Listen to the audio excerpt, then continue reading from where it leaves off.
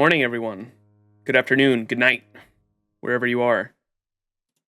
I am never going to be able to listen to that song and not get emotional from now on.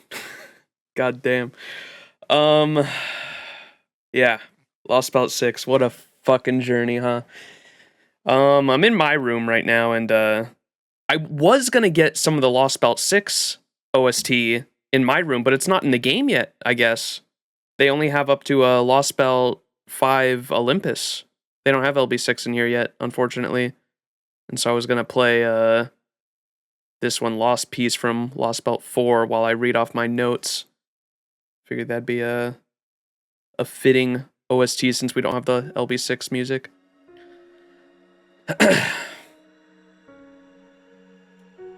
Alright. But yeah, it is October 15th, 2023, 9:14 p.m. Doing a late night stream, which I normally don't do, if you consider 9 p.m. late night anyway. Alright. I don't know what else to say for the intro. I guess we'll just get into the notes. So, I have a list of I have a to-do list and my notes in two different documents in front of me right now. So everyone knows the to-do list this stream, I will make sure we have timestamps on YouTube, so if you're watching on YouTube and you want to skip around the different things we have planned, I will have timestamps in the description to split up the video, but the first thing we're going to do this stream is give my full thoughts and notes for LB6, just my overall opinions, how I'm feeling about it, things I liked, and I do have like one or two like cons and like critiques of it, but a lot of good things, obviously. Then after that, we're going to give, after I give my full thoughts on LB6, we're going to watch the Dramalogues, which is like 3 hours worth of voice-acted scenes from Lostbelt 6. It is going to be pretty long, but we're going to strap in. I got my Pocky and my Celsius, and we're going to watch the full Dramalogues, so that should be fun. After that, we're going to level up MASH, because I believe MASH went up from level 80 to 90 after this Lostbelt, right? So we're going to level up my MASH, we're going to level up my Habetrot and witness the Noble Phantasm, because everyone said that she has a second Noble Phantasm that she didn't have in the Lostbelt after you get the unit, which sounds pretty cool. I think I've seen, like, images of it. I don't think I've ever seen the full animation, but I think I've seen images of it, so I kind of know what to expect, but I haven't seen the full animation yet, so we'll do that.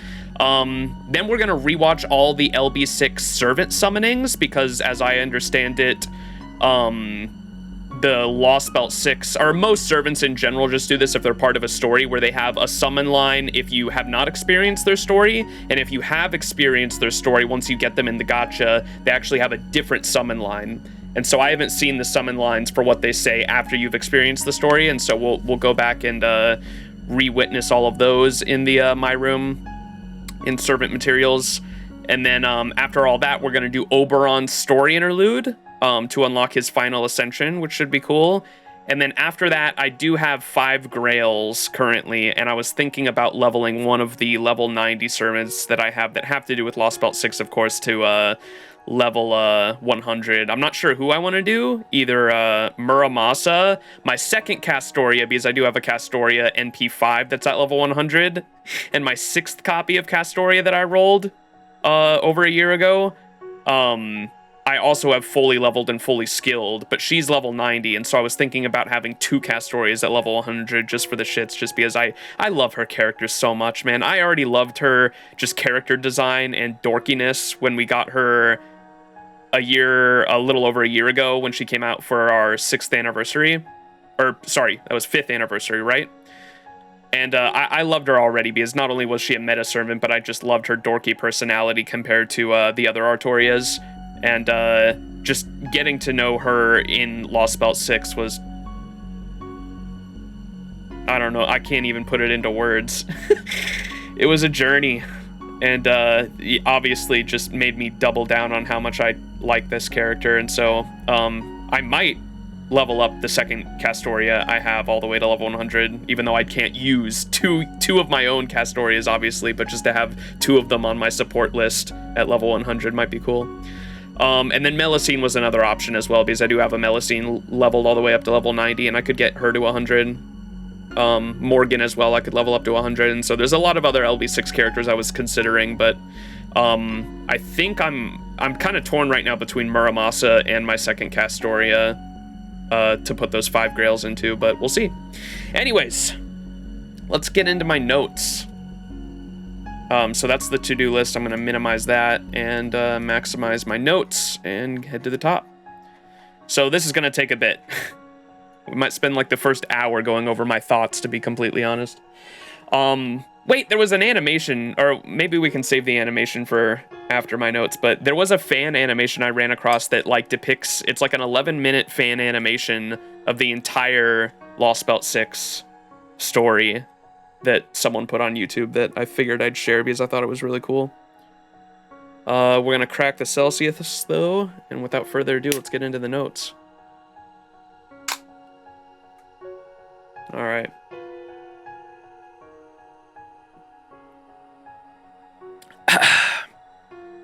Max's final thoughts on Lostbelt 6 Avalon le Fae, 1 week after completion. Spoilers ahead, obviously. If you haven't read or experienced Lostbelt 6, go do it. Highly recommend it. It is a fantastic story. So Lostbelt 6 was great. Fantastic. Amazing. There's no argument from anyone that has read the story that it's not the best, if not one of the best stories we've read in this game so far. And after thinking about it more and more all week long, it's been living in my head rent-free. No matter what I'm doing, I'm thinking about this story constantly. But what I've thought for a long time, I've thought long and hard about it for a while now, and I feel pretty comfortable saying that I still think Lostbelt 5, when including both Atlantis and Olympus, is my favorite chapter in Cosmos in the Lostbelt storyline. However, Lostbelt 6 Avalon le Fae is my favorite story chapter in FGO, period. That's kind of a contradictory statement, so it doesn't make much sense. So what do I mean by that? I remember saying several times at the end of Lostbelt 5, at the end of our Lostbelt 5 Olympus stream, and even at the start of Lostbelt 6, that I did not know how the hell Lostbelt 6 was going to top LB5, because from my overall story's perspective, 7 should be the biggest hype out of all of them. It has the perfect setup. Daebit is there, and he's the only crypter we know to be a mage on par with Wodyme, or crypter, sorry. Somehow Daebit has summoned a Grand Servant, which we learned back in Lostbelt 4 when he showed up to greet Pepe. It shouldn't even be possible to summon a Grand Servant, but somehow he's pulled it off. We also know the alien god, our greatest enemy in this entire saga, is there, with their final disciple, Rasputin, aka Kodamine Kire, who has taken a front seat in the pseudo-servant relationship now. And it is also revealed at the end of Lostbelt 5 that they have summoned a goddamn ultimate one in Lostbelt 7 to be the vessel for the alien god, since you, Olga Mary, wasn't a suitable one. For those who don't remember, because we messed up the summoning or something like that with the foreign god in Olympus, it got messed up and Olga became the vessel somehow. So how that happened, I have no idea, but hopefully it makes sense eventually. The point is, the ultimate one is one of Nasu's oldest concepts, dating back to notes in the 90s, where they are the incarnation of a celestial body like a planet or moon. The one that they are summoning, or the ultimate one that they are summoning in Lostbelt 7, is the Oort Cloud ultimate one, aka the celestial body that surrounds our entire solar system. So yeah, shit is going down in LB7. Knowing all that, going into Lostbelt 6 with the setup for 7 already established, I thought there's no way I'm going to enjoy this more than 7. But boy, was I pleasantly surprised at how fucking fantastic Lostbelt 6 was. The reason I said earlier that Lostbelt 5 has been my favorite Cosmos in the Lostbelt story chapter so far is for the simple fact that it was such a huge turning point. Had so many amazing moments and revealed so much about the overall story that we find ourselves in. I often say that Nasu's stories always have some sort of halfway point where something significant happens that changes the story significantly going forward. Lostbelt 5 was that turning point in my eyes, and for that reason, it's probably my favorite story we've experienced so far, when accounting for the Lostbelt storyline as a whole. Now, the reason I say Lostbelt 6 is the best FGO story overall we've experienced is because even though it is technically tied to the Cosmos and the Lostbelt storyline, I know we went there to stop the Lostbelt from consuming the planet. We went there to get a divine construct, and inside the Lostbelt we had great character development for both Mash and our own character as we play Fujimaru Ritsuka. So yes, I know technically it is obviously a part of the Cosmos and the Lostbelt storyline, but so many of the great things about this Lostbelt are simply great because of the characters, the world building, and overall story told within this Lostbelt itself. So much so that I now understand why this Lostbelt is the #1 most requested anime adaptation, because you really don't need to know anything about FGO as a whole to understand the story being told in Lostbelt 6 in regards to Morgan and Artoria, right? So of course it helps, and I think overall everyone would much rather have an adaptation. So of course it helps knowing the overall story of FGO to enjoy the story, but I think overall everyone would much rather have the adaptation of the entire story. If we could get the entire adaptation of Cosmos and the Lostbelt storyline, I'm sure most people would prefer that, but Lostbelt 6 is just so good that it can truly be enjoyed all on its own, whereas many of the other Lostbelts would probably have a much better impact if you understood everything that has come before it. I think Lostbelt 6 is unique in that way, just because the story is so damn good, you really don't need to know everything that has happened before it to enjoy it. So for that reason, I'm sticking with the current opinion that at this moment, Lostbelt 5 was my favorite story chapter in this grand overall story. However, Lostbelt 6 was just my favorite story that has been told overall. That might not make sense because I get it, it is a contradictory statement, but hopefully I've explained it enough to make it make some sense. Regardless, I love Lostbelt 6 and the final arc of 6.3 especially, which was really, now that I think about it, split into 3 arcs technically. Like 6.3 itself was like 3 mini arcs. You had the Avalon arc, the Calamities arc, and then the finale arc with Oberon's reveal, but that final 6.3 chapter is what sold it for me because the conclusion was just that good. I didn't think I was going to like it that much before we got to 6.3, which is the crazy thing. For those who don't know, or if you recall, at the end of 6.2, I was really down in the dumps on the story. Morgan's conclusion, while I agree it was really well written, made me feel terrible. And even though I knew the big fluff fight was going to take place in 6.3, I had no idea how this was all going to get wrapped up in a satisfying way. I had thankfully stayed spoiler-free on all the other boss fights in 6.3, so the rest of them were a pleasant surprise, and I've been debating with myself on how much more I've enjoyed this Lostbelt. I've been debating with myself how much more I would have enjoyed this Lostbelt if some of the Calamity fights were earlier in the chapters, or at least the fights on that scale. Because before the conclusion with Morgan, the only key points that stick out to me in the story that were like super big or hype were the Calamity of Norwich and the Woodwose fight. But 6.3 was literally so crazy it made up for all of that in just a few hours of reading and boss fights. Anyway, I'm done rambling on about my initial thoughts. Let's get into the overall pros and cons I have for this Lostbelt. Pros, there's a lot of pros. There are much more pros than cons before we get into it. Pros. Number 1.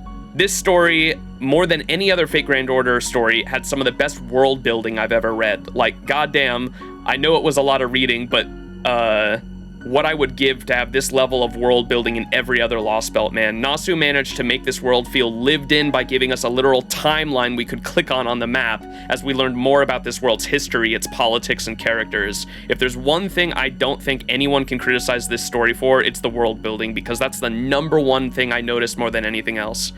Number 2, the sheer amount of effort that went into both the visuals and audio for this Lostbelt. I'm sure everyone can agree that the map changing multiple times, the map theme changing with the map, the insane amount of background CGs for important moments that was detailed in artwork.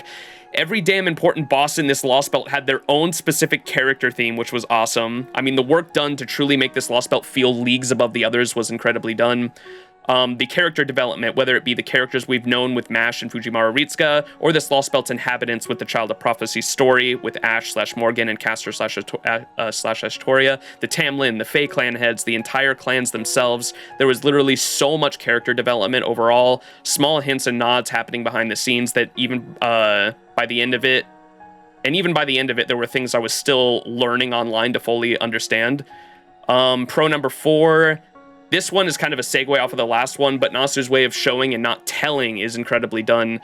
It was a bit of a throwback for me myself to Fate Stay Night Unlimited Blade Works, but for example, things like Rin's heart-shaped necklace in Fate Stay Night, They were never explicitly explained in the anime, or it was never explicitly explained in the anime, but it is mentioned and shown multiple times that even though Rin originally had this one necklace, two existed in this Holy Grail War. And when we see Shiro open his drawer at one point and have one, and then see later that Archer had one as well, at that point Nasu trusted the audience themselves to make the connection to them as to what was happening there, them being the same person. This, of course, as I said a moment ago, is the art of showing and not telling. Nasu does a lot of this in this Lostbelt, and really well too. Just for a quick example, this is one I didn't notice, but I read someone point it out later online. The Black Knight that was part of Ash's party was said to be like an indestructible, unkillable knight, right? When the Fae betrayed Uther and Ash's party, the Black Knight, of course, became the blacksmith Ector. Most people, I feel like, can put that together once all the clues are laid out. However, one thing I didn't catch on to was it's mentioned in one of the fragments detailing Ash's betrayal that when the fairies couldn't kill the Black Knight, they crushed his ears and threw him in the ocean, right?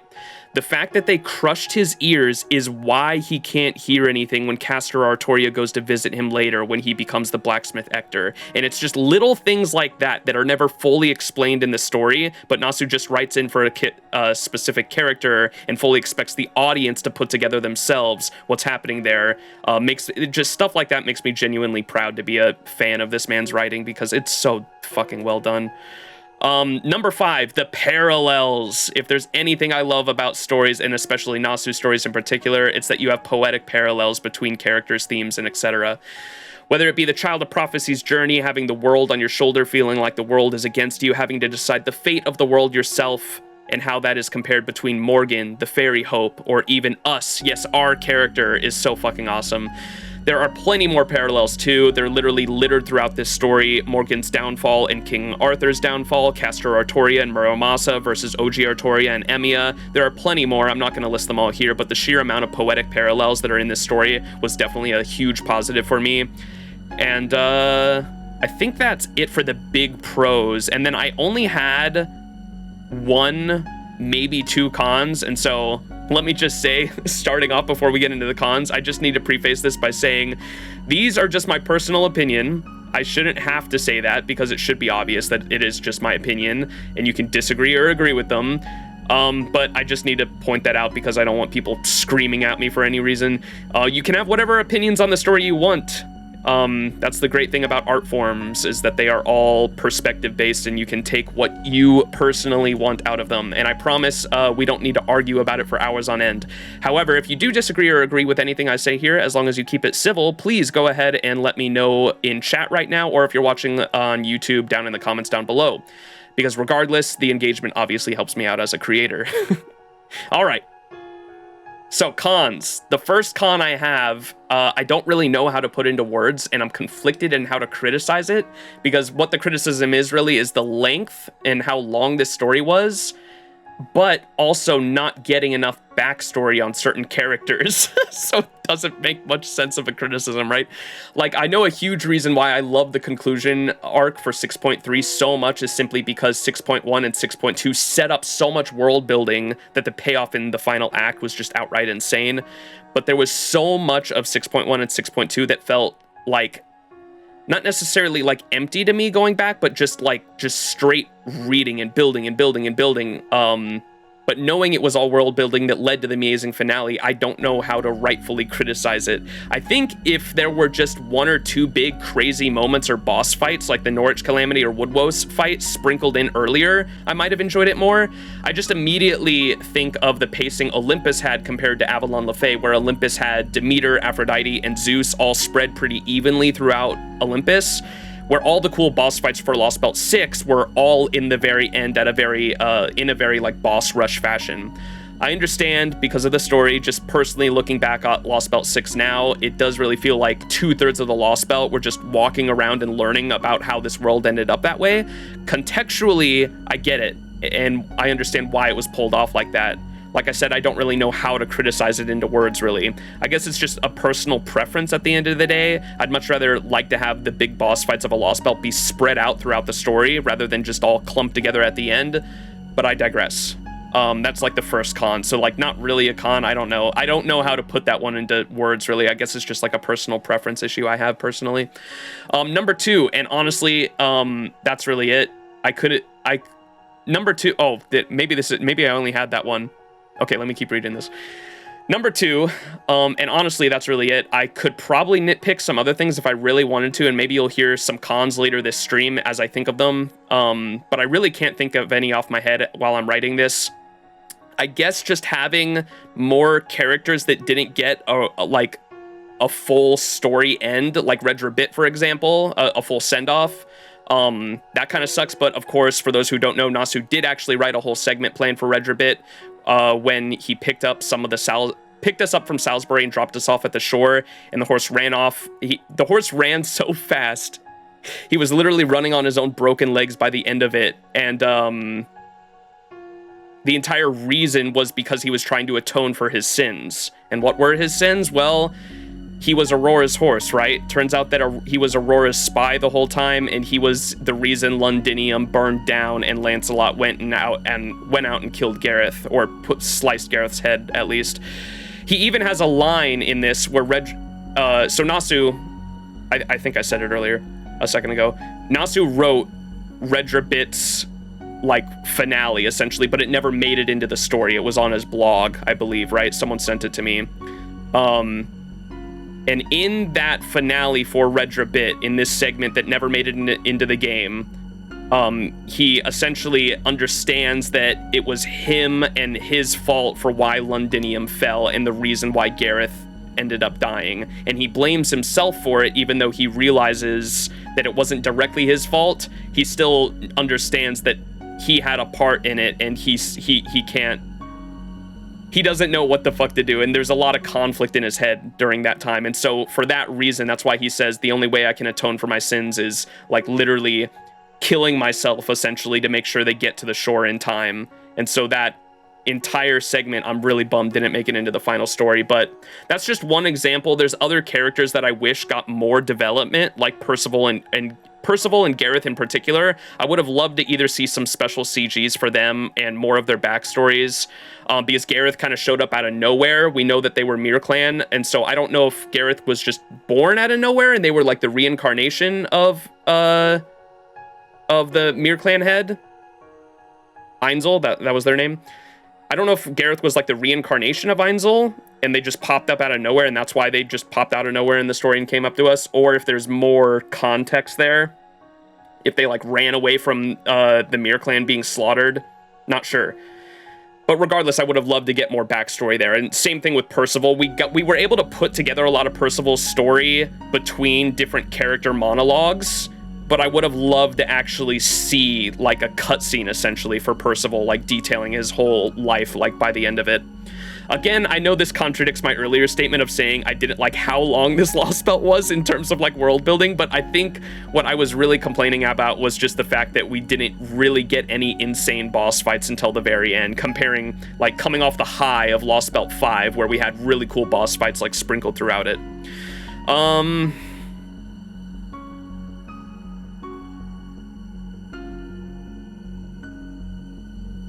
But yeah, off the top of my head right now, and honestly thinking about it all week, those are really the only cons I can specifically think of for this Lostbelt. When you have a cast of characters as wide as we do in Lostbelt 6, I think it is honestly a miracle that Nasu was able to write them all so well and make them very realistic and believable with his superb world building. But anything else I can try to critic on the story will most likely just be nitpicking on my part, if what I was just criticizing isn't nitpicking already, right? So now I want to discuss questions left unanswered. In chat, this is where I think you guys are going to come in and help me out. So there are a few questions I have that are left unanswered that even when looking them up online, I couldn't get answers to. I don't think anyone has answers to these. So I think all we can do is theorize at this point. There were a few questions I had by the end of it that didn't make sense to me that I was actually really curious if chat or the comment section on YouTube could answer for me. The first is, why the heck did time go slower in the British Lostbelt? I thought that was going to be such a relevant plot point going into it, as we were told the Lostbelt was going to collapse and consume the entire planet within 24 hours on the outside, but as soon as we got inside the Lostbelt, we'd have 50 days to complete the mission because time goes slower in there. To my knowledge, this is the only Lostbelt that has done this, and I thought it was going to be be super relevant to the timeline inside, as that would mean Beryl would have been in this Lostbelt for like years if that were the case, right? If one day is 50 days, it would have been years that Beryl had been in there. But once we get inside, it is directly said in one of the dialogue. I remember someone specifically says that Beryl had only shown up in the Lostbelt months ago, so something doesn't line up there. It might just be a plot hole, and I know that because Nasu rewrote the story 2 or 3 times, and the final time was because he was decided to make Oberon the character that he was in the final version of the story, so it wouldn't surprise me at all if going in there to get Rogue Dramalogues against the foreign god in the 7th Lostbelt was the only reason we were originally going into that Lostbelt, but after he rewrote Oberon to be the final villain and the Abyssal Worm, he decided to write in the gravitational anomaly too. So it might have just been an oversight due to rewriting the story so many times, so I'm not gonna blame him too much for that. We all are human at the end of the day, and the story was fucking long, so maybe it's just an oversight. What's the plan for this stream? I did earlier give a to-do list. We are still going through my thoughts right now, and all of these will be time-stamped on the YouTube VOD as well. I'll put timestamps out for this, but step 1 for this Lostbelt is for this stream is to make sure, oh, that's just the timestamps. To give the full thoughts and notes for this Lostbelt, which we're still doing right now. The second thing we're going to do is watch the entire Dramalogues. All of the Dramalogues, 3 hours worth. Yes, 3 hours worth of audio Dramalogues we're going to watch.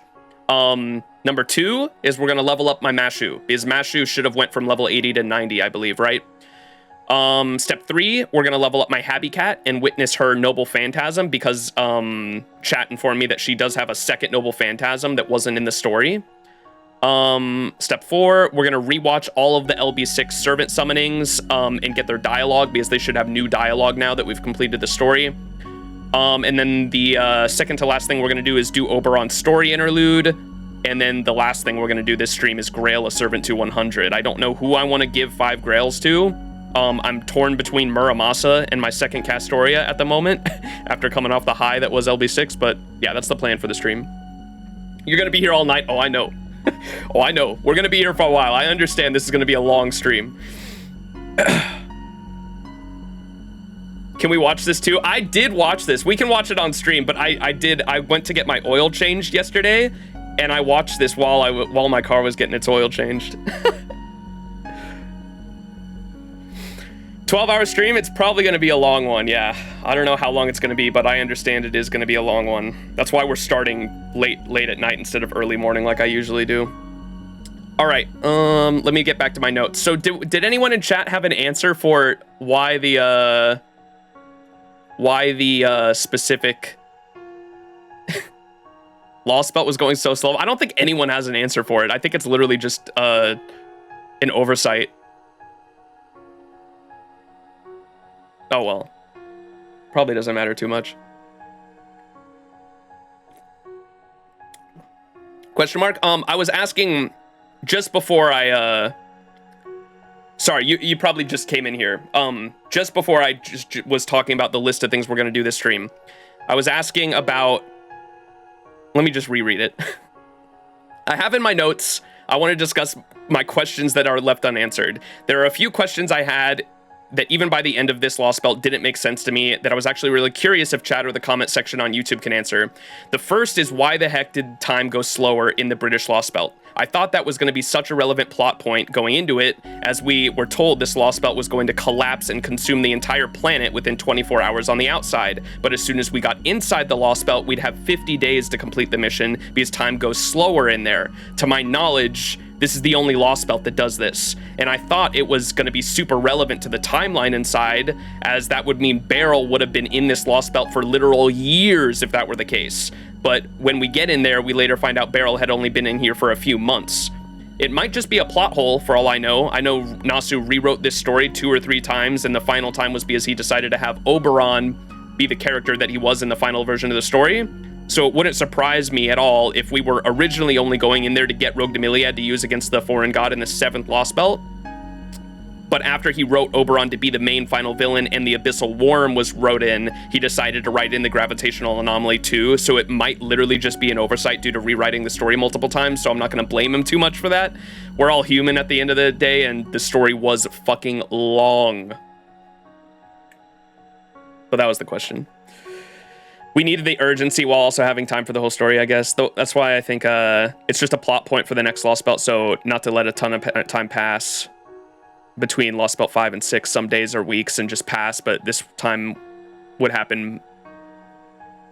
This one would happen months and months, yeah. I don't know. Maybe it is. I think it's just an oversight, to be completely honest. I wasn't sure if I was just the only person that was, like, torn on that, like, the whole Lostbelt. Like, I thought that was going to be really important, like, later in the storyline, but it just never came to, like, we never mentioned it again.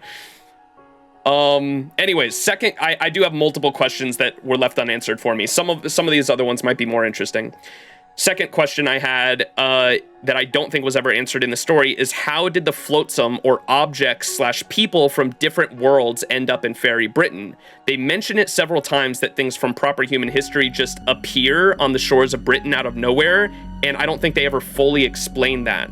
Like, why did this not happen in any other Lostbelt? My immediate reaction to this was because it isn't a Lostbelt anymore, with the Tree of Emptiness gone and Morgan effectively making this Lostbelt into a singularity, or a lost world.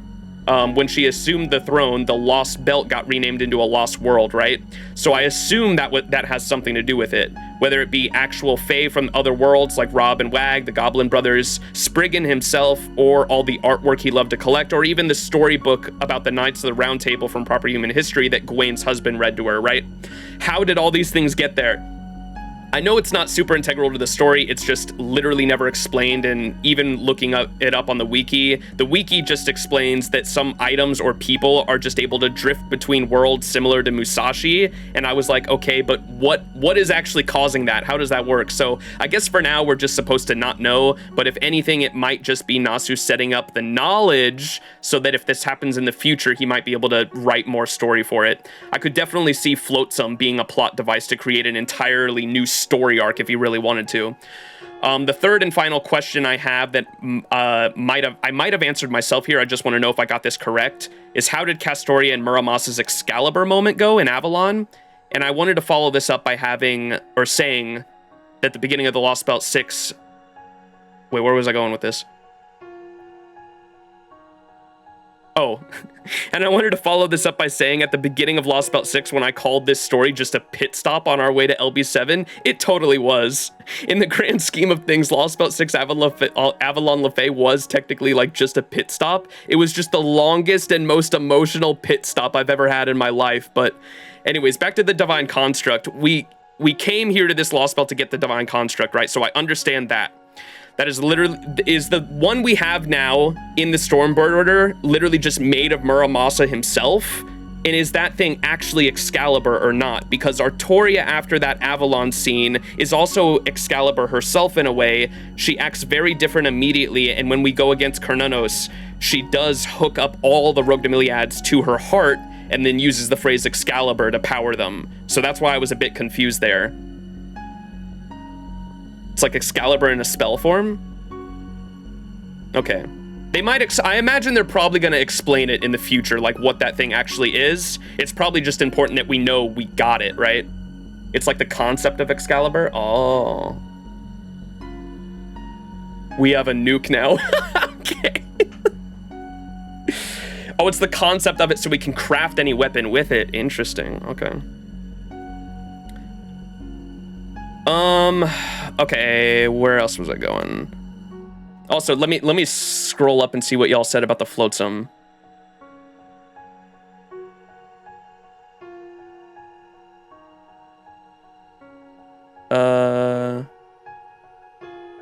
Same way Spriggan did, I imagine. Yeah, I got that. It's not a Lostbelt, it's a singularity. Morgan let them have...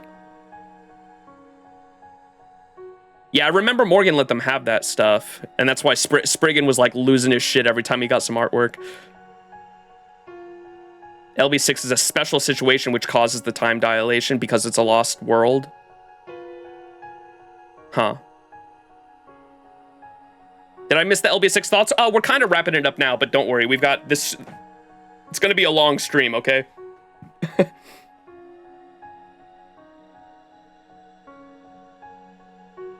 LB7 fan translation says short answer, don't worry about it. Long answer, redacted. Gotcha. Okay. It's a don't worry about it situation for now. All right. Yeah, I was just the main reason I was hung up on the Excalibur thing with Avalon was because we technically have the essence of Excalibur, right? With the thing Muramasa became. But Castoria herself, like her heart was still Excalibur, and she used that to defeat Cernunnos, right? Because she powered up the divine Rogue Demiliads with Excalibur, her heart. And so I was confused, like, did Excalibur get, like, split then? That's kind of where I was confused, because, like, we have the concept of Excalibur, but then it was also in Artoria's heart. That's where that's where I was getting confused. Now that you finished this Lostbelt, would you check the NPs and the Summer Servants from LB6? Yeah, we can do that this stream. Not right away because we have other stuff I have a list of, but we can definitely do that later. Can I copy paste my random literary analysis of LB6 in here? Depending on how long it is, you can I'd probably suggest doing it in the FGO EN story. We've been talking about Lostbelt 6 all week in there. If it's not long, you definitely can. But if it's going to be like a paragraph or more, I'd say put it in the FGOEN story in my Discord. She used Morgan's system and replaced Rongo with Excalibur. Yeah, no, I got that. The confusion was why there were two. Because essentially we have our own, and then Artoria had hers too. That's where I was confused. Why were there like two Excaliburs? Yeah, here I'll put the Discord. If anyone's not in the Discord, feel free to join. If you're going to talk NA spoilers, go to FGOEN story. The FGOEN story in my Discord is specifically for people who are caught up on the English story. So go to there if you want to talk LB6 stuff. All right. Anyways. Did I have a third question? We did the Excalibur, okay, no, we didn't. Okay, yeah, those were my 3 unanswered questions I had. The first was the time dilation with the Lostbelt. I didn't understand why that was a thing. The second was the flotsam from Proper Human History. I didn't understand that. And then the third thing I had was Muramasa and Castoria's Excalibur. Why were there 2? I didn't really get that. Artoria is supposed to be 100% Excalibur, but Muramasa joining in resulted in more than 100% Excaliburs being made, I guess. Gotcha.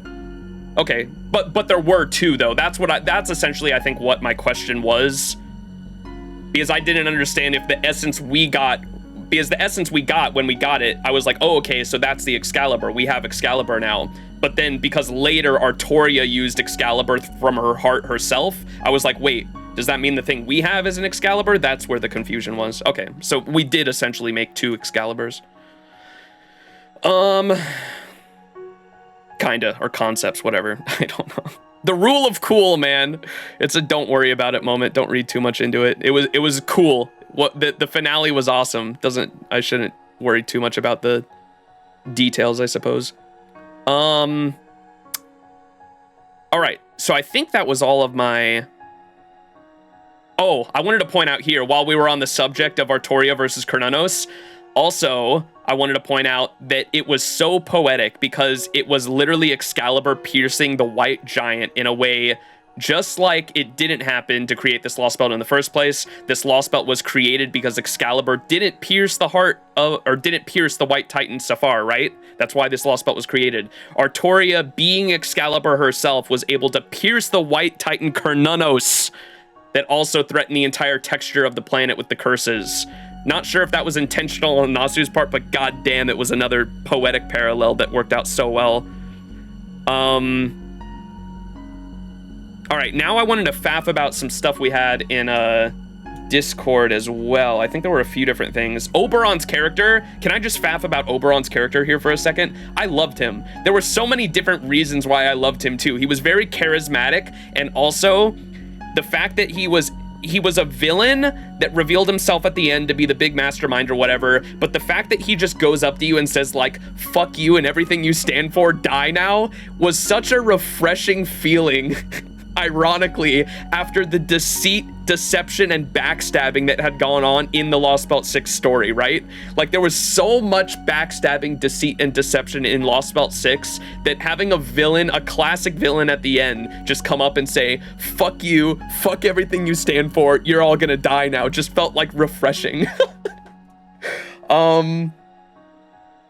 There was so much stuff. I'm going back up. Oh my gosh, there's so much good Lostbelt 6 artwork too.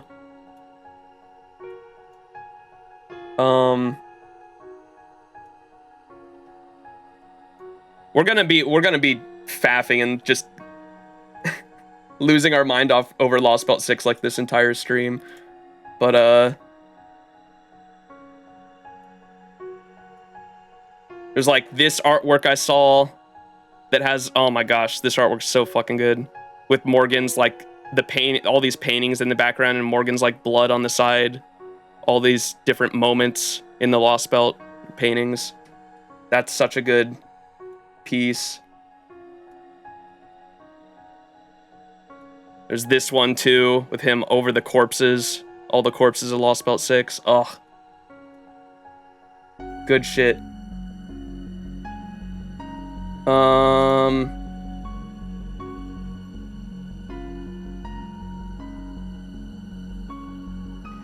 I'm trying to find other... Oh, this was something I noticed too, that I don't know how many other people caught, but at the very end with, the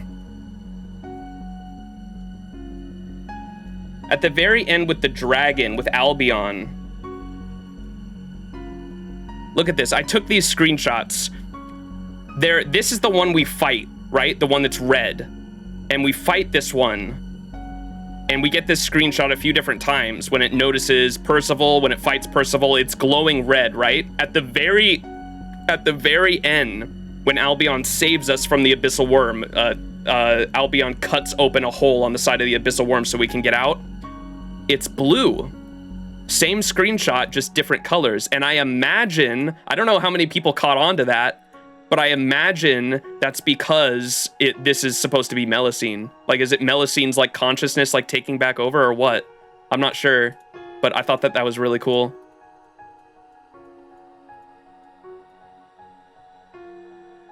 Oh, does she call herself Lancelot? I did not catch that.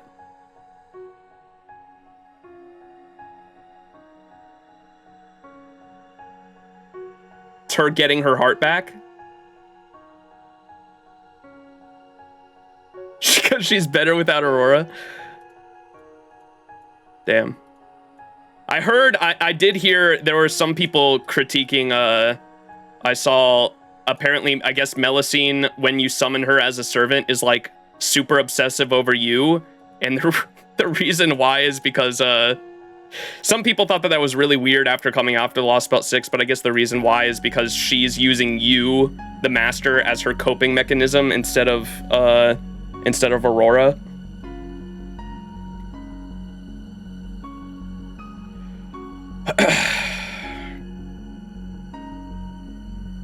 All right. What else did I want to point out? There were a lot, dude, Oberon is such a complex character just because of the lying, or I guess it's not super complex, you just have to think about, like, everything the fucking guy says. I thought this was interesting. This is a YouTube comment I read, or a YouTube comment conversation I read.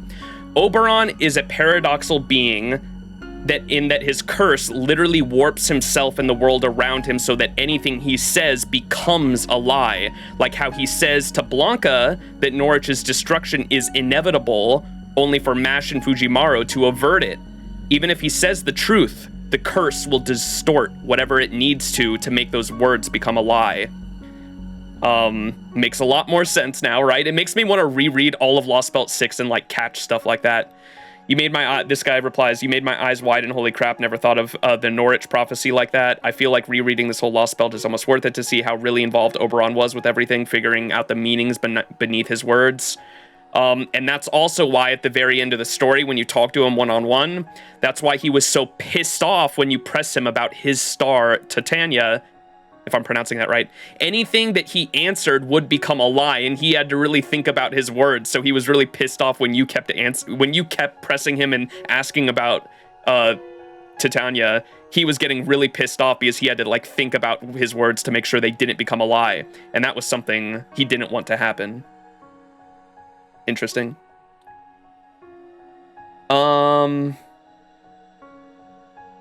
Is there anything else? If anyone's curious about, we had a whole discussion about Oberon this week in my EN story chat in my Discord, if you want to scroll up and look at some of those, but super interesting. Oberon himself is such a fucking interesting character. Foe's absence, I did ask about this earlier. Bakuhatsu definitely helped me out with a bunch of questions I had, and a lot of you guys did, but Bakuhatsu, when I asked about like Foe's absence, Nasu specifically said in an interview somewhere or on his blog, he could tell, Foe himself could tell all he could find in the Fae was his homeland, or in the land of the Fae was his homeland. Going there will bring back some bad memories I'd rather not remember. Plus, I got nothing to gain from the Fae. They're empty on the inside. He calls them empty because the Fae don't mentally mature, because, for better or worse, Foe feeds on human mindsets and their growth. Interesting. Nasu himself said that, by the way.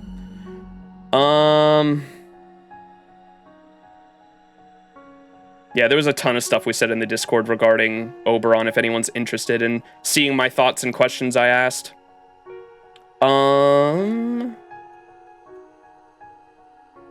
we had a lot. I'm not going to go over all of it.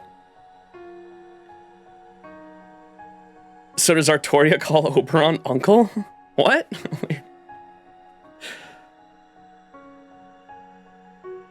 Oh, the star. I should probably mention that. Oh my gosh, the star. So we had a big discussion when right after I finished Lostbelt 6, I was really concerned about the star, or conflicted about the star. I didn't know what the fuck the star was actually supposed to be by the end of it. And overall, it's supposed to be left up to the reader's interpretation.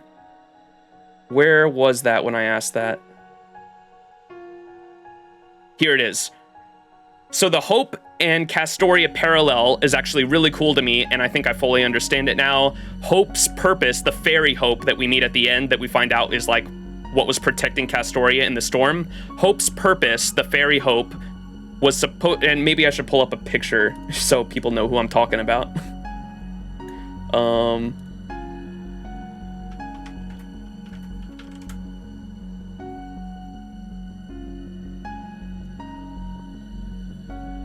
Here we go.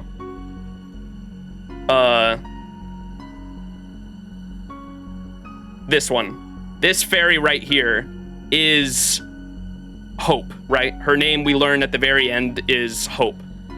That fairy. So, let me go back. Hope's purpose was literally to instill hope everywhere she went before she ended up with no name. Much like Castoria, people looked to her for hope. So much so that over time she was completely drained of it herself. Fairy Britain took and took from her until she lost her own name, Hope, and thus her purpose itself. Castoria ends up giving her own name, Castor Artoria, without even realizing how poetic it is, because even though she hasn't been the child of prophecy, she still walked a similar path, again with the parallels. She also is instilling hope in the very fairy whose purpose used to be just that. Castoria herself is instilling hope in Hope. Currently, after understanding all that, I believe the star itself is literally just to be the idea of hope. Not the fairy, but the feeling of hope itself. I think it's purposely left vague and open for the reader to interpret it how they like, but I believe even Castoria herself says multiple times that she never knew what the star was, even by the end of it, but it was there all along. She knew that as long as it was there, she could keep moving forward. Like, regardless of all the evil, pain, and suffering all around her, she could still keep moving forward as long as she had hope. But for us, when we see the star ourselves while fighting Oberon, I believe it is to be the same thing, a glimmer of hope. And due to our connection with Castoria in life, the counterforce, and I think she's a guardian, right, is literally able to send us the hypothetical version of Castoria we knew, all grown up and ready to kick some ass. It's really just a power of friendship kind of moment there at the end, but it's supposed to be symbolic after understanding what the star is to her, I think, right? I also, if this ever gets adapted into an anime, I would love, oh my god, I would love it so much if Oberon has like lines where he like, it's like, what is this, some bullshit power of friendship moment? Because like, that's like literally what it is, and I feel like him as a character would probably say something like that. Fun fact about Melusine Summer, she is the SSR with the lowest bond points needed from bond to 1 to 5, really. She needs 5k bond points in comparison to Morgan Berserker needing 40k bond points. So yeah, Melusine obsesses with you. Notice how Avalon le Fae gives their Hope and Sith, or C, I believe is pronounced right, a name. Morgan gives Babon C a name. Oh, I didn't pick up on that. That's a cool parallel too. Morgan gives Babon C a name and to act like something she isn't. Meanwhile, Castoria gives Hope her own name. That's really cool. I didn't put that together, but that's totally a parallel between the two. Damn. Yeah, god damn. I think that's it for like my overall thoughts. I think we can get to the next part of the stream. How long have we been streaming? Yeah, 53 minutes. I knew my thoughts were gonna take about an hour. There's probably a lot more I can say. I think I write that down in my notes too. Let me close this and get to that. Hope was the first to die by Oberon's hand too. It's foreshadowed from the very start. Yup. Yup. Very good.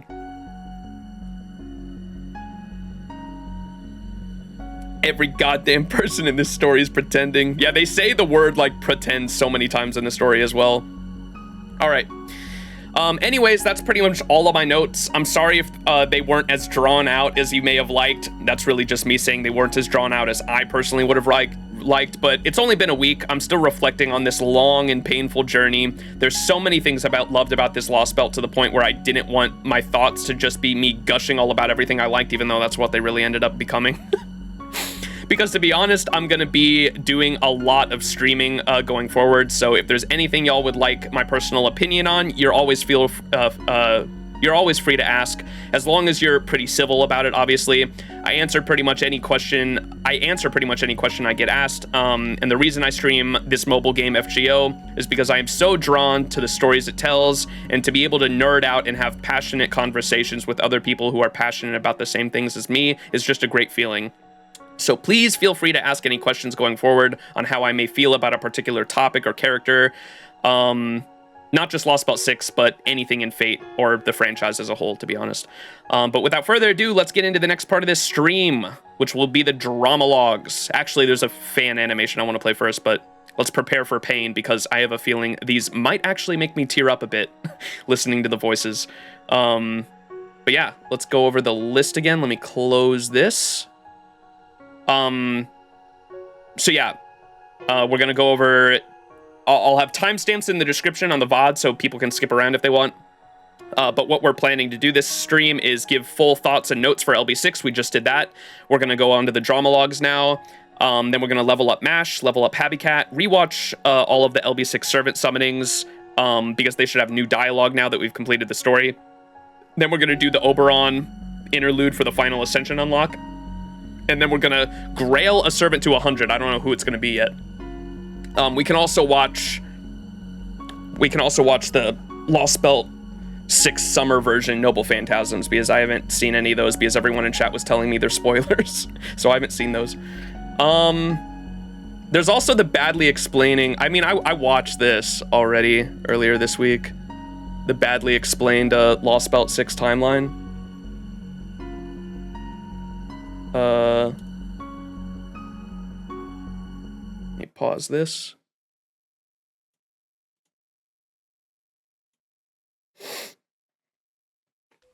The adventure begins with Merlin being our worst sleep paralysis demon, as we then wake up to the sound of a really loud alarm clock. Our cat squirrel dog is pissed and jumps away before we can say hello, which honestly hurts way more than it probably should have. We get to the command room where the Type Lumina reject tells us that some wacky shit is happening in the British Lostbelt that will cause the entire planet to die in about half a day if we don't do anything about it. We get into our car with the rest of the gang and drive through a wall of plot, only for about half of everybody to die, but not really. Only us, our Eggplant, and Lily Vinci are able to stand, so we set for the mainland where we I agree. I think Bargus was probably my favorite Tamlin backstory for sure. We all fall unconscious and are teabagged by a mysterious stranger who definitely isn't plot relevant. Before we temporarily die, he tells us not to tell anybody that we're just a regular dude, which we definitely remember. Yep. We wake up in a mysterious shack with our sad heart boy and a new pet dog who really wants to call us. Dude, sometimes I forget Tristan was in this Lostbelt, dude. All fairies and eventually find out that he was cut so short, which causes them to murder each other in cold blood. Average. It's such an epic moment against Vargas, though. With the help of a mysterious stranger who reveals himself to be Oberon Kenobi, and remember that our name Oberon Kenobi. We then tell our new pet dog that we're here from another world, which she takes surprisingly well. Meanwhile, thousands of miles away, our eggplant loses her Oculus and gets adopted by 3 little goblin boys named Rob, Wag, and Winky. They try to sell her and her armor, but she has the divine protection of a new pet dog, so they politely for the time being. We head to a town named after a subgenre of steak and eventually meet back up with Lily Vinci and her new best friend Mike. She then tells us what she's learned, which is precisely nothing. Oberon Kenobi goes on a scouting mission and finds a ram ranch out west that might or might not have our eggplant. Figuring that we have nothing else to lose, the gang decides to invade the showers at the ram ranch, but we eventually get stopped by a fairy in horse armor. We kill him, then 100 more spawn, then the writers give us a small army called the Round Table Wankers. We beat all the horsies, but then discover our eggplant is in another castle. Suddenly, a really big dog appears and kills our new best friends. Cool. Our dog then tries to size up the significantly bigger dog, but has little success. We finally get the chance to escape with Lily Vinci and Castoria after our sad heart boy sacrifices himself in one of the most raw scenes in the entire game thus far. While on the run, Oberon Kenobi meets up with us to take us to our next side quest with the help of a talking horse fairy. Meanwhile, thousands of miles away, our eggplant has taken a new, worse name and has befriended her captors using the power of being a protagonist. The gang gets to the next town where everything apparently works in reverse and everybody has a handshake agreement to not try to kill each other. We split off into pairs with the self-insert master taking our pet dog out window shopping. While out and about, we meet a dominatrix elf fairy who doesn't actually tell us her name. We get to an auction house to hope to try to find our eggplant, but instead find a grandpa who definitely isn't Shiro. Winky was not cool, true. To be better at magic than the elf from earlier. Neat. Damn you, Winky. We head upstairs to meet an elf fairy who definitely isn't one of the Sakura 5.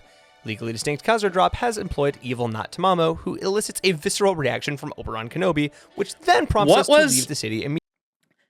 I also have a question on that. So what was this just foreshadowing that Oberon, what was the reason for Oberon like despising Koyanskaya in this scene? Was it because Oberon knew that she had the potential to fuck up all his plans? That's what I got from that, like looking back now. I don't know if that's the exact reason though, but Oberon despised her initially. Oh, he lies! Fae eyes. Yeah, I don't know. There's a lot of different ways this could go. Looking back now, I figured it was because he saw the potential of how she could fuck up all his plans. But because of his lying, I have no fucking clue. His lying's really weird, though, because I still don't fully understand how he lied. Because it's only some specific things. I think it's when I don't know if it's when he's making a statement or saying a fact about the future. I don't know. I don't know when the lying is like specifically relevant. Beasts love humans, Oberon doesn't. That too, yeah. Because of his Fae eyes, he could tell. I also thought I wrote this in my in the Discord when we were talking about Oberon as a character. I also thought I was asking why Oberon and Merlin don't get along and why he had that passive, because I knew going into the Lostbelt 6 story, I knew Oberon had the passive that made it so he didn't work with it. Makes it so the Oberon passive makes it so Merlin buffs don't work. Like either sometimes for allies and they never work on Oberon himself. He refuses any help from Merlin. And so I knew that going into LB6 and I thought that would be explained, but it never is. So looking more into it, the reason I found out is because they are quite literally polar opposites. They both love stories in different ways. They both have to do with dreams in different ways. And the big thing is that Oberon hates humanity, but loves individuals. Merlin loves humanity, but despises individuals. And I thought that was really interesting. They're like literally polar opposites. He can speak of facts normally, but if his info is the info has to be obvious or unhelpful. If he does lie, it's the most widest sense possible.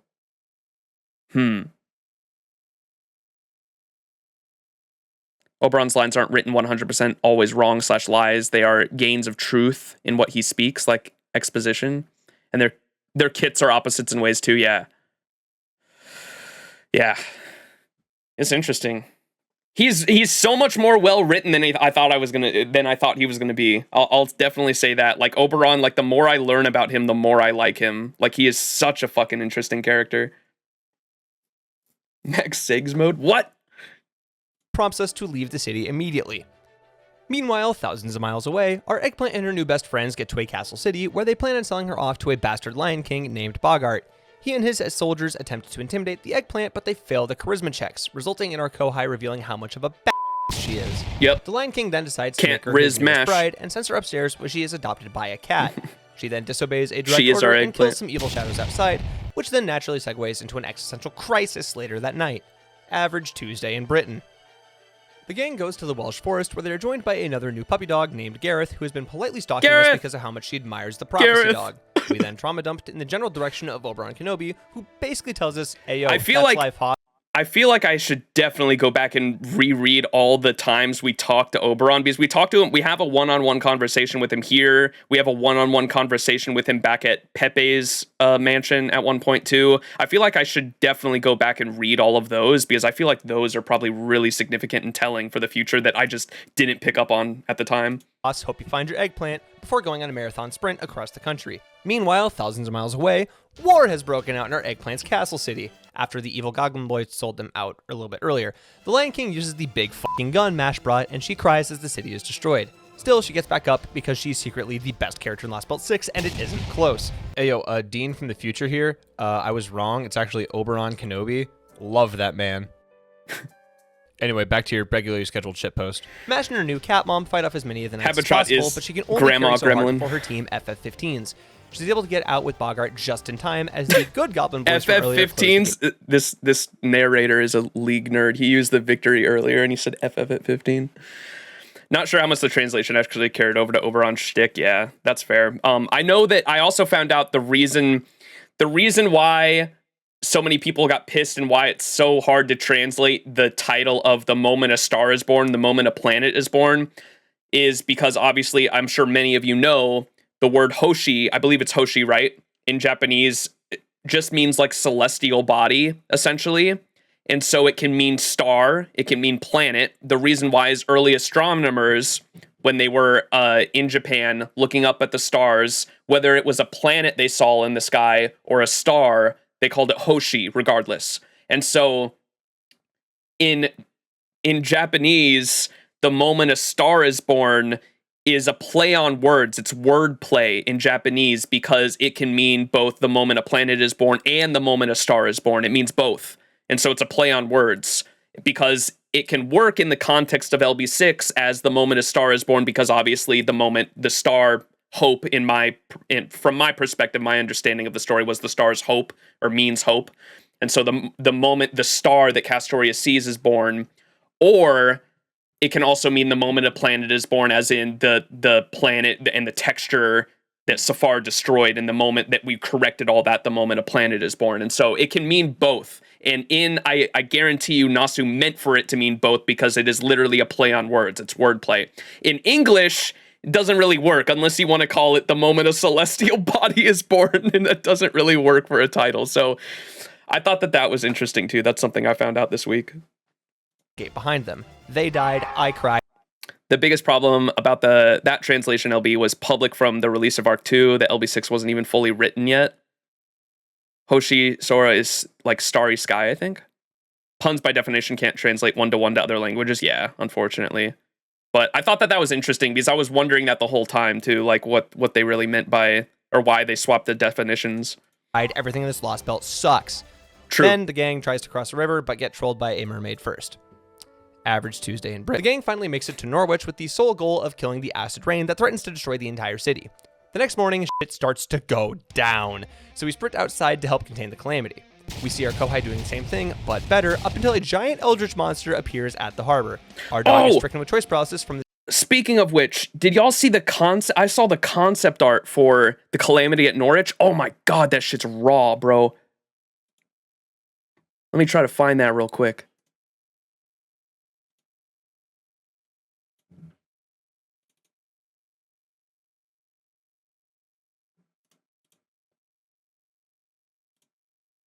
Look at this shit. This is the concept art. Oh my god, it's so sick, dude. The concept art for the Calamity at Norwich. Oh my god, it's so sick. Kernonos' concept art. Dude, the middle one goes crazy, man. I kind of wish that's what that, like, the Kernonos, like, ended up being, man. That shit's fucking terrifying, dude. God damn. So fucking sick.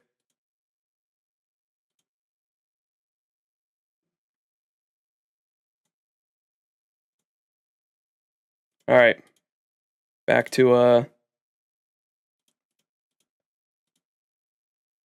Or did I close it? I think I closed the fucking... Oh, no, I didn't. Okay, back to this. Admittedly terrifying situation, and Mash runs up to try to fight it head on. She takes its blows for a little bit before we get there and empower her with the power of friendship, causing her to stop being an amnesiac as we completely ace this boss fight. The acid rain then refuses to go away, and it fires a teleport beam at Mash. The party then gets a text message from Morgan that basically that animation tells us, was hey, yo, so sick. come here so we can the water talk, mirror spell. boys, to which we oblige. The gang is escorted to Camelot by Morgan's pet dog for a nice wholesome sit-down discussion that goes a little something like this. Yo, thanks for killing that thing in Norwich, but y'all are still pussy-ass bitches. F*** you and everything you f***ing stand for. You are garbage and will always be garbage. Here's $100 million. Now f*** off. Can I have my egg Hey, Eddie, back? thank you so much for the raid. No. How you doing? Okay. We are discussing Lostbelt 6. Same character. Oh, no. Oh, yes, sir. 100 million QP, thank you. We are discussing LB6 all stream long. I am reflecting my thoughts because last stream we finished LB6 and god damn, it was a fucking journey. So if you don't want LB6 spoilers, leave now. Just letting you know. Warning, warning, warning, warning, spoiler warning. Shot. Dude, it took me 2 years to learn how to pronounce Urieli and 3 years to learn how to pronounce Maeve. No shot. We learn that she is actually good friends with our dog, such good friends, in fact, that she attempts to fight us to the death in the name of creating superficial conflict that is required by the nature of this being a video game. After we get not Maeve to politely f*** off, we head down to Londinium, where our adopted pet dog is adopted by Percival, aka my husband. He gives us the rundown of what all the roundtable wankers have been up to before we find a religious painting and decide to retake the Holy Land, Camelot, our eggplant, the test I failed in 8th grade, the line I messed up in the last session, Norwich? We head up to Norwich to kill some dudes and ring the Bell of Prophecy. Spriggan, being the rat bastard he is, tries to out-mind game us right up until the very moment our dog gets tired of his bullshit and rings the bell. Morgan officially declares war Going on back us and watching the journey in FGO, goddamn Merlin. That is a long journey. Second location, where she sends her most favoritist dog. Meanwhile, thousands of miles away, Mash wakes up in the distant past and is surprised to see definitely not Habetrot and definitely not Castoria there to greet her when she wakes up. That's pretty much it.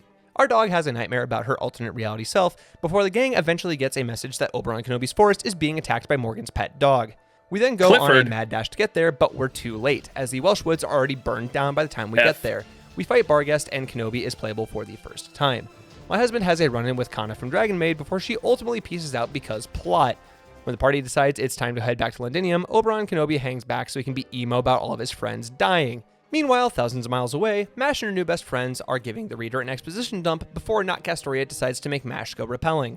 We eventually arrive back at the Roundtable Wankers city right in the middle of a werewolf siege. The battle starts and things aren't looking good until they are, but it's all in vain as Woodrose kills my husband, my dog, my daughter, my daddy, and then me. Pepe sends some of his new best friends to help us out, and Gareth helps saves the day against Woodrose because of some fortune-telling bull. She also has an armor now. Have I mentioned how much I love her? My husband follows the mortally wounded dog and puts him out of his misery, revealing to the audience that he was, in fact, Percy's dad the whole time.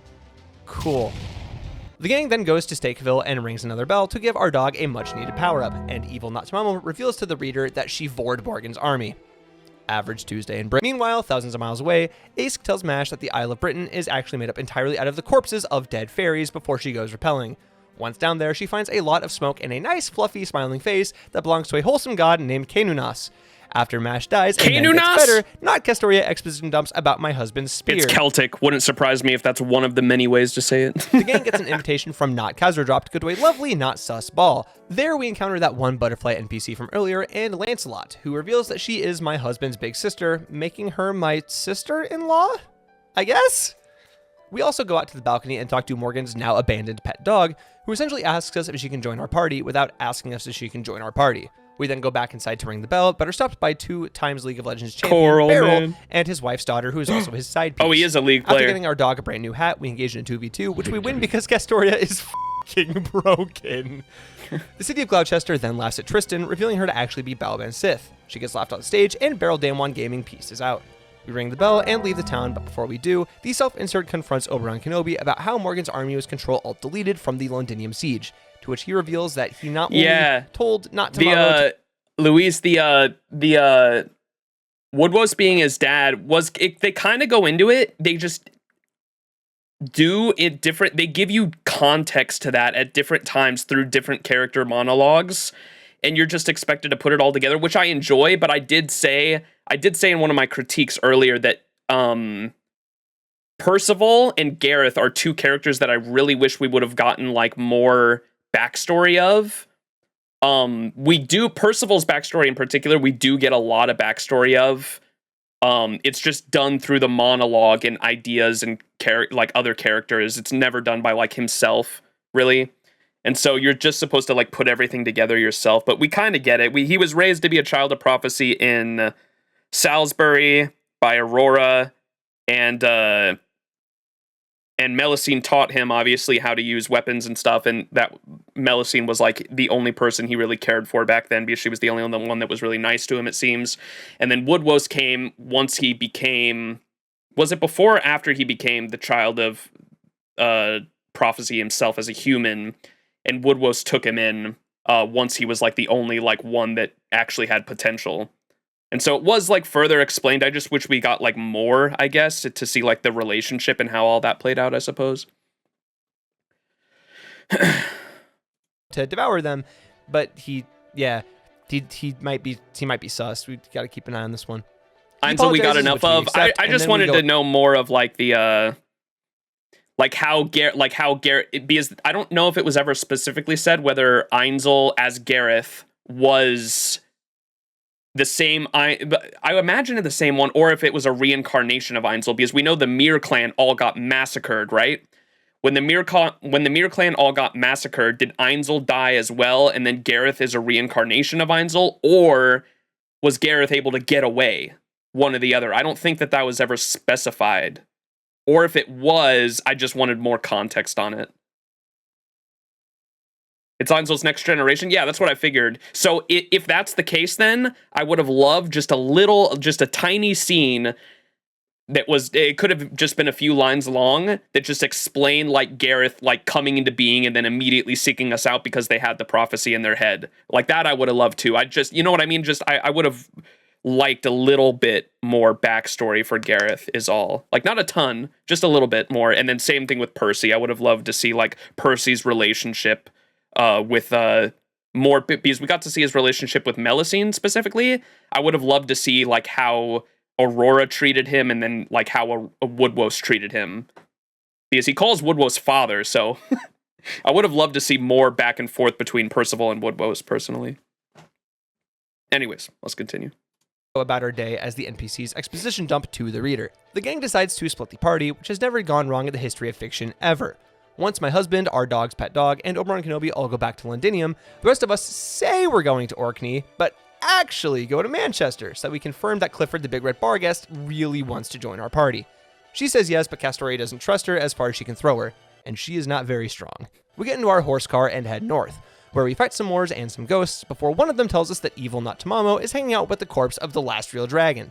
Tamlin Lancelot appears, tells us her real name, Melusine by the way, and helps us fight off the pink bitch, and then pieces out. Out of nowhere, this weird seamstress cat thing tells us that our eggplant is at the top of the temple, so we push forward until we meet up with yet another dog. Our long-lost wolf dog reveals that he's actually been an avatar for a certain Norse allfather all along, meaning that our party, in total, consists of us, Lolly Vinci, a dog with a hat and a magical staff, that dog's pet dog, a seamstress cat fairy, a fairy horse dog, Daddy, my husband, and an Irish magical dog who's actually been Odin all along. But now, at long last, it's time to get a certain eggplant. Welcome back, MASH. Aww. The gang then heads south into Edinburgh, where Not Maeve challenges our pet dog to a chocolate-making competition, loser giving up their right to the throne. Our dog wins through the power of being a protagonist, even after accidentally creating a sentient chocolate murder monster. Karen is also there. Yo, Dean in post again. Can't believe I forgot to script this. We get abducted by Balaban Sith, do a wacky in a mirror, and have to kill Beryl, but not really. And Pepe dies as a result of it. No! Commit great crime. I want to call this island. We then regroup with Oberon Kenobi and my husband and Orkney to ring the 5th bell. After finishing that, Castoria realizes that her pet dog is missing, which... Oh no. Pain!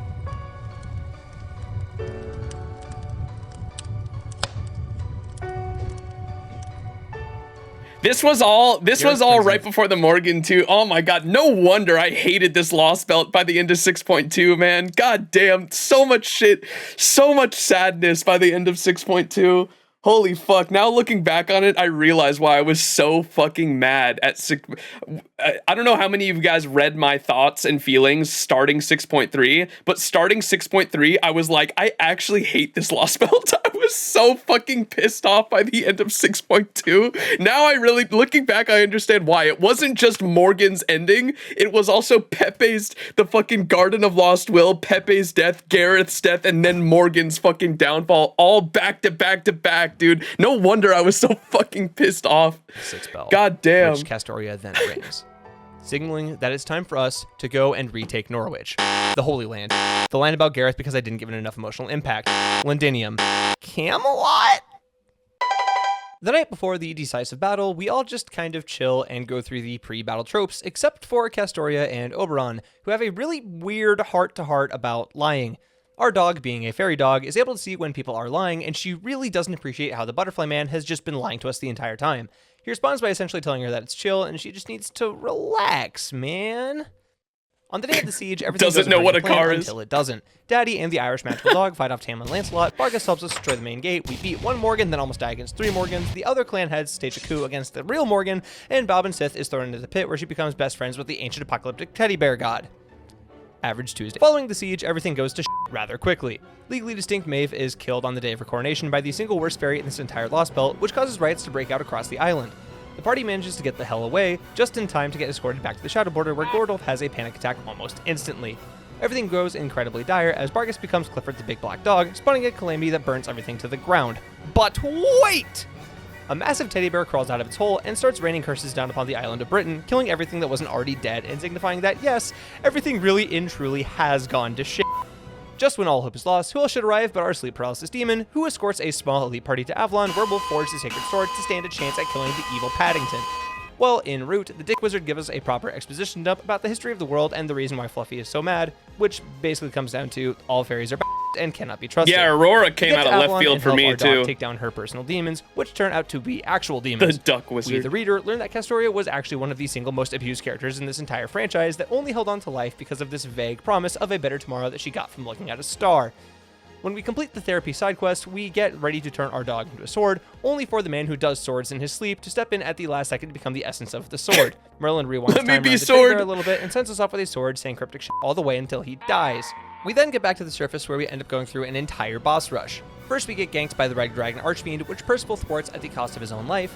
Then we drop down to take care of Bargus, which Mash kills with the help of her dad and uncle. I'm still so pissed. Goddamn. I know I've said it so many times, and some people say it's just a red herring, but I'm still so pissed Percival didn't use Gareth's spear just for the... I understand it's not a special spear like the Spear of Selection. I just wanted it for the poetic justice. I think the poetic justice of Percival finishing off the fucking Avalon Dragon with Gareth's spear to be poetic justice because she was the one that killed Gareth. I thought that I was hyping myself up that whole time to be it. Like, if he would have fucking literally used the Spear of Selection one last time to weaken Avalon just enough, and then as his body's literally disappearing, grabs Gareth's spear and just finishes off the dragon. Oh my god, I would have lost my fucking mind. It's symbolic, yeah. Just for the symbolism or the poetic justice would have been so fucking sick. Barrel DRX for being Barrel DRX, all leading to us finally taking down the evil teddy bear. Hang on, this wasn't supposed to happen. There we go. We defeat the evil teddy bear. How long did it take me? It took me like 2 hours or some shit.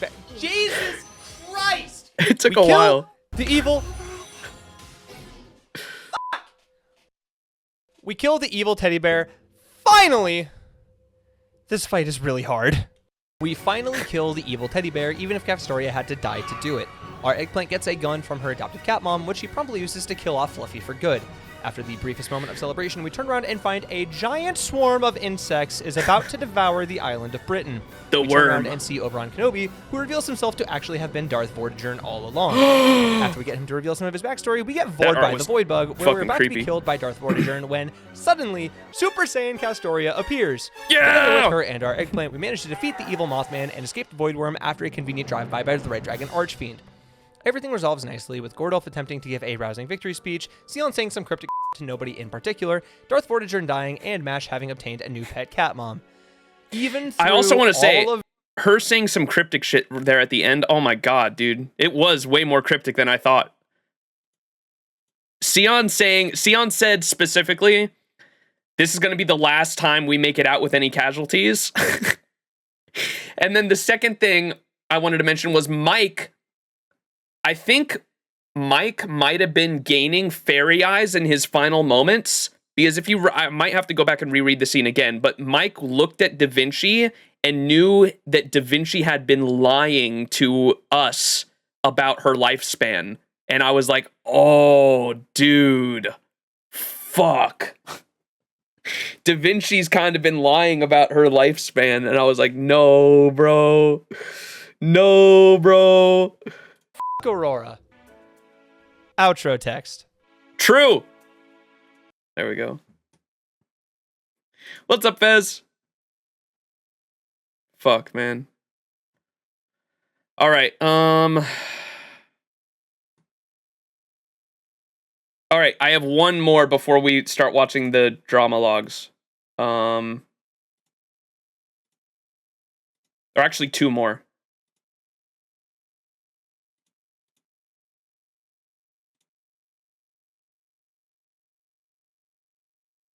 All right, I have this one.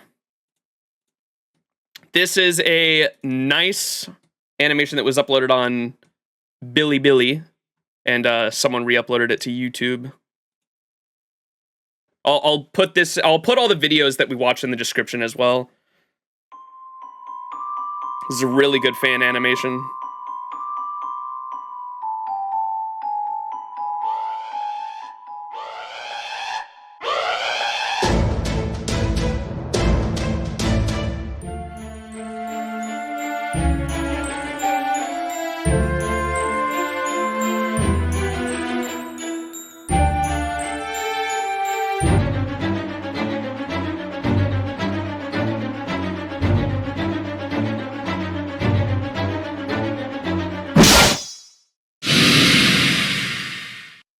Edge.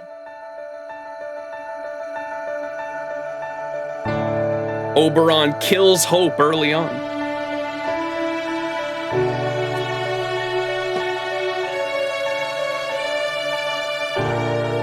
Oh, is it too loud?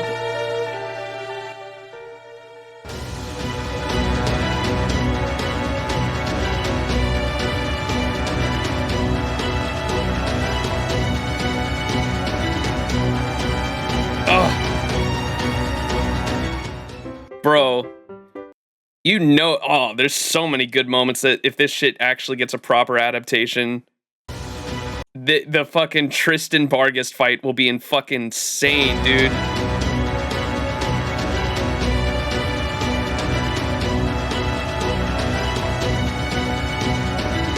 Look at how this was animated with all the strings going around the entire fucking pound. Oh, that'd be sick.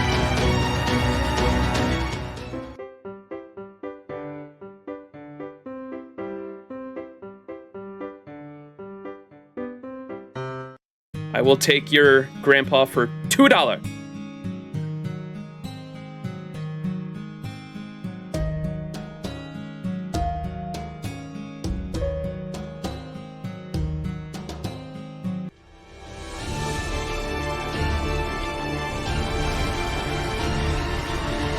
Bogart casually hip firing an op.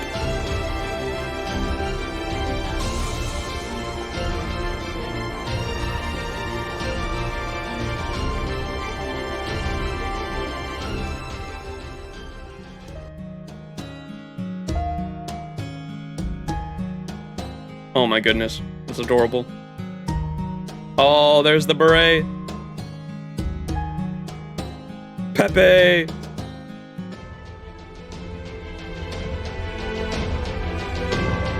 This has got to be one of my favorite moments in the Lostbelt too. Reliving the Fiyuki moment where we back up mash. That was sick. And the water mirror was so well animated in game too. That shit looked crazy. And it was never used again.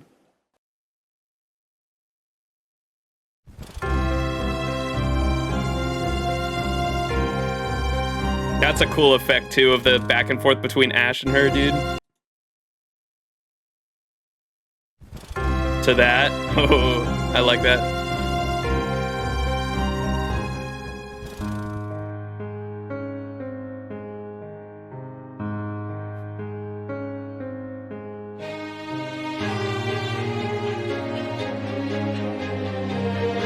Totally not foreshadowing yet.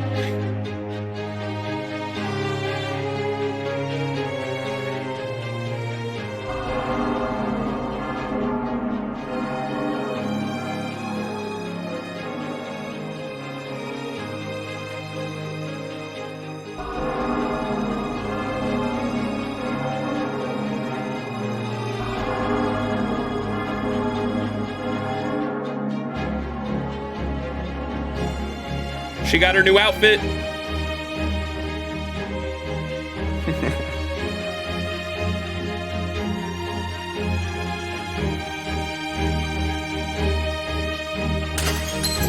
Eggplant.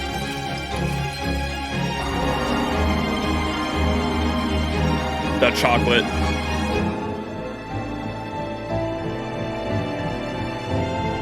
Garden of Lost Will.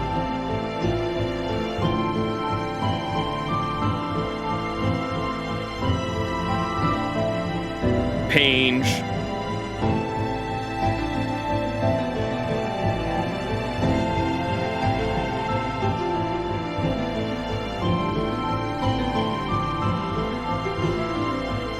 Pepe, no!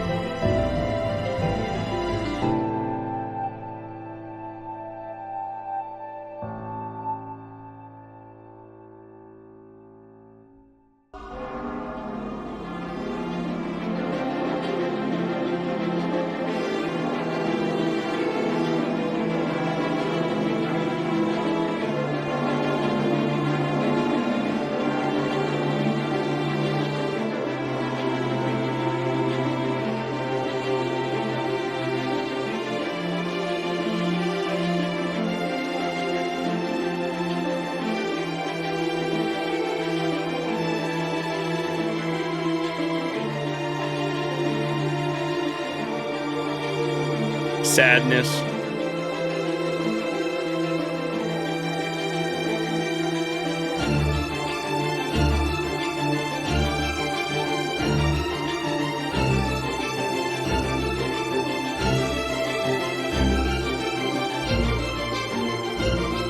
Fucking tore her to shreds, man.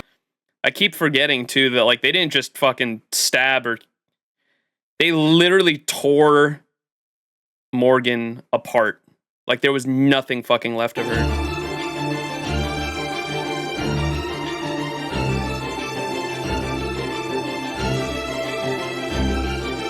Literally like just bits and pieces.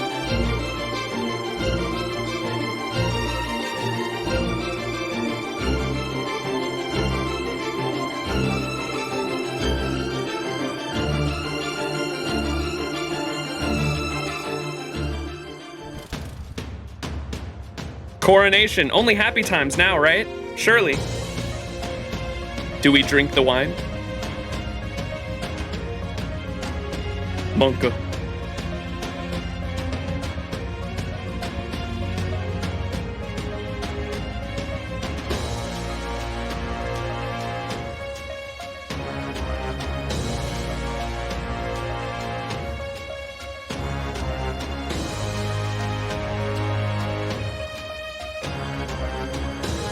So, I kind of had this question about Koyon too, because she took in, I got that she took the curse to protect us in this moment, right? That was her like last promise to Mirian. Did she and the tails? I guess we'll learn more about it in Tunguska. I was trying to understand her tales and like what her goal like specifically was. I assumed that no one spoil it if it's explained later, but I assumed that she was trying to become the nine-tailed fox. And I think she gave up some of her tails to protect us, which is kind of sad. It's explained later? Okay.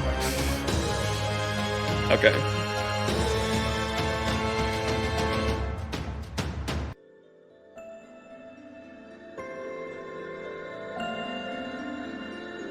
Also, did y'all know the Tunguska? Tunguska is like, have y'all seen what that is? The Tunguska event specifically was a historical event that happened in 1908 in Russia, where a meteor came down and exploded in the air right before hitting the surface of the planet and literally obliterated an entire forest. And there's speculated to be a couple people that died in the incident as well. But I didn't know about this. And so the Tunguska event that we're getting this December is going to be super interesting because knowing Nasu, he's probably going to attribute that comet to like aliens or some shit. Like I guarantee you that's probably why Koyan Dark is a foreigner in my head. I'm trying to put it all together, but there's probably some alien shit, dude. Anyway, let's keep going.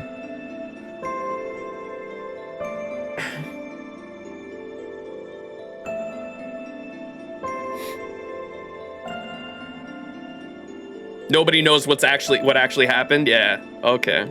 It's gonna be an interesting story, though.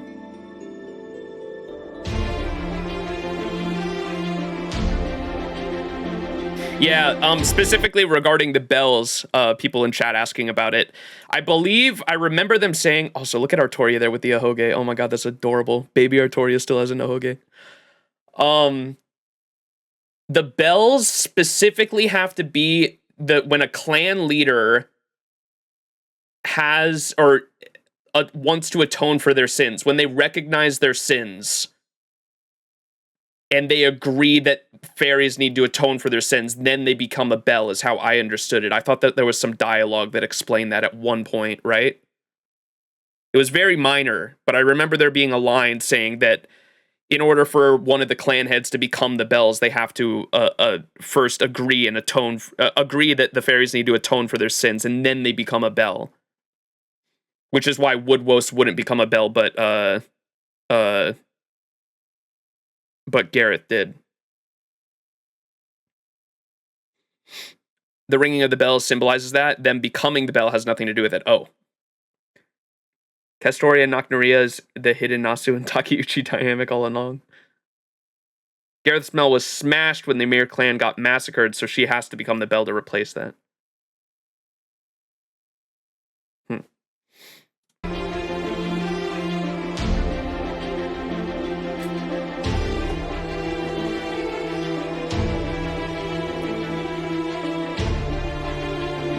Pain.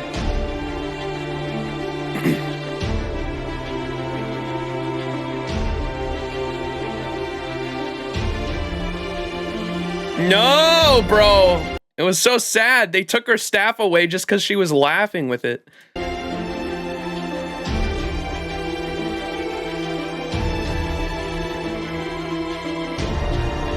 Hector, new grandpa.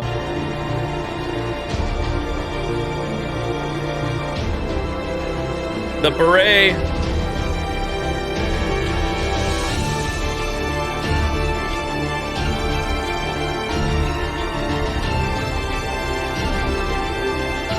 Eight toes moment.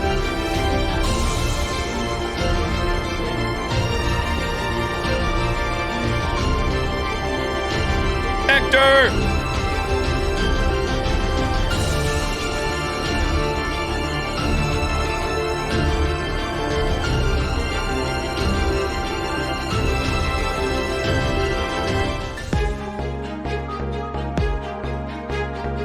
Oh, this was my favorite moment in the entire Lostbelt, I think.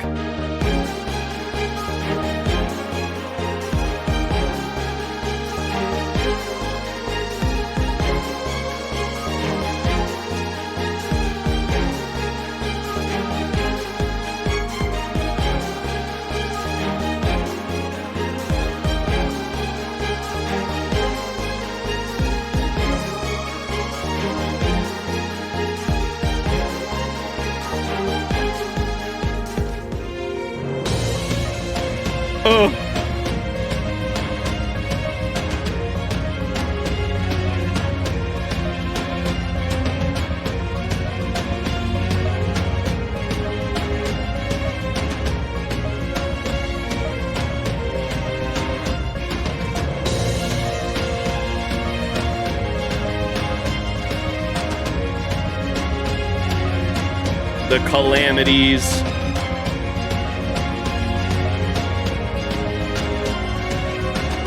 Fuck you, Barrel.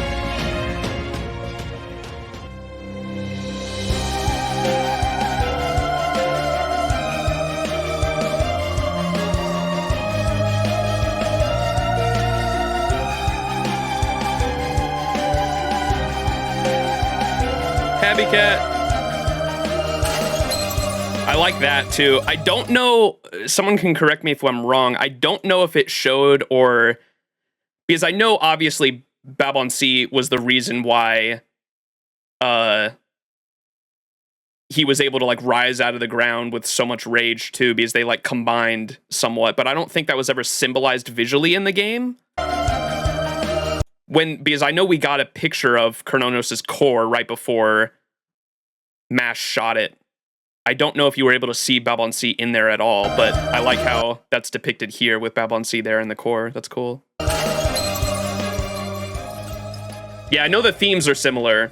The Babylon Sea's theme is like hidden inside Chronos' theme, which is cool. Or it's like a remix. Yeah, I saw that too. There's parallels, and Summer Babylon Sea, her name in game is like priestess something. I can't remember what it is specifically. Someone may be able to look it up, but the Babylon Sea's name for her summer variant is like something priestess, and so it is totally a parallel between Chronos' priestess. Yeah, very cool. Priestess Kate Koo. Did I pronounce that right? Yeah, very cool. Like I said, that was one of my huge pros for this Lostbelt. I was like, the amount of parallels. There are so many poetic parallels told throughout this entire fucking Lostbelt, and I fucking love that. There's so many, man.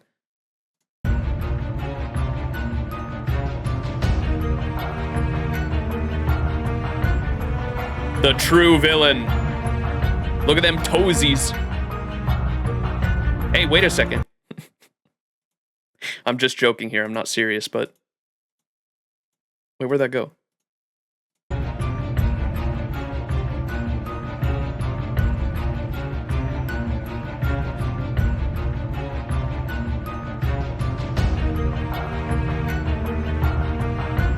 I'm just playing around here, but, wait a second. Oberon got 8 toesies just like Castoria. Another parallel! I'm just kidding.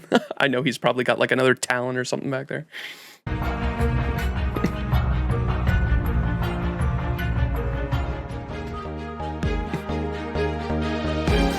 Oh! The power of friendship! I love how he claps here in the animation, too.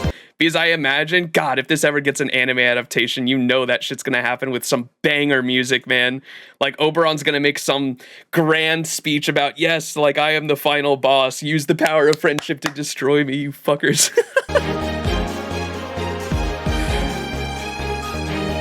So good.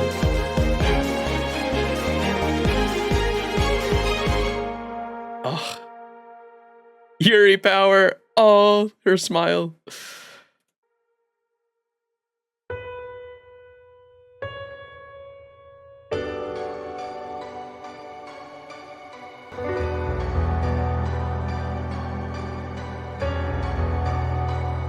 The last fight's like between 3 friends. Yeah, it's so fucking good. And there he is falling. I love how his monologue at the very end is so fucking good too. I love how he goes, these wings don't even fly. I can't even fly with these. They were just for show. And then his last moment looking at the blue sky of proper human history. Or of our world. I don't know if it's specifically proper human history, but he monologues about proper human history at least. So good.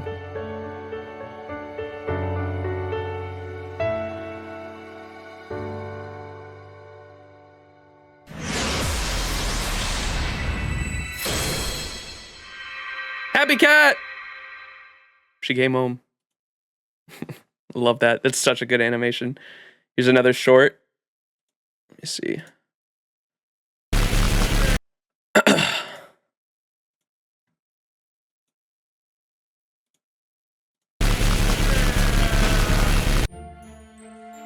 So, who broke it?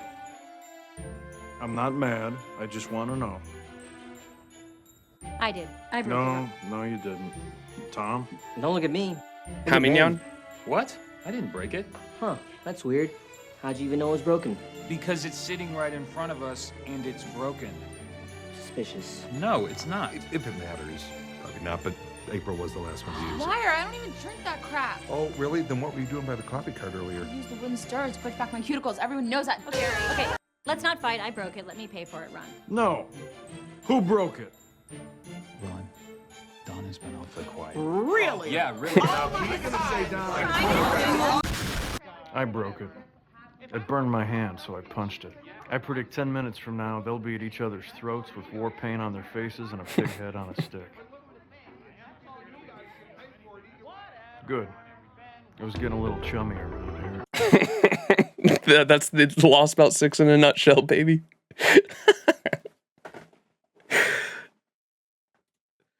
The chaotic mastermind. Okay, before I know I keep stalling. Before we go into the Dramalogues, there's also one last one, and I don't know if the audio from this is specifically from the Dramalogues or not. But oh my god, the voice acting regardless, it's just a blood-curdling fucking scream. I'll make sure to turn down the audio. But prepare yourselves.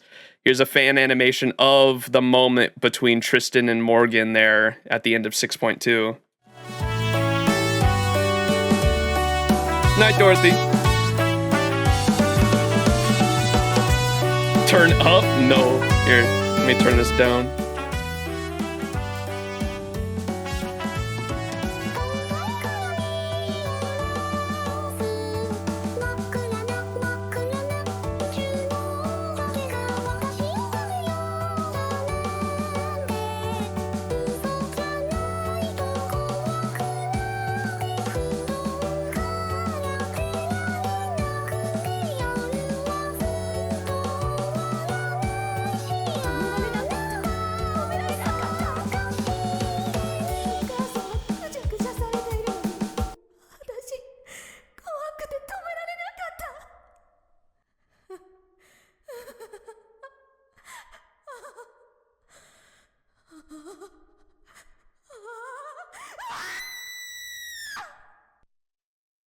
Fuck, bro.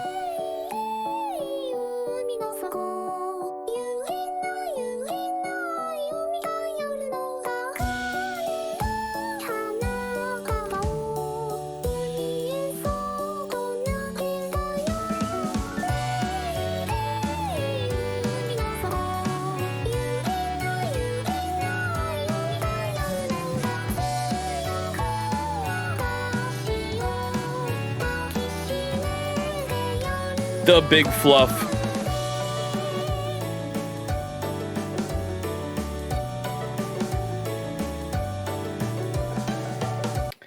Yeah, goddamn.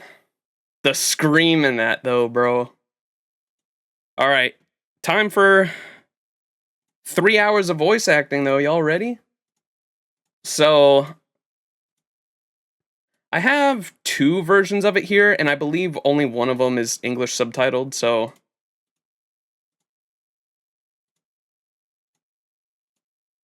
All right, so we have this one, which I believe Leroy Jenkins here put together with the English subtitles, with the scenes from the scenes that they're acting, but I wanted to have this one open as well just to point out like what this is for context for people that don't know.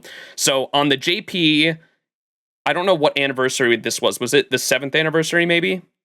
For FGO's, one of FGO's anniversary, they did this live stream for this big event. It was, okay, for the 7th anniversary, they did this big event where they had the actual voice actors that play the characters voice act specific scenes in the game. Right? And so this is 3 hours long of them voice acting scenes from the game. There's Kawasumi there. Right, so just for context on what this is that we're about to watch. This one is the actual live stream here, but it has no subtitles. And so what we are going to watch is one that someone put together that is that live stream, but they actually put the in-game dialogue moments here that they're actually voice acting, just for context. All right, 2 hours and 52 minutes long. Let's get this started. 私のブリテン、私の妖精国。本当はもっとひどい国にする予定でしたが、それだと彼女がかわいそうなので、少し優しく設定しました。笑うことを許します。楽しいことを許します。つながりを許します。発展を許します。どうかいつまでも続くことを願います。私は人類の裏切り者です。楽園の使命に背いて私の夢を叶えました。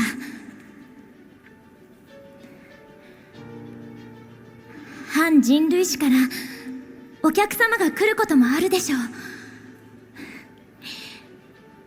私の国はどうですか？美しい国でしょうか？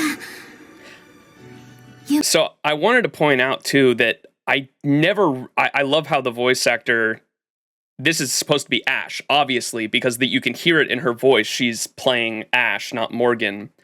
And I wanted to say that when I read this in the story, I thought it was specifically Morgan, like the Morgan that had just died, because this specifically happens in game right after Morgan's death, or around the same time.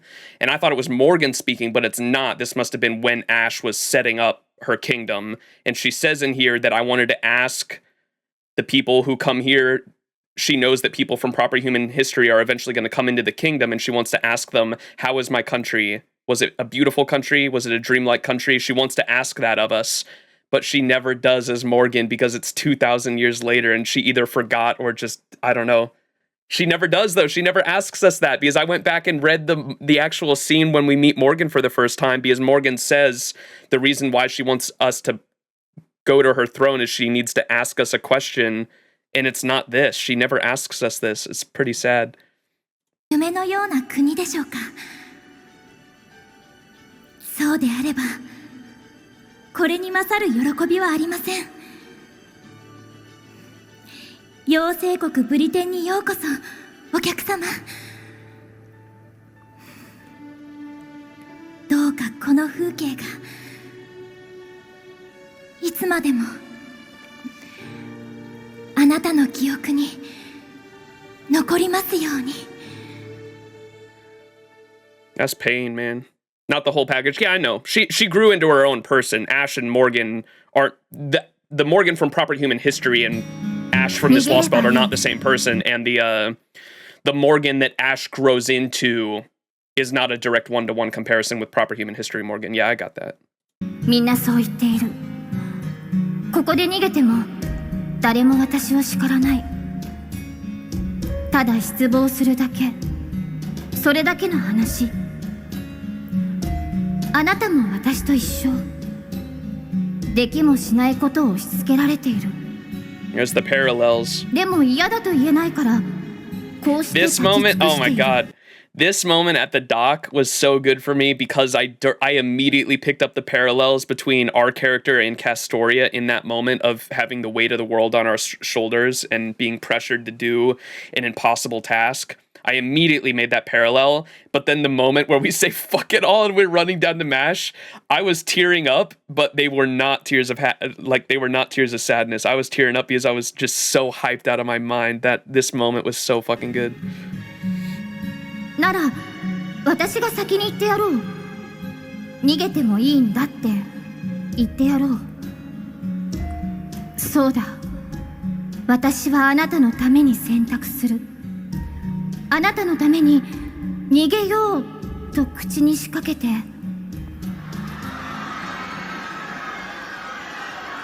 その姿を見てしまった。群衆をかき分けて戦火の中を駆ける星。Oh, it wasn't fuck, I wish this would have been translated like that in the FGO English version.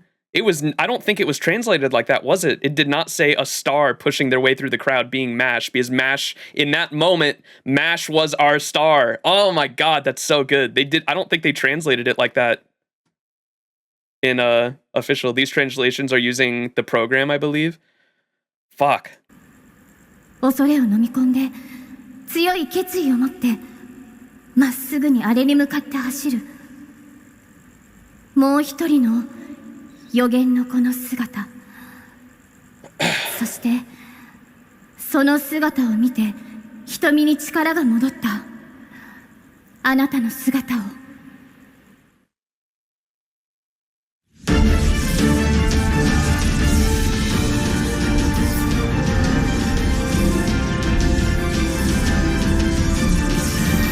あ、そうでした。その通りです。Ray Takahashi!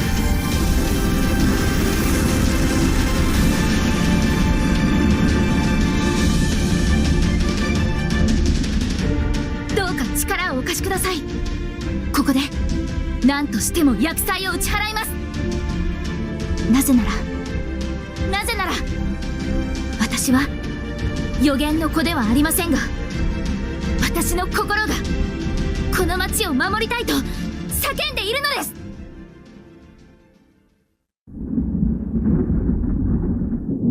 厄災は払ったんだ。なのになんでまだあの雲が残って。Monka. God, this shit was so sick. I wish this would have been used a few more times in game. God, that animation's insane.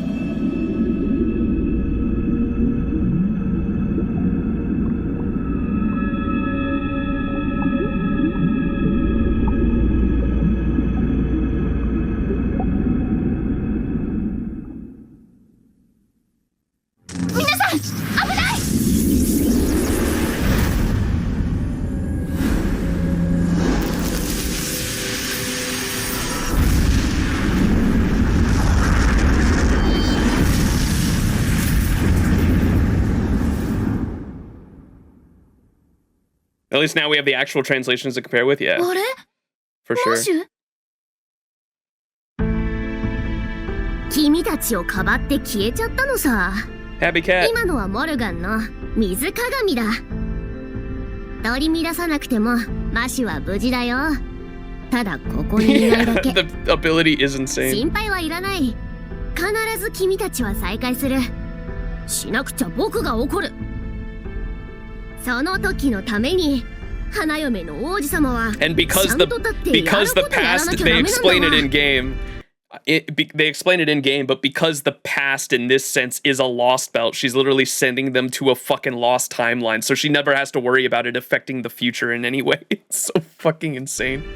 はじめまして、カルディアの面々。僕はハベトロット。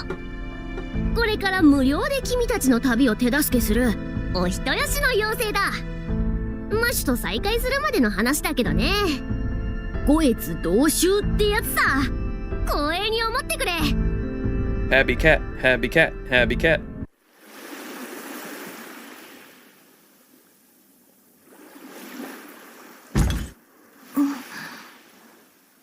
私は Ash from the past has to clean up, yeah.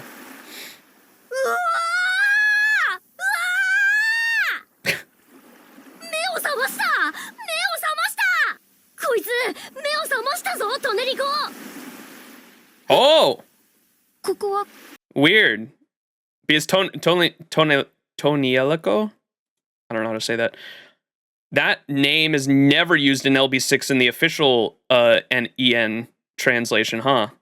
That's interesting. Yeah, no, I know it means Ash. I'm just saying for us though, we only got Ash there. I know they mean the same thing though.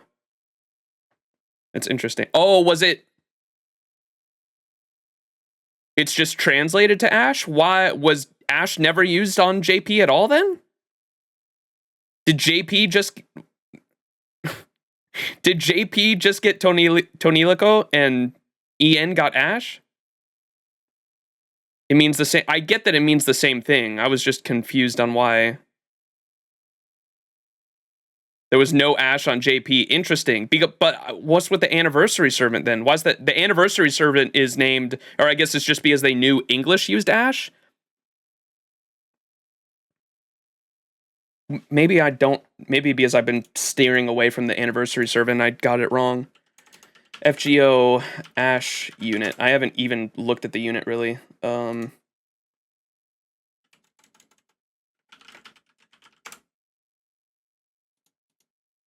no, her name is Ash because her stage 1 is Ash, right? And then stage 2 is Tonilico? Maybe I've just misinterpreted that. I thought that the JP Anniversary unit was like stage 1 Ash, stage 2 Tonilico, and then stage 3 Morgan.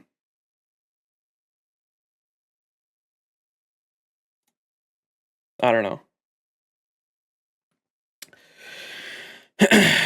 It's all Tonilico? Okay.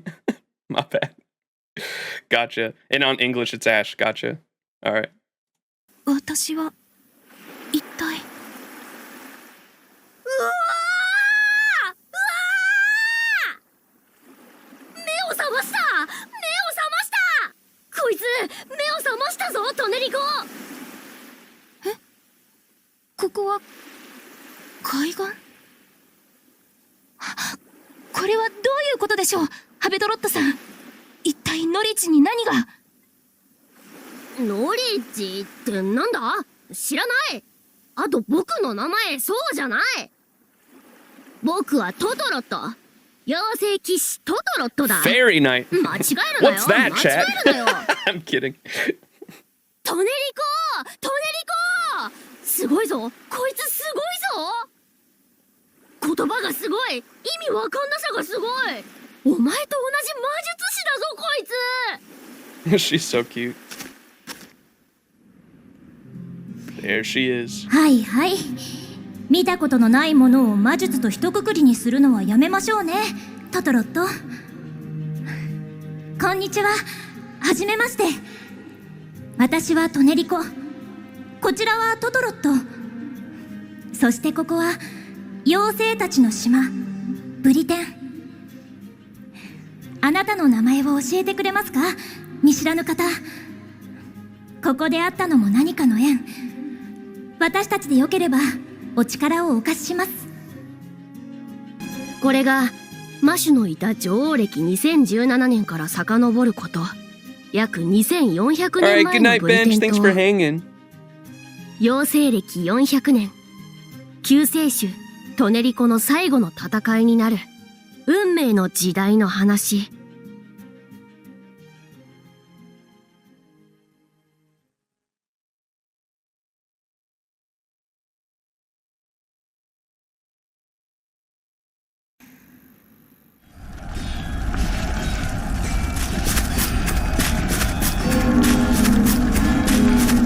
Oh no.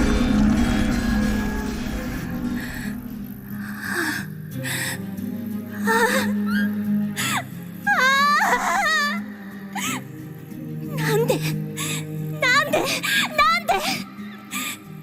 ブリテンで一番めでたい日だったのに、何もかも良い方向に生まれ変わる日だったのに、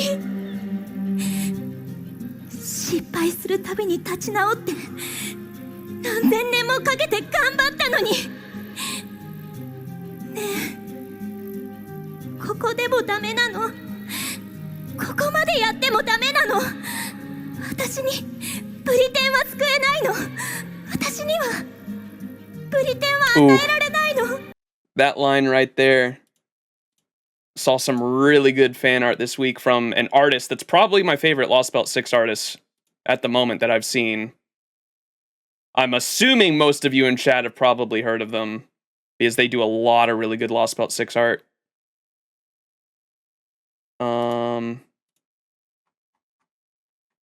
This one right here, Ibora, am I pronouncing that right?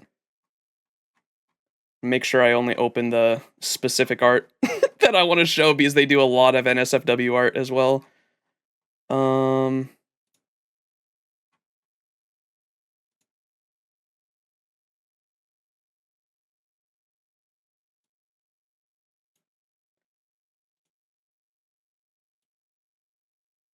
this art right here, though, is that quote, don't you know that I can't save Britain? Fucking really good art.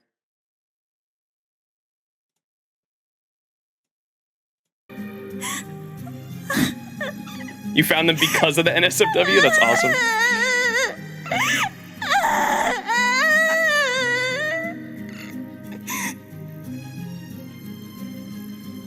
許さない許さないあいつらを絶対に許さない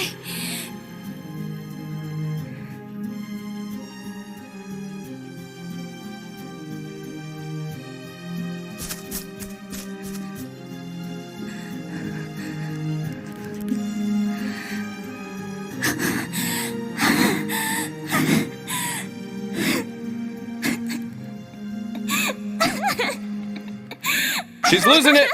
She's losing it! I think definitely see really good art of this too. Oh, it was in one of my thumbnails. I used it for one of my thumbnails. I know I have the credit in the description of that video. Let me go to that real quick.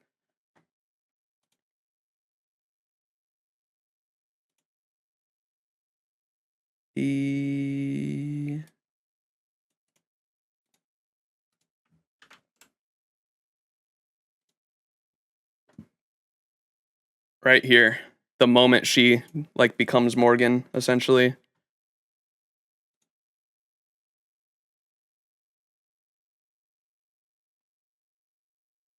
So fucking good.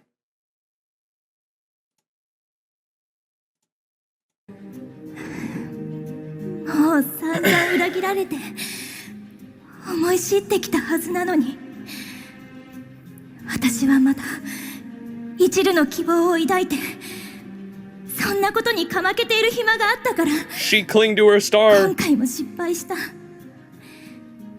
ブリテンを存続させたいのなら救うなんて方針が間違っていたもうやめよう救世主なんてやめにしようもっと別のもっと優れた形式を考えようそうだ私は妖精たちを救わない私は妖精たちを許さないアバロン・ルフェの使命なんてどうでもいいただ支配するそれだけでよかったんだこの空想を終わらせて私は私の夢を叶えてやるそれだけでよかったんだ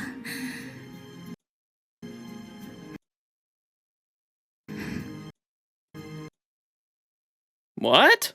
The fantasy tree, a linchpin forged on an alien planet for the sake of closing in the universe. Was that ever mentioned? I don't remember that. Or maybe it was just translated completely differently. この空想を終わらせて私は私の夢を叶えてやる言い分なんていうもしもじゃなく私のブリテンをこの星に縫い付けるんだ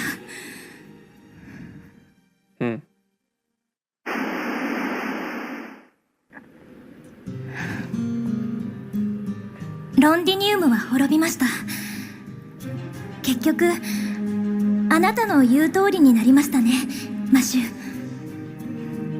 無意味だったんです私たちの巡礼は無意味だなんてそんなことはそんな悲しい顔をしないでくださいトネリコが失敗するのは避けようのないことだったのでしょうそれがちょっと私には耐えられない結末だっただけでトネリコさん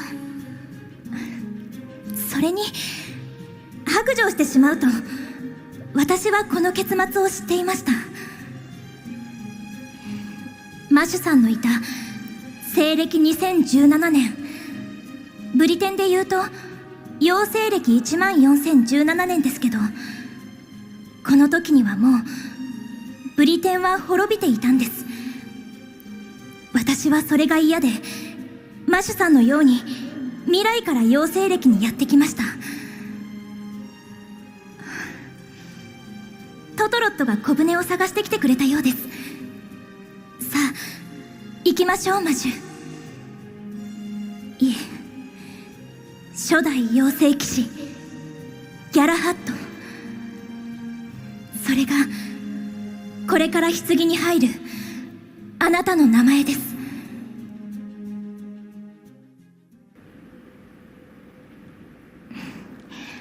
トトロットとの別れは済みましたか？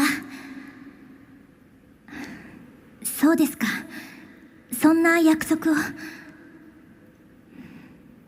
いいですか、ギャラハット。これはあなたが目覚めた後の話です。 God, I wish I could have fucking experienced this story like completely spoiler モルガン free. の築いた妖精国を切除できたのなら、その次あなたに待つ戦いは私と同じ戦い、自分の心との折り合い、人生の解析です。あなたには戦う理由はありますが、戦う意志が希薄でした。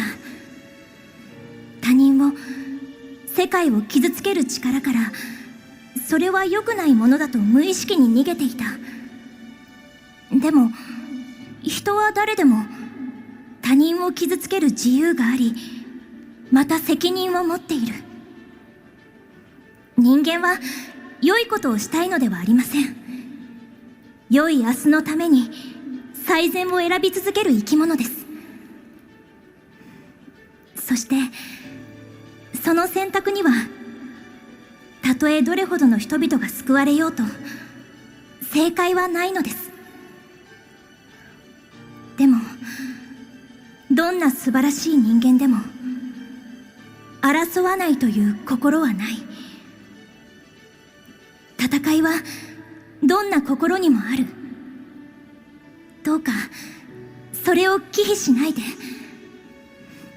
あなたの胸の空白が自分だけの戦う理由に埋められたとき、英霊ギャラハットは再びあなたに全てを託すでしょう。争いのない心はない。それがどんなものであれ。そう。目覚めた時には忘れているだろうけど、その時が来たら思い出すようにしておくね。私のように違うものに変わるのか、あなたのままで新しく成長するのか、そればかりは私にも先読みできないことだけど。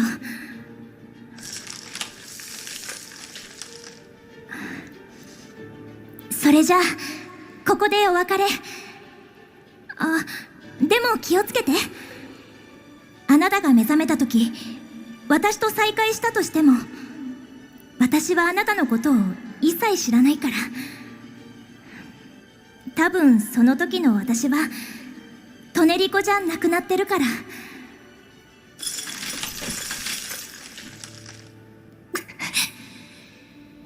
トネリコさん、今までありがとうございました。たとえ結果は分かっていたとしても、あなたの旅は救世主の名に恥じないものだったと私は思います。 Yes. まあそうだよね。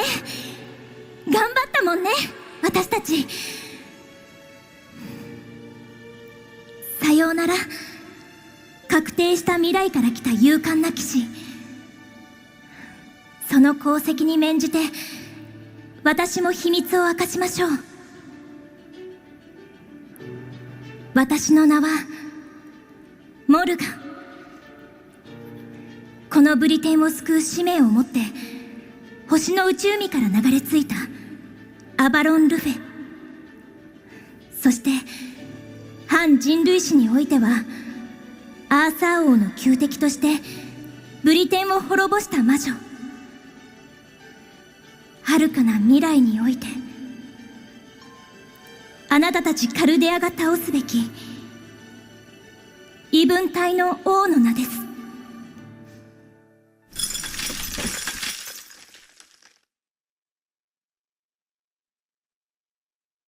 This part spoiled me before LB6 came out. I was only spoiled on it because of the JP unit.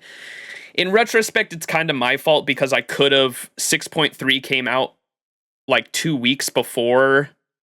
6.3 came out like 2 weeks before Summer Morgan did for the JP anniversary. So if I was actually on top of finishing Lostbelt 6, I could have experienced it before, because this was in 6.2 too, which was like a month before. So if I was actually on top of the story, I could have actually experienced that spoiler free. But because of the JP anniversary servant, that's the only reason I was spoiled on that. It makes me so mad.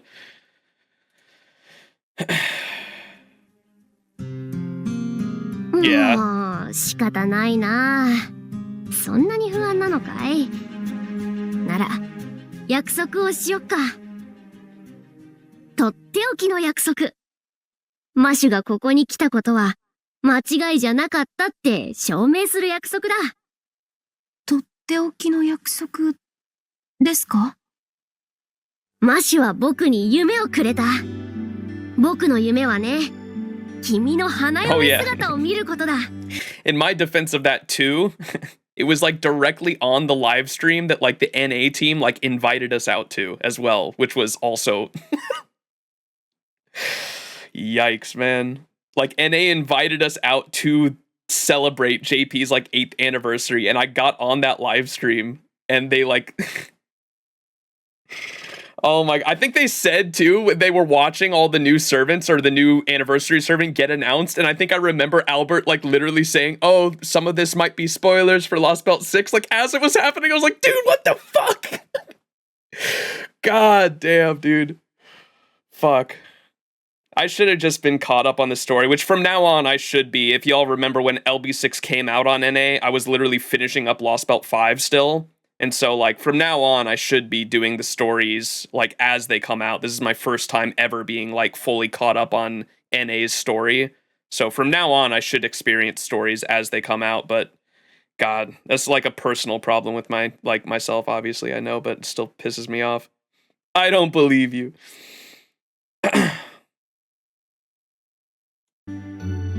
Albert wanted to do something to throw off our clairvoyance. I remember that conversation at AX when I attended the panels. Gotcha, huh. Threw off our clairvoyance, goddamn. くれた君を僕はずっと守り続ける。来てくれてありがとうって思い続ける。Pain. だから安心して、ここで待っていて。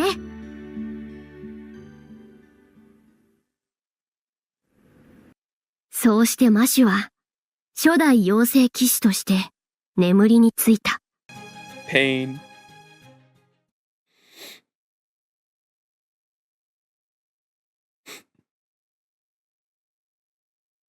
Yeah, I think a lot of people were surprised. So I didn't understand. Apparently, a lot of people were pissed that Ash was the summer, sorry, not the summer servant, the JP anniversary servant, because I guess they were hyping up Olga too, because of the hashtag had the Olga icon on it, and then so did at the actual expo, they had like a live statue of Olga, like a life-size statue of Olga, and so everyone, I guess, thought Olga was going to be the anniversary servant, and then it just never happened. And so I think that's why a lot of people were pissed. A lot of NA folk who played JP knew things and wanted her to be the anniversary servant, huh? Yeah, I'm assuming the conclusion in LB7 is going to be really interesting regarding Olga, huh? Very excited to experience that. 眠りについた。なら誰の目にもつかないな。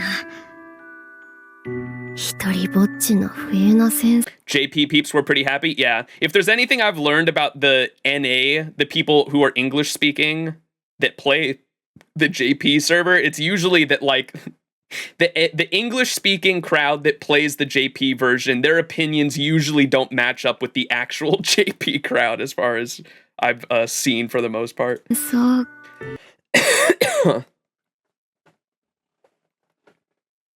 She's literally like a summer servant that they used for the anniversary servant too. I understand that. I think it was because they needed another like 5-star slot. I'm gonna pee real quick. I'll be back.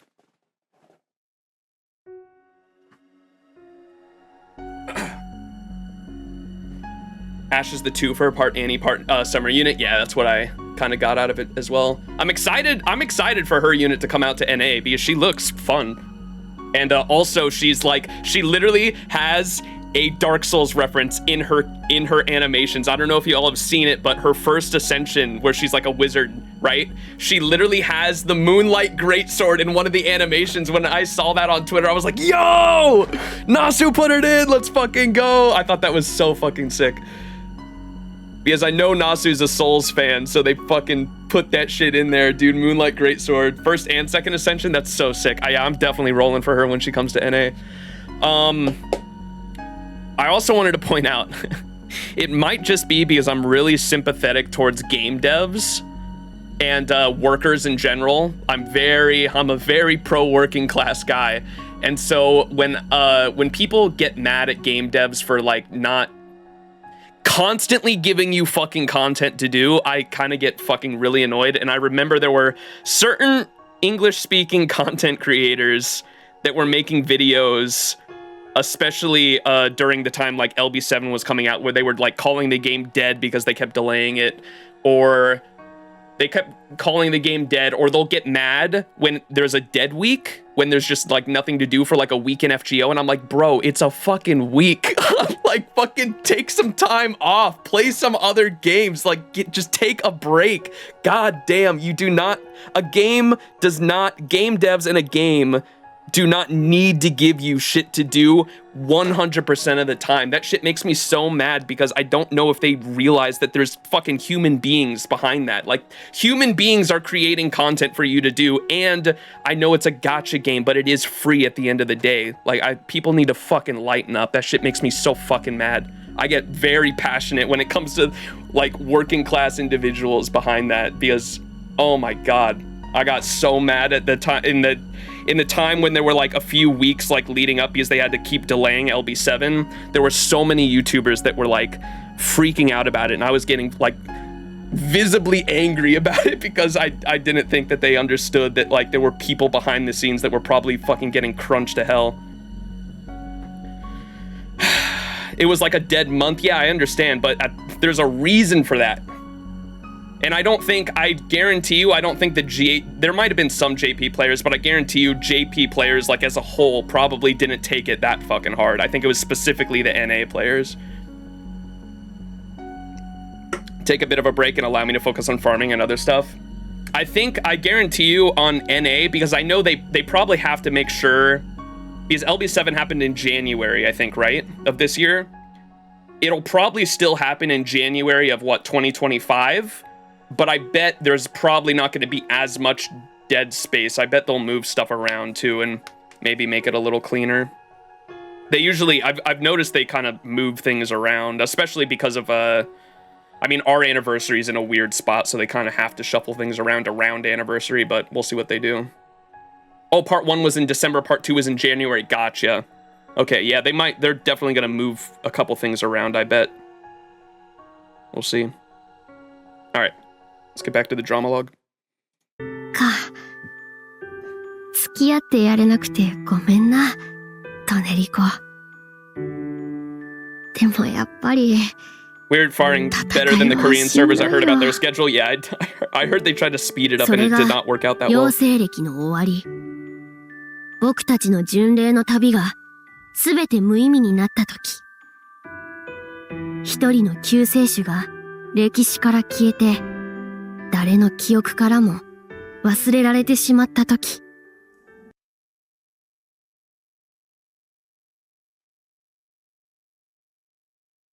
They're doing Tunguska right now? Huh.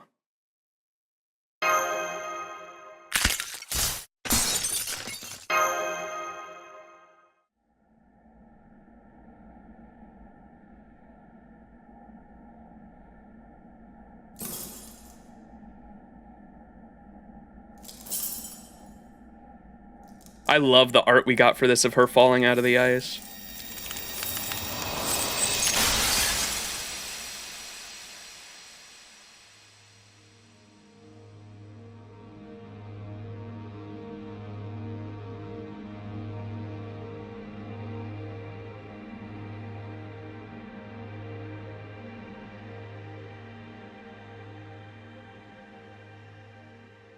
The crying eyes, nice touch. Yeah, the tear actually moving down her cheek.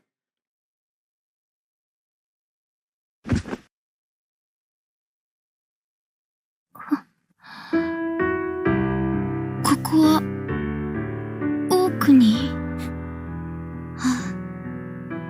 何かとても大切なことを教えられたような。先輩。はい、マシュキリエライト帰還しました。とても長い旅をしてあなたに話したいことがたくさんあるのです。シェフィールドのこと、妖精歴でのこと、そして私をここまで送り届けてくれた救世主トネリコの物語を。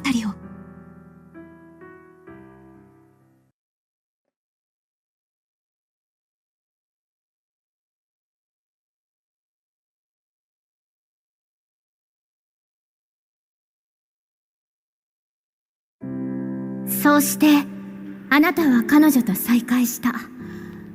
放っておけなくてここまでついてきたけれど、よかった。あなたにはちゃんと大切な友人がいたんだね。 Who is Matt Coase? 私なんかと Is that supposed to be 同類な Mash? はずもなかったんだ。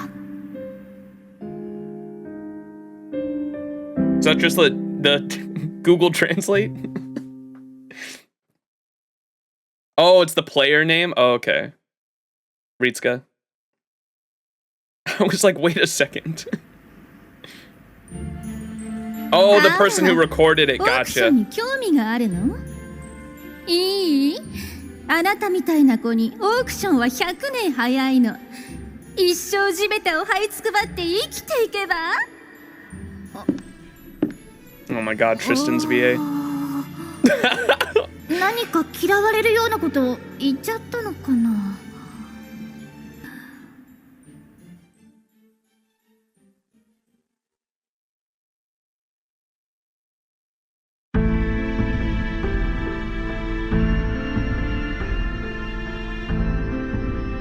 この通り、ドラケイは危険なナイトコールでね。その者が欲しい宝物を川に呼び寄せて、取ったが最後川に引きずり込んで殺してしまう。まさに欲望と命の天秤だ。この橋もドラケイ対策で架けられたものだろう。欲しいものといっても命と引き換えにするほどじゃない。僕らはノリッジを救うという高い志を持つ一団だ。ドラケイの宝物に魅了されることはない。一層強引にわたって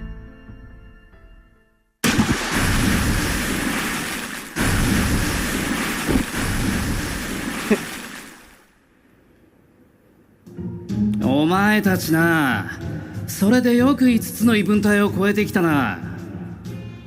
いや、そうじゃねえ。それくらいドラケイの野郎が上手だってことだ。川を見るなよ、アルトリア。引きずり込まれたアホどもは俺が助けに行く。普段ならともかく今の俺はまがいものだ。欲しいものなんざねえ、あ、本当だ。村正さん、本当に無欲なの？バカ、こっち見るな。川があるだろうが。あGod, it's so わず good. か1分で5人が犠牲になったが、君はどう思う村正？今のがあいつの欲しいものだと。ふざけやがって。オベロン、綱でも探してきて川にぶん投げておいてくれ。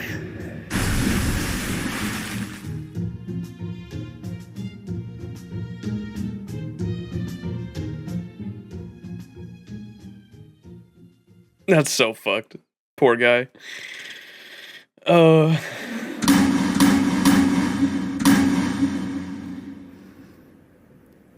無理やん。ドレッサーはどこだ？あるよな、ステージなんだから。お、ちょいと時間をもらうぜ。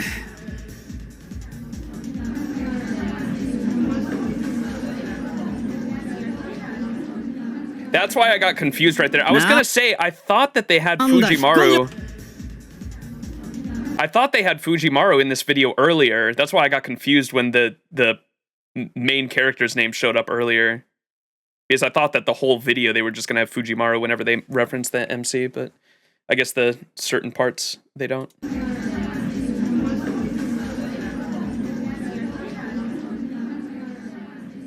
なんだ引っ込んじまったぞあいつら。ここまでお膳立てされて戦わないのかよ。 Oh my god, Barrel's VA is so good. 逃げ出したら普通。 Oh my god, they're so 衣装は good. とっておきだし、私にはベリルがいるし、あんなに惨めなやつ、ブリテン中探しても見つからないんじゃないかしら。ほう。Yeah! That's my doggo Castoria. She's in her second ascension and ready to rock and roll. そうでした。深呼吸、深呼吸。言いたい放題言ってくれたな、トリスタン。なんだその服いやらしい。私は予言の子アルトリア。キャスターの名にかけて巡礼の鐘を鳴らしに来た。邪魔をするのなら容赦はしないぞ。そのお高いヒールともども高慢なプライドを叩きのめす。 Yeah!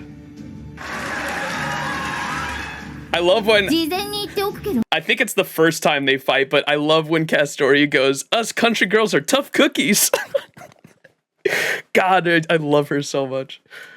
私はあなたに同情はしないから。泣きながらお城に帰るのには慣れてるでしょ。だってこれで2度目になるんだしね。ならねえよ。てめえ、八つ咲きにしてやるからな。あちゃー、鋼鉄戦じゃトリスタンの乾杯か。やっぱ普段からうっせきしてるやつは強いぜ。まあこうなっちゃやるしかねえわな。胸を借りるつもりで挑戦するとも。殺し合い楽しもうぜ、後輩くん。 Oh god, I gotta say, dude, Barrel's, I don't care what it, or I think most people can probably agree Barrel's pretty well written. I was gonna say I hate him as a character, like personality wise, obviously, but like writing wise, he's such a fucking well written character. He's like a fun villain to dislike, and I love how he calls us Kohai. It's like that charismatic sort of villain I really love.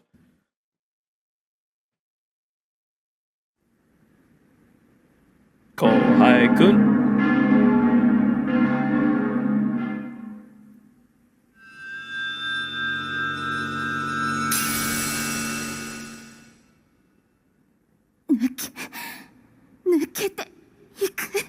Oh man, this is gonna be sad. やめて。お母様にまた叱られ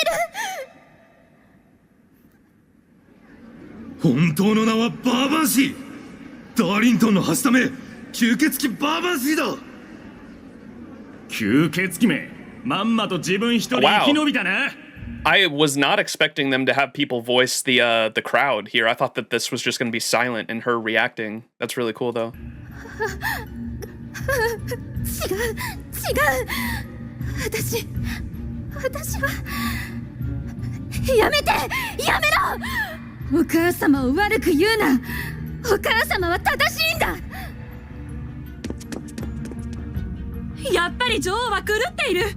あんな下級妖精を後継者に選ぶとは。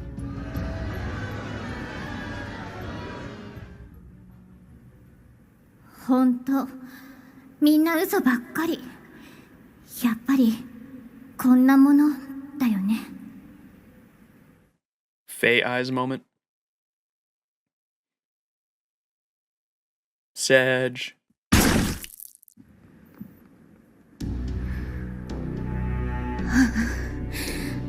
負けちゃった。負けちゃった。哀れなバーバンシー。みんなに好かれるバーバンシー。そうよね。予言の子だもの。私なんかと違うんだもの。実力じゃ勝てけないんだもの。だから狙うならこっちだろ。お前、私のおもちゃ決定な。 Oh no.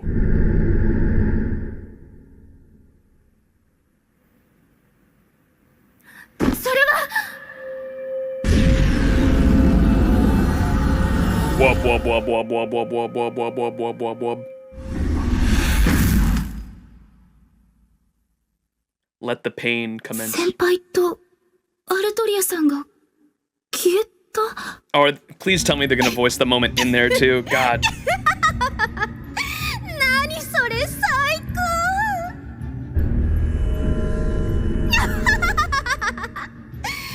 高。予言の子も違法の魔術師もこれでおしまい。ブリテンはお母様のもの。ああ、今度こそ褒めてくれるかしら。ダメ、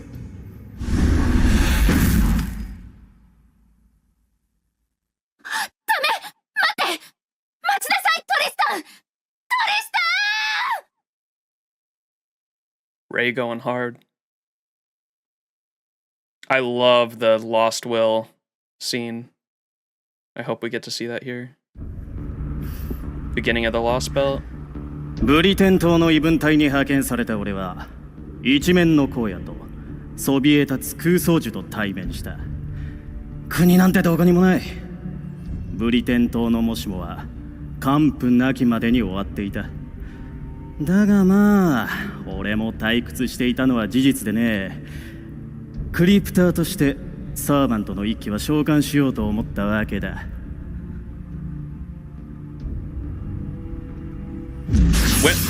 When we get in Ruler Morgan. サーバント。 Oh, they actually show her there. She was a silhouette 妖 when 精 I 妃モル played. ガン。召喚に応じ参上した。そこな橋の魔女の末。貴様が私のマスターか。第一印象もちろん最悪だ。一目で俺のバックボーンを見破りやがった。とはいえモルガン、妖精妃モルガンときた。キャメロットを地に落とした破滅の魔女。退屈しのぎにはもってこいだ。ああ、俺があんたのマスターだ。よろしくなモルガン。一緒に楽 We'll しも get うぜ。 Ruler Morgan when we get Ruler Oberon, surely. なんであれ、殺しができるなら文句はない。俺はモルガンを歓迎し信頼してトリマ一晩ぐっすり眠った後、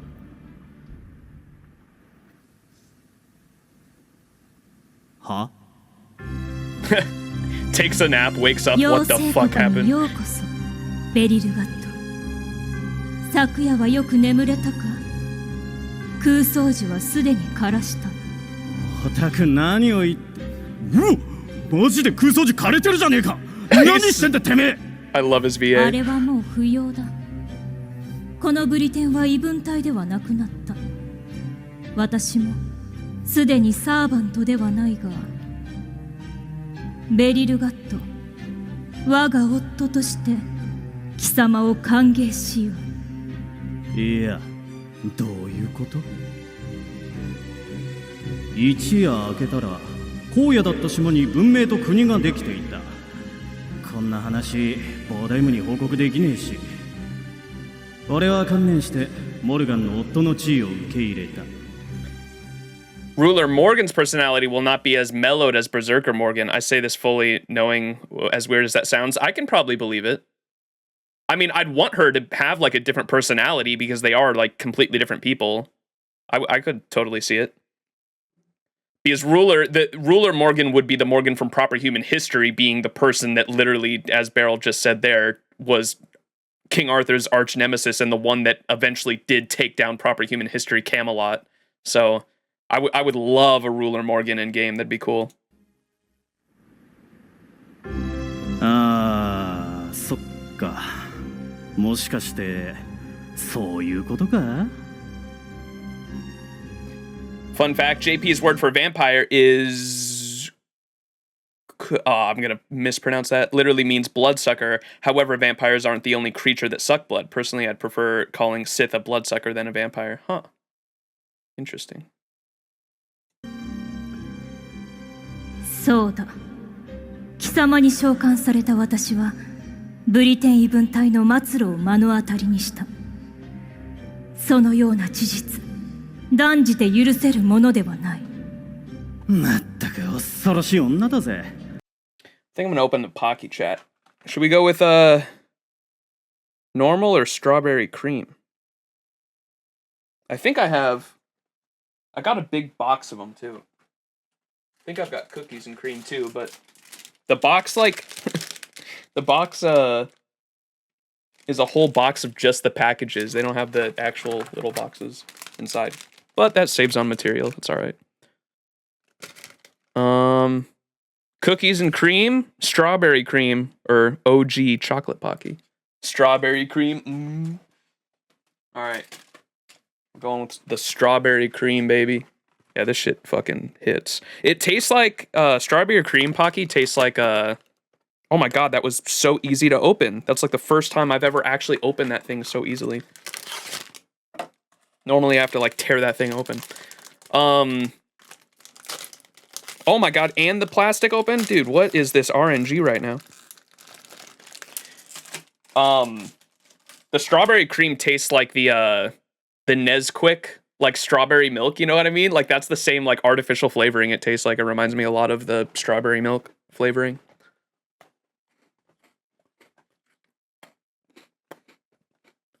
I think you, Ark, and Sith were all referred to as the bloodsucker. They do clarify that all three are different though, huh? Yeah, that's weird. I was gonna ask if like the vampires that are like part of like Fate's lore, like how those differentiate. Personal favorite matcha?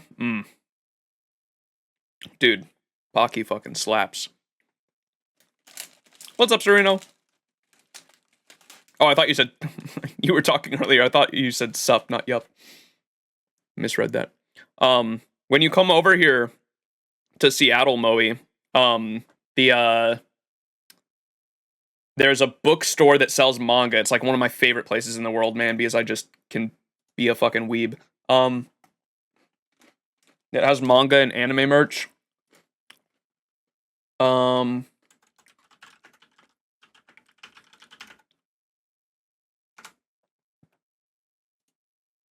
me see if I can find the name of the bookstore. I always forget it. Ouija Maya or Ouija Maru, Ouija Maya, I think is the name of it in Seattle.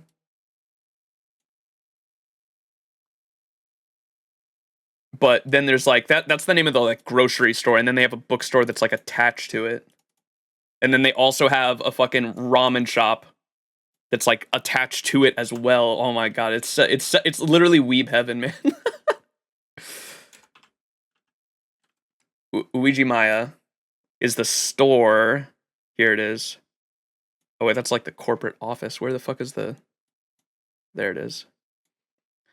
Ouija Maya is the name of the grocery store, and then...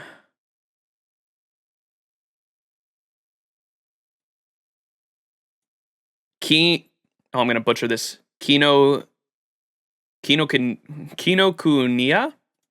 is the bookstore, and they're like an international bookstore. I think they're all over the place, but that bookstore sells like manga and a bunch of anime merch, and they have a second floor to the bookstore, and it's literally all manga and all anime merch up there and all art books. Oh my god, it's expensive. The art books are like $50 to $60, but god damn, is it like weeb paradise up there. Honestly, debating driving up there, it'll take 20 hours, but not gonna need an extra bag for all the weeb shit I'm gonna dump on my money. Yeah, that's probably fair. It might be cheaper than fucking flying too, to be honest. Kinokuniya? Did I say that right? What's up, Jason? How you doing? We are watching the Dramalogues, baby. We are only... Goddamn, we're only 34 minutes into this. 寝ている間にレイシフトで過去にてめえの意志だけ送って死にやがった。その後、意志を受け継いだ異分隊のモルガンは空想樹を枯らしててめえだけの歴史を作っちまった。考えるとうすら寒いがおそらくその時点で俺は一度消えている。俺はあの夜に死んで次の朝モルガンの手で用意されたそっくりさんってわけだ。不服か？いや、別に。貴様は自分の命に固執していない。自分も他人も命は特別なものだとは思っていない。 Morgan Fae eyes moment. 刹那を楽しむことだけが貴様の人間性だ。刹那であるからこそその次は求めない。貴様はいつ終わってもいいのだ。そんな男がただ生きるために。I didn't mention it either with when I was describing the star earlier at the beginning of this stream, but with the star, like literally everyone in this Lostbelt has a star when you perceive the star as hope or your will to, literally your reason to live. It's hope, your reason to live, the reason to go through all the pain in life to try to reach this star, right? Every character in this fucking Lostbelt has one when you look at it in that way, because it is their motivations. Beryl's star is technically MASH. Morgan's star is her Britain for surviving. And it varies character to character, obviously, and the star itself can change throughout time, and I don't know. When you look at the star in that way, like, everything kind of just clicks and makes sense. The closest to me is San Francisco, and not the greatest to visit right now. Oof. It's like a 4-hour trip. Japanese tea garden, I heard got refurbished, and the whole city needs to be refurbished. Yeah, I can understand that. いやー、買いかぶりすぎだぜ、女兵が。俺はただの快楽主義者だ。ちなみにあんたはつまらなそう。俺の暇。Thought Morgan's star was Uther, and then after what happened to him, everything just went downhill, and her star became Britain. I agree with that. That's what I was saying too. Like the stars can change over time, but like, yeah, Ash's star was probably Uther. And then after he died and all that shit went down, it probably became Britain. You're right. But just like in life, your motivations and your meaning for life and your will to live can change constantly. But the whole moral of the story with the star that Nasu created that I love so much is like we thought the star, or sorry, I thought the star was something very specific to Castoria early on. And I wanted to find out what the star was like the whole time. And by the end of the story, not much of it made sense because it's never revealed what the star is. Nasu kind of leaves it up to the reader's interpretation, but my interpretation after coming out of that, looking up what other people's opinions were and stuff, I was like, oh, it's like literally your will to live, like going through, Castoria went through so much hardship and so much shit. Fairy Britain like literally destroyed her, and she probably would have taken her own life if it were not for her own star, her own meaning for life. And you don't specifically get to understand the full context of it for Castoria the whole time, but you understand by the end of it, that's what was there, and everyone has their own star. And looking at it that way is so fucking good, I think. That's how I choose to look at it anyway. My star is the FGO gotcha. I should probably pick a different star. 潰しの対象にはならないってことだ。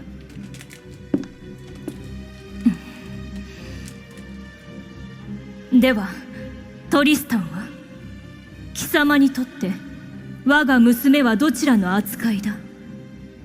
レディー・スピネル、美しい紅玉。可愛いお嬢さんだ、大切にするとも。ただ、あれはもう終わってるだろう。かわいそうでもなければ、面白そうなものでもない。All my homies hate Beryl. 自分でもろくでなしだと思うがね。今殺すということがただかわいそうなもの。それが俺にとっての愛ってやつらしい。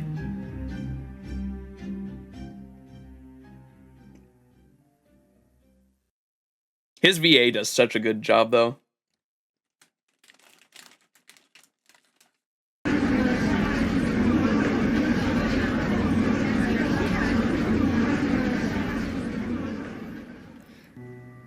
うるさい、うるさい、うるさい。キンキンうるさいのはあいつらの方だ。あんな雑魚どもが何を言おうと、私は女王の娘だ。だってお母様は私に魔術を教えてくれた。服をくれた。ギフトをくれた。なぜだ。なのにうまくいかない。That's a good question. Instead of just 16 years she had to deal with, do you think Castoria could have broke eventually like Morgan did after thousands of years of dealing it, or do you think she would have went through it with it anyway? That's a good question. I don't know. I that's a question I don't have the answer to. What I personally, I mean, I would choose to hope that Castoria would do her own thing by the end, but I cannot say, because we also know that Morgan's memories, the proper human history Morgan memories that she sent back to Ash in the past, influenced her as well. And so I'm sure that, I mean, the Lostbelt ended up the way it was when Beryl first came to Britain without the memories, and so I don't know if we ever specifically know what happened in this Lostbelt for Ash before she got the memories from Morgan, but I imagine it probably just ended with Ash dying at the Uther wedding, right?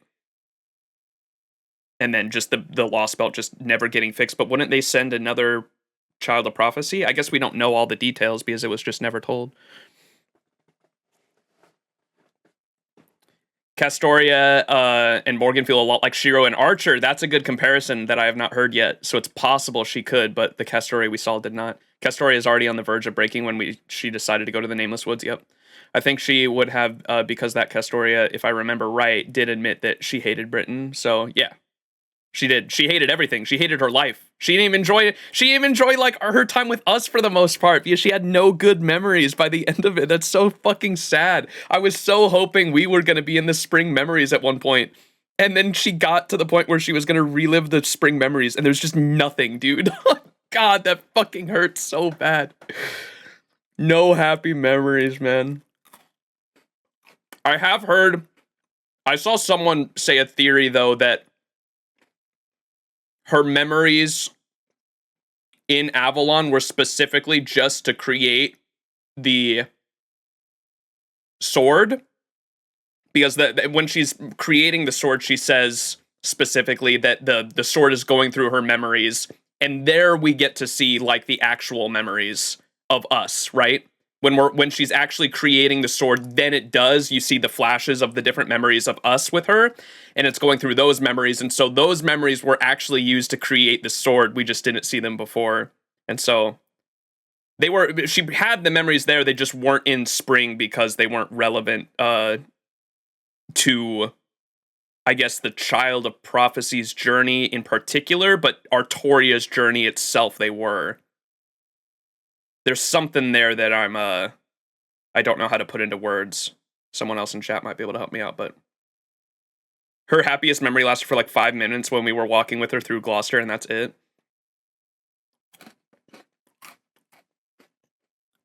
In the Garden of Lost Will shows us how depressed she really is, yeah. Yeah, she has a lot of moments like that too, when she's like monologuing as well.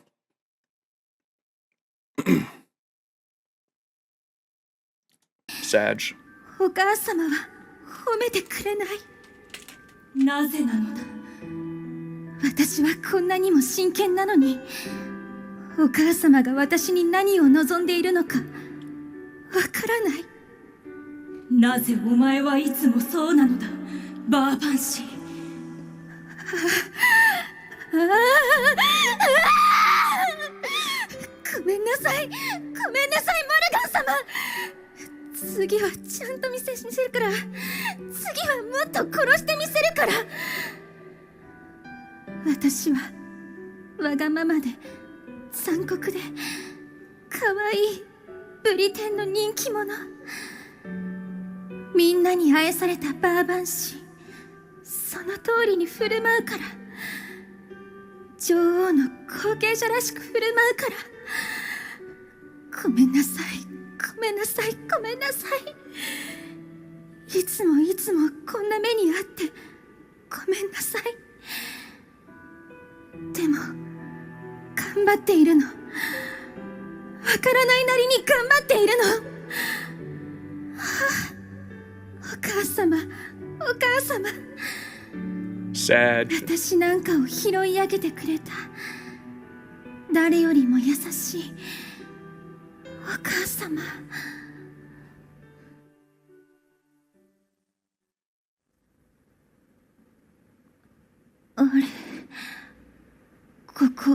Yeah. There's probably parallels you're picking up on there, Merlin. I wouldn't be surprised. But yeah, the second time around, she basically turned them into batteries, and only cared about saving the land itself, not the fairies, is how I interpreted it, right? She didn't give a fuck about the fairies. The second go around, she was specifically only trying to save the land of Britain itself. Lostbelt's been around for 2 years, and we still have in-depth discussions about it. Oh yeah.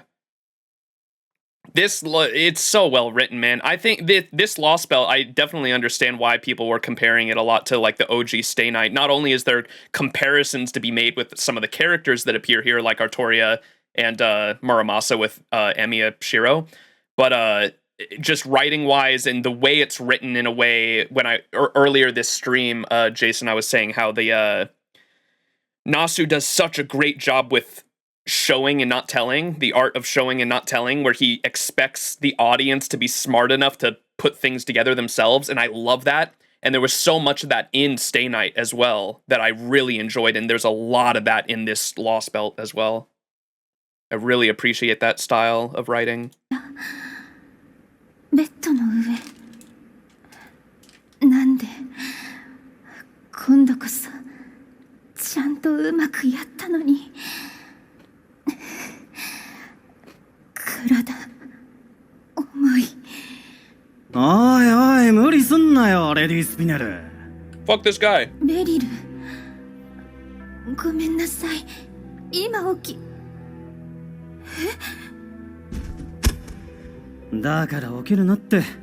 疲れてるんなら横になってないとな。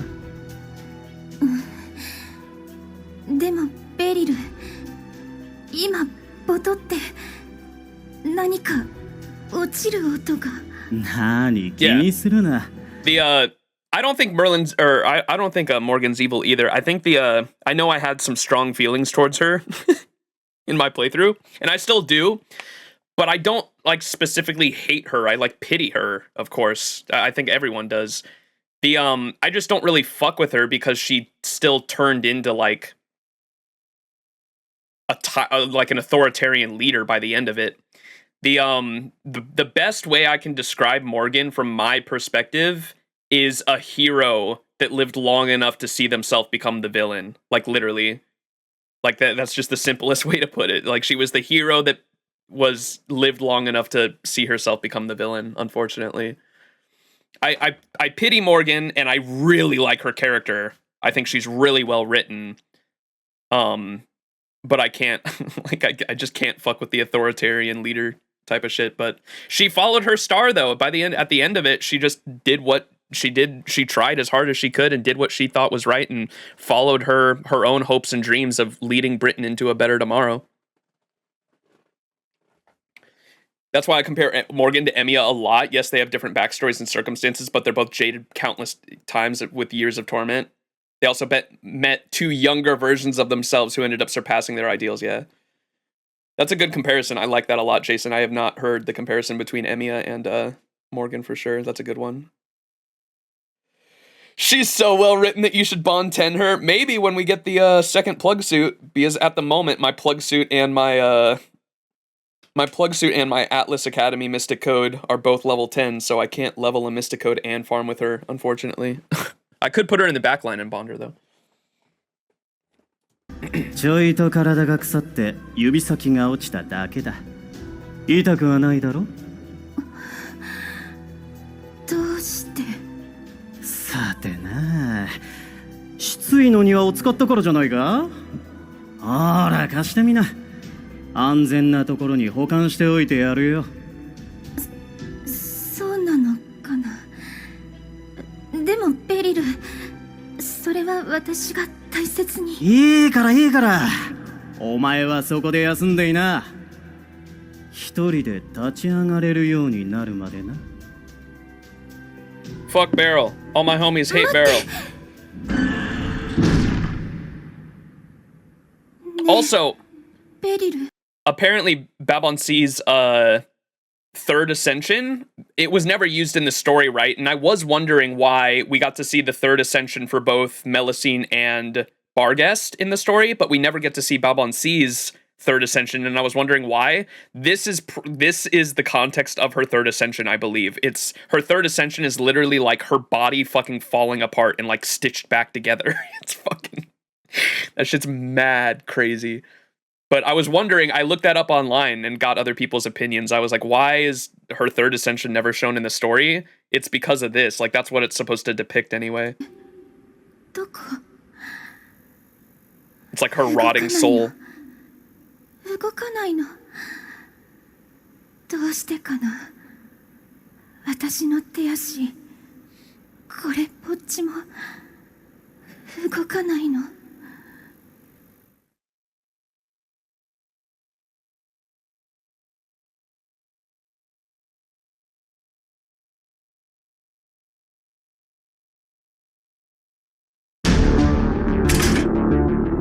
Gareth Ouchie Sprite! 私はガレス、円卓軍の騎士ガレス。頑張る予言のこの一番の従者で誉れ高いパーシバルの一番でした。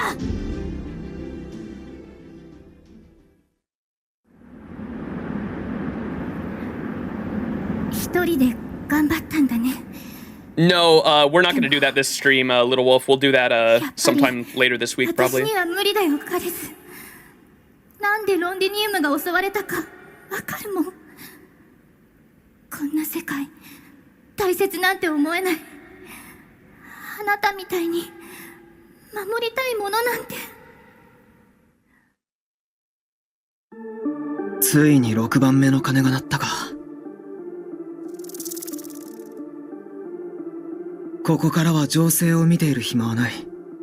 モルガンとアルトリア、2人の楽園の妖精、どちらが生き残るかの決戦だ。モルガンさえ倒せればこの物語は決着さ。勝ちさえすれば共倒れだっていいんだ。実のところアルトリアの生死はこの話の主題じゃない。妖精国をめぐる物語はあと少しで完結だ。いよいよ大詰めといったところかな。バンバンバン。夜は明けたわ。全部隊整列。Knock Naria, 我らは knock これよ Naria. り目的を同じくする一つの軍となる。その名は新女王軍。Yeah, if the whole game was voiced, oh my god, it'd be so good, dude. 新たなブリテンを築く同志である。みんな戦い命尽きる覚悟はいいわね。徹底的にやってやろうじゃない。敵は女王モルガン、落とすはキャメロット。全軍進軍。まずは正門をぶっ壊すわ。I think I had that same change to Solaria. Or Solara? I say the name right? I'm sorry if I'm butchering it. I think by the end, Barghest was probably my least favorite design-wise, but by the end of the story, I think Barghest is my favorite Tamlin, for sure. I think I had that same swap. Ueda, 来るぞ。この音、やつか。Oh shit, I want this animated so bad, dude. This would be sick to see. You got a little snippet of it in the PV. 2機だけならこっちは陽動か。残念。でも君たちなら不足はない。村正は横に、グリムは縦に。仲良く当分に折檻しようか。Oh yeah. 仲良かねえよ。 Oh yeah, they knew what they were 知 doing. らねえおっさんだよ。てめえが先以下にする分には止めねえがな。 The thighs. うるせえ。こっから本気出すぞ、村正。鏡餅になりたいんなら止めねえがな。ほら仲良し。そういうの切り裂きがいがあってとてもいい。公敵手とは得難いものだ。僕のような最強種にとっては特に。Another thing I picked up on after I finished the story was so much more of Melusine and Aurora's relationship, because a lot of that is hidden behind the scenes, right? One of the ones I found out that hurts so much is the whole reason she wears the face covering is because Aurora doesn't want her to out-pretty her. The whole reason Melusine wears this fucking face covering is because Aurora doesn't want someone prettier than her walking around. It's so fucking sad, so fucked up. And there was one more thing about their relationship I forgot. If you go back through the dialogue between Aurora and Lancelot, whenever they're talking to each other, Aurora always calls Melusine Melusine. She calls her by her true name Melusine. She never calls her Lancelot, specifically because Lancelot, the name Lancelot in Fairy Britain, is tied to the prettiest being in Britain. They say that multiple times, that Tamlin Lancelot is the prettiest fairy in all of Britain. Specifically Tamlin Lancelot. Aurora never calls her Lancelot. Ever. She only calls her Melusine. Specifically because she's the prettiest fairy in all of Britain. It's so fucked up, man. God, I hate Aurora. Fuck Aurora, man. Oh, fuck. そうかい。ならそっちも本気できな。どうせ今まで全力出してなかった口だろう、オタク。おーとも、君たち相手に手加減なんてもったいない。我が名は妖精騎士ランスロット。反人類史の心霊もどき。Who's Aurora for sure. Beryl, I liked Beryl's story. Like, I think Beryl was a really well-written villain, and it's tragic by the end of it because he had such a fucked up upbringing. It's because of my own empathy, like the way, it's the same reason I don't agree with everyone saying, purge all fairies! Like, I don't agree with it because I just have too much empathy. And there's a lot of parallels that I said throughout my story where I compared a lot of the fairies to human beings. Like, I understand that they have the Fae nature, but a lot of their Fae nature and their innocence of doing fucked up things is because I think Manaforce mentioned it, and I believe Nasu himself mentioned it too. Their innocence is really just like being a human child. They have not grown up in a way, and because they have not mentally matured, they just do whatever they want, and they don't understand the consequences of their actions. And so a lot of the fairies you can see mentally grow up. You see it with Mike. You see it with Redrabit.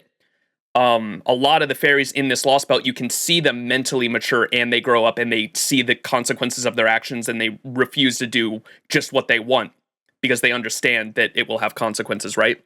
And so I have empathy for a lot of the Fae in that way because I see the parallels between them and humanity. And a lot of the fucked up things that the fairies do, you see in humanity in a lot of ways. Specifically, the way Morgan went out, I compare to humans because it was Aurora gaslit Woodwose, which is something humans do. Humans gaslight other humans into doing things. Woodwose's story was super tragic because I think he was just blinded by his own love and what he felt he deserved from Morgan, right? Also another thing you can see in humans. Spriggan is a human, so this one's not necessarily comparable to the Fae, but the Spriggan takes the rotting corpse of Morgan's own daughter to freeze her up for a moment because he knows it'll give him leverage. Also something you see in human history a lot. And I think the Fae court that ended up actually betraying Morgan, a lot of them didn't ever have any allegiance to Morgan, and they were just looking out for their own personal survival. That one's a little more iffy. You can obviously probably put that one a lot more on just the Fae and the Fae nature in particular, but they were doing what they thought would give them the best odds of their own survival, selfishly, obviously, right? That's also something humans do a lot of the time. So the big thing, I said it at the beginning of my 6.3 stream. You can go back and listen to my full thoughts on Morgan's End there, but the reason why Morgan's End hit me so fucking hard wasn't just because of how gruesome and brutal it was, but it made me self-reflect on, oh shit, this is humanity, man. Like, how she went out reminded me so much of humans in, like, the worst way possible. And it hurt. thought they were supposed to be imitating humans from the start, and that's why they had things, restaurants and stuff like that. They do. They imitate human society specifically. I can try to find the Nasu quote that someone had on the fairies in particular.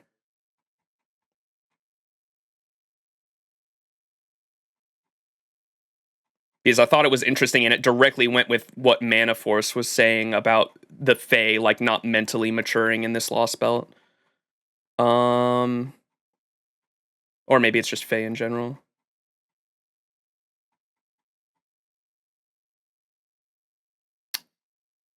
Where was that?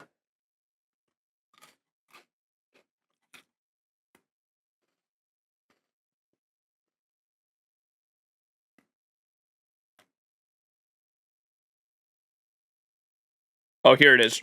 About Foe's absence. So remember how Foe doesn't come into this Lostbelt. These are Nasu's words right here. Nasu says, and I quote, Foe could tell that all he could find in Fae was his homeland. Going there will bring back some bad memories I'd rather not remember. Plus, Foe has nothing to gain from the Fae. They're empty on the inside. He calls them empty because Fae don't mentally mature. Because, for better or worse, Foe feeds on human mindsets and their growth. So, specifically, Nasu saying the Fae don't mentally mature kind of goes hand in hand with that theory, right? Anyways, it's just, at the end of the day, it's just interpretation. I'm not trying to say I'm, like, specifically right or anyone else is wrong. I'm just listing my own interpretation, and everyone else is obviously free to do the same. Foe said F the Brits. Alright, I'm gonna keep playing this and reading chat just to, because we're only 44 minutes out of fucking 3 hours into this. Morata!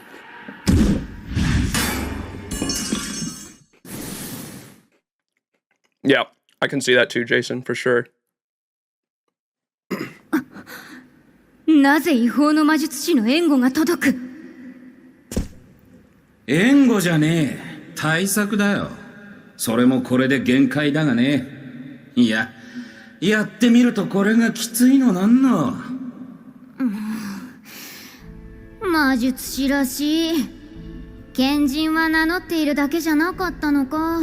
どんな目で俺を見てたんですかね、てめえは。だって、槍とか投げてきそうだし。Who's? グングニルとか。I keep going on tangents, I'm sorry. Who is Melicine's artist? And what else have they drawn? Because I remember reading the artists, what their thoughts were when they were creating. Choco, what other characters have they drawn? Because I like their, I read what they, like, went through, and all their, the concept art for Melusine was really interesting to me. And how they, like, even the mask and the crest, like, have stuff.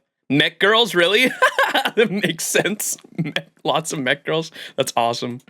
こっちでも有名だし、ランサーだと信じてたのに。なんだこれ、村正。こいつ本当にランスロットか。They're famous for making other stuff. Okay. 信じがたいのは無理もねえが、本物だよ。素顔になるとこんなもんだ。天然の寂しがり屋。Xenoblade Chronicle? Oh, okay. 村正は後で殺そう。待って。それはおかしい。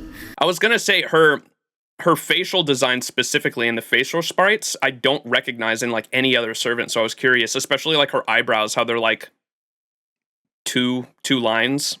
And, like, all the sprites, they're always, like, 2 lines, and I was curious because I didn't recognize that in any other servant.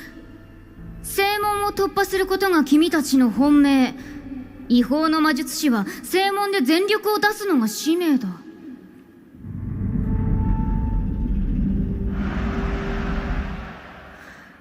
バーゲスト。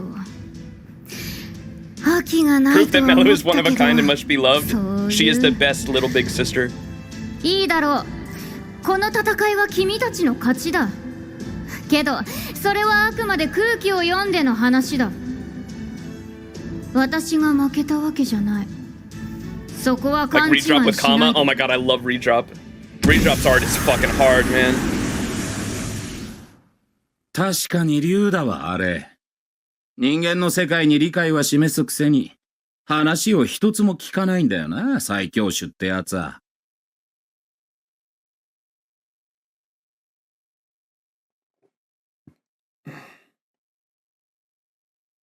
Redrop's art makes us yes. そうだな。貴様らの不安も保身も正しい。バーゲストは離反。ランスロットは命令拒否。正門は破られ、城下の制圧は時間の問題。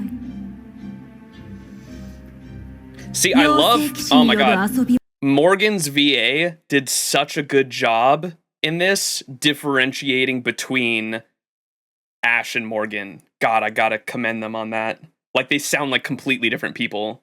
The bright and cheery Ash VA compared to what we're hearing now with Morgan, so fucking good. ここまでだ。望み通り方針を切り替えてやろう。さて、本気を出すのは2000年ぶりだ。初手で罪にならぬよう多少は気を使うとしよう。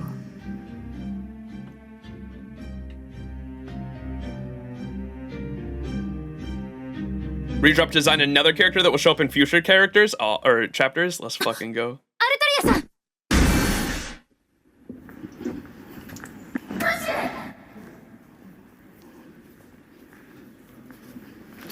その盾、円卓か。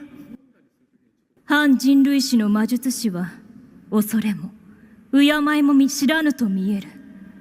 それともだからこその反人類史なのか。生き残るための手段など初めから選んでいないと。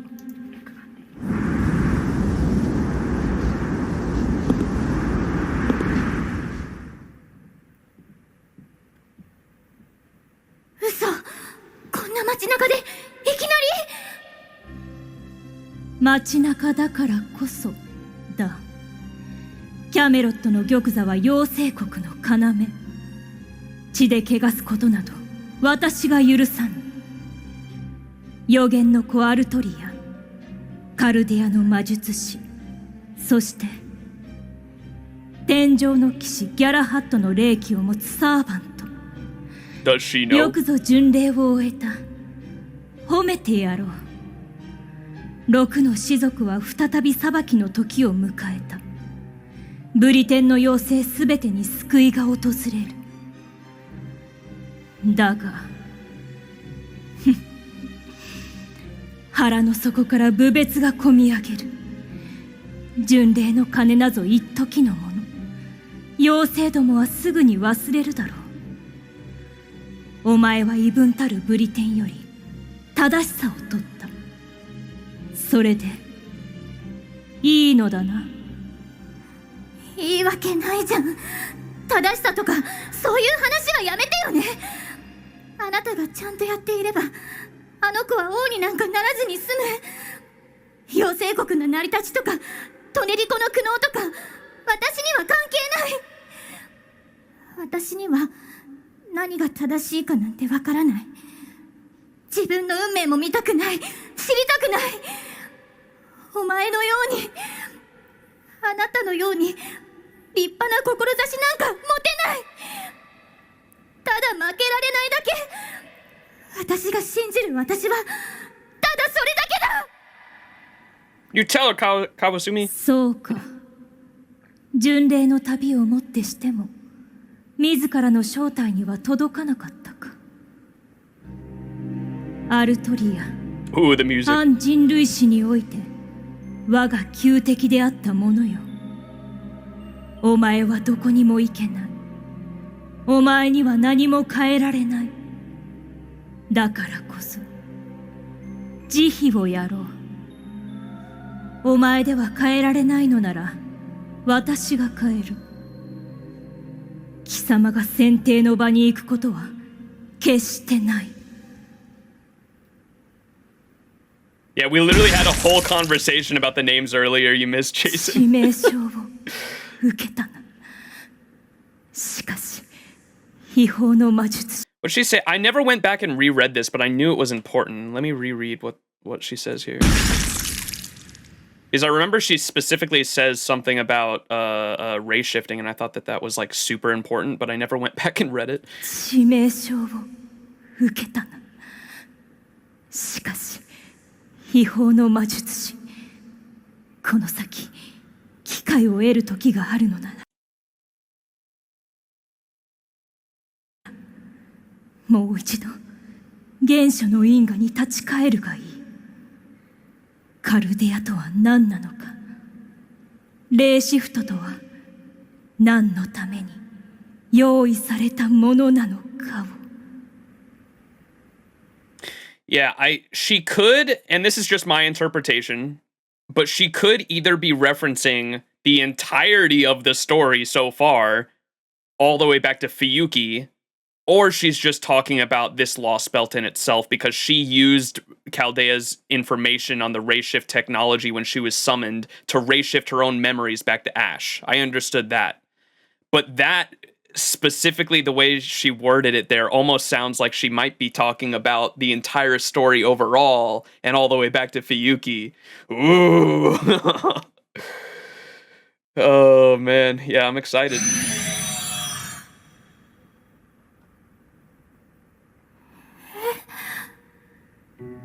Think it's the entire story? Yeah. It's cool. They specifically made that vague, though, for it to be either, though, I think, right? Just to drop a tiny little bit of that's Nasu cooking there. 女王モルガンは何も明かさなかったと思います。あの時から必要なことしか口にしない方でしたから。モルガン、最後まで一人だった。みんな無事に済んで戦いもこれで終わりなのにおかしいよね。尊敬とか全然してなかったしな。And then after that we got the hardest boss fight in this Lostbelt for me.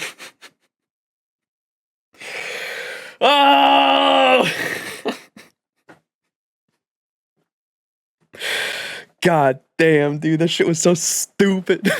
Over an hour of me trying to fucking beat the 3 Morgans just to learn you were supposed to fucking lose.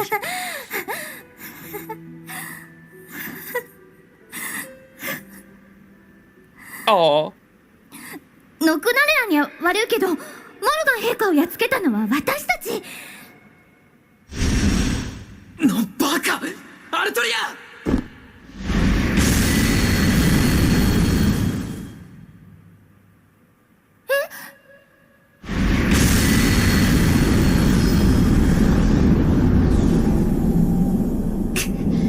上空から強力な魔術式です。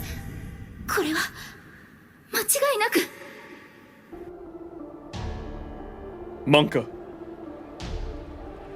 Monka.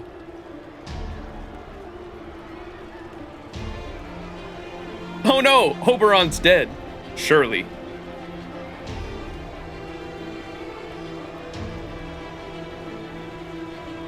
It's Oberon.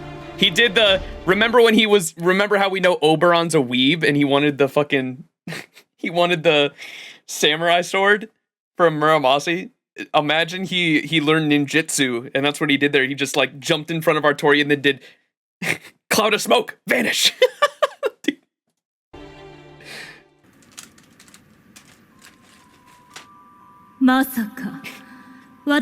She literally did the Vanos Volligolda fucking shit where she said, "Do you really think killing me would be enough to kill me?" 一体倒しただけで終わりなどと思ったのか。反乱軍は一人も生かさぬ。違法の魔術師も同様だ。使命と共に I saw that animation. Someone sent it to me. Kiko sent it to me after I finished LB6. It was pretty funny. 外の世界も必要ない。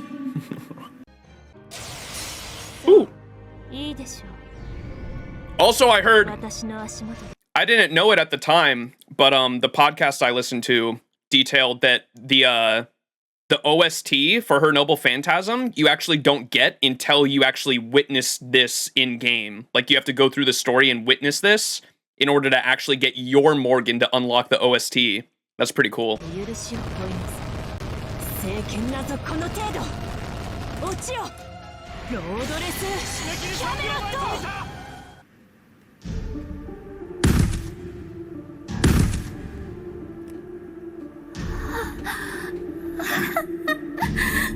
みんな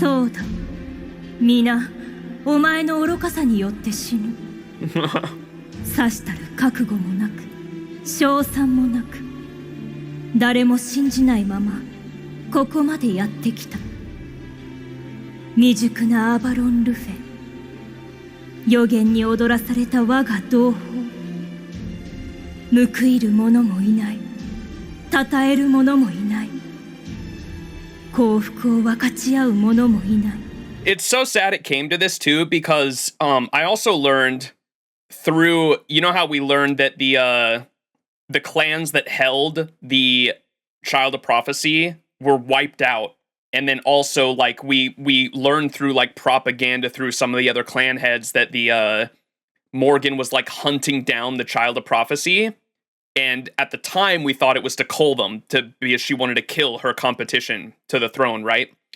We learned later on that it was the other clan heads that were doing this. Aurora herself wiped out the fucking Mir clan. She wiped out Londinium. And we also learned when Woodwose, in Artoria's memories, when Woodwose came to her hometown, he wasn't going to execute. He specifically said, specifically in dialogue, they were not coming there to execute the Child of Prophecy. They were to take her alive and bring her back to Morgan. And so I wonder how that would have gone if Artoria would have never actually gone on her pilgrimage and actually would have come to Morgan. I wonder, she probably would have just treated her like Babon C, huh? I imagine she just would have been like another like child just chilling out at the fucking kingdom if Morgan actually got Artoria like early on. 一人血塗られた丘で生き絶える反人類史のお前のように Oh yeah. They knew exactly what they were doing, giving us Morgan for the first LB6 banner, and then after the story finishes, they give us another Morgan banner? Absolutely.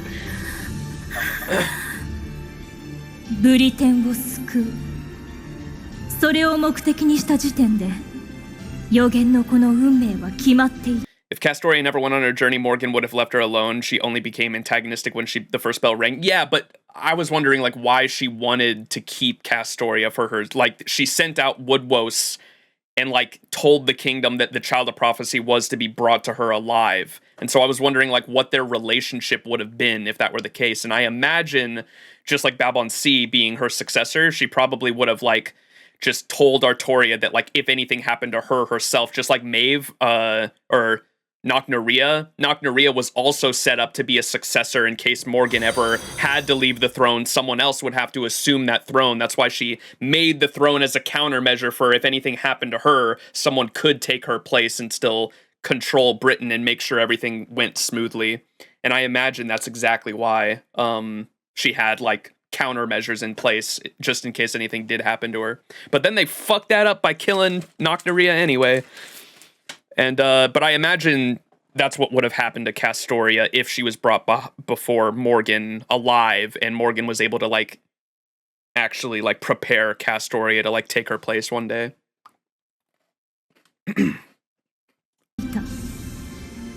すでに死んでいる者を救うことはできない。お前が戦うべきは私ではなく、お前を駆り立てる使命だったのだ。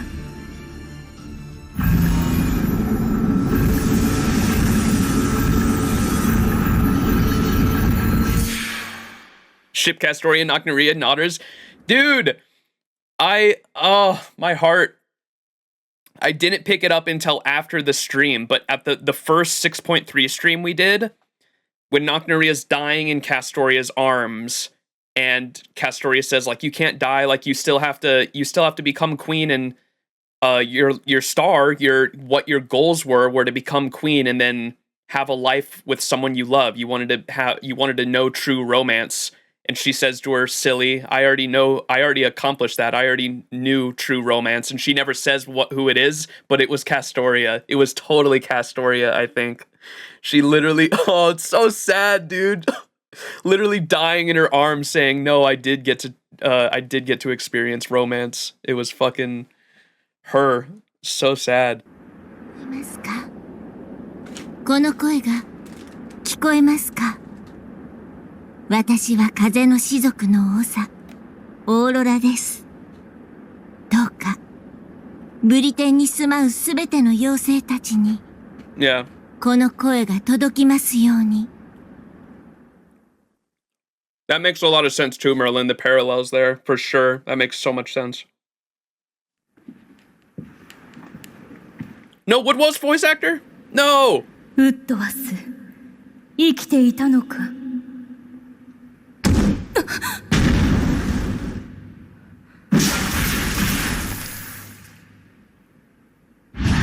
God damn that art too.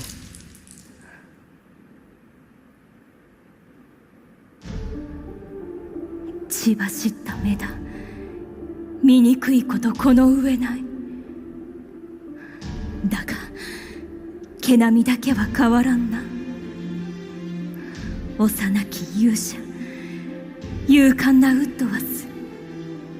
お前の毛並みはこのブリテンで最も温かく愛らしかった。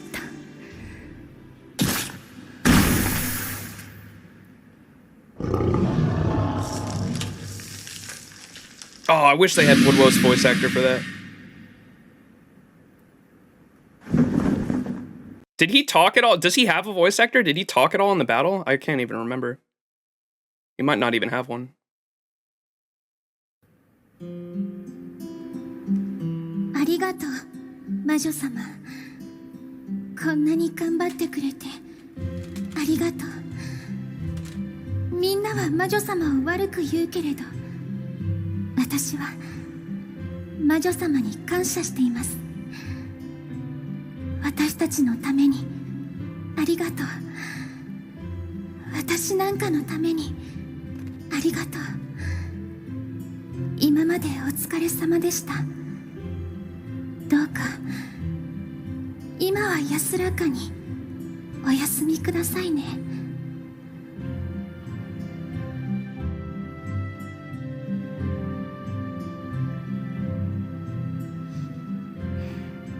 初めの頃、まだ仲間が一人もいなかった頃、私は救世主ではなく魔女と言われていたのです。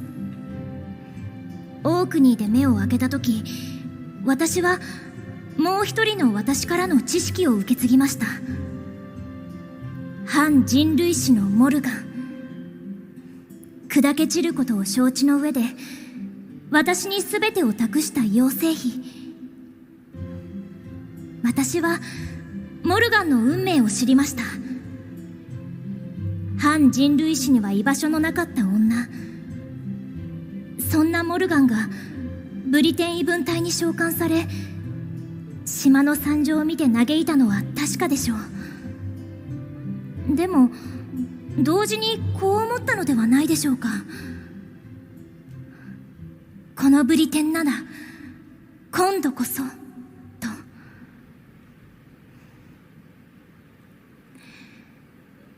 モルガンはたとえ異分隊であったとしてもブリテン島を愛していました。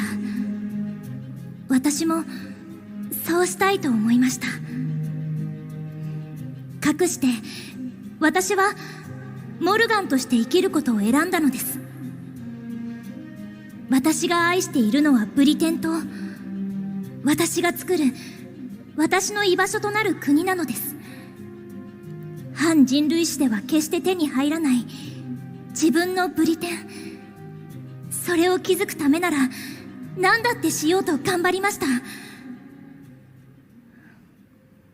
そして救世主の振りが身につきました。救世主であれば名をくれた妖精も喜ぶと思い、名前をトネリコに変えました。ロンディニウムを失いました。仲間もみんな私から離れていきました。でもいいのです。今度こそ理想の国を、私のブリテンを築くのです。そのためだけに生きてきたのです。そのためだけに彼女は砕け散ったのです。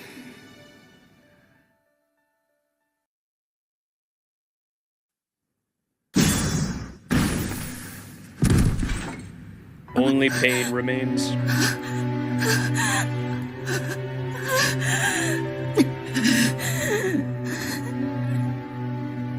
女王モルガンの正体。ああ！彼女が歴史の陰で何をしていたのか、その事実を。オーロラの風の知らせだ。一体何を話す気なんだ？すべては一人の女の企てだったのです。妖精歴において妖精たちを救ったという救世主トネリコ。彼女はブリテンの妖精ではありません。Yeah, she had a similar downfall to King Arthur too, unfortunately. A person of her own kingdom scheming against her, dude. Like, she had the parallels between how Morgan went down and King Arthur went down. Obviously there's differences, but the parallel is definitely there for how Morgan goes down and King Arthur also goes down. Sag. 私たちブリテンの妖精は2000年にわたり魔女の私利私欲のために刺激され苦しめられてきたのです。魔女の名はモルガン。楽園から私たちを支配しに来た偽りの王。キャメロットに住まう妖精の皆様、どうか今一度自分の心に問いかけてください。私たちが倒すべきものは誰なのか。ブリテンを任せるのにふさわしい妖精は誰なのかを。ひどくない？ひどい。ひどい。Oh, it's so ひど creepy. いよね。女王が聞いて呆れるよね。というか、あれ、いらなくない？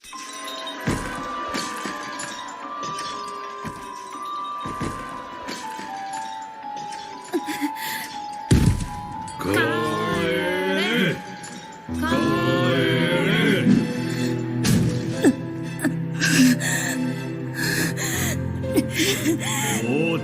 I know, right, Bam? What the hell? 貴様たち、何を。違う。私、玉座に、私でなければ。やめろ、やめろ。誰か、俺が、やめて。私を、玉座に。役立たず！役立たず！いらない！いらない！役立たずならもういらない。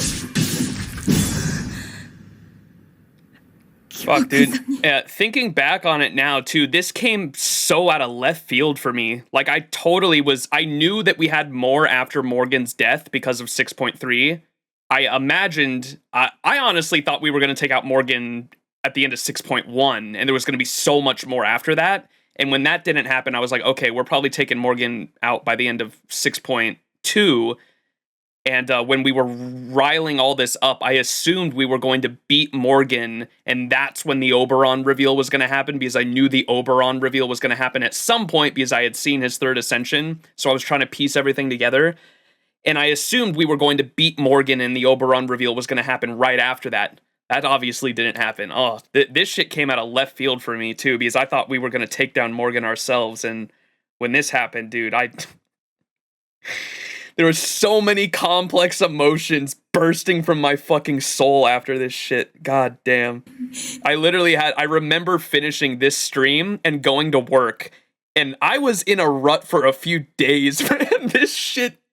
This shit tore at my very soul. I had to fucking literally take a few days off and fucking literally just think about fucking life and how much this specifically fucking hit me. And I eventually came to the conclusion that the reason why this hurt so much was because of how much it reminded me of the ugliness of humanity specifically too. And that shit fucking hurt. I had to fucking think about that shit for a few days. 戻せ。もうブリテンを失いたくない。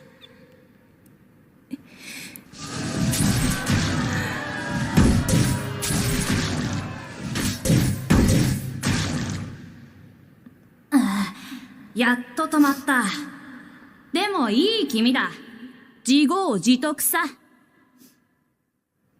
ところで、あそこに倒れている汚いの、何？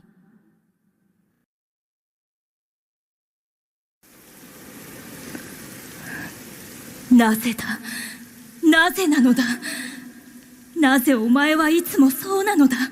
バーバンシー。まるで自分のことのように嘆き悲しんで、その人は私を抱きしめてくれました。でも私はもう死んでいます。Yeah. いつもいつも死んでいます。There were some fairies, as the apocalypse was literally happening too, there was some like bittersweet moments as that apocalypse was happening too that that I think some people forget, or at least I don't think they're referenced enough. There was a human slave that went back to her old master who couldn't do anything without the slave, and they like spent their last moments like together, right? As the whole fucking Britain was burning down. And then there was another one that was really sweet too, and it was just I don't know how to even describe the moments there, but they show sort of like this bittersweet or like humanity presence like in the fairies themselves too, like as the entire thing is coming down, or some of the humans and fairies like came together to like be with each other in the final moments of the entire fucking island going up in flames. 手をくれた。いつだってお前がこうなってから見つけ出す。生まれ変わってもお前はいつもこんなことばかりで。なのにどうしてお前はいつも連中を許すのだ。ごめんなさい、ごめんなさい、魔女様。いつも私のために泣いてくれてありがとう。でも気にしないで。私は落ちこぼれの妖精なので、これくらいしかみんなの役に立てないのです。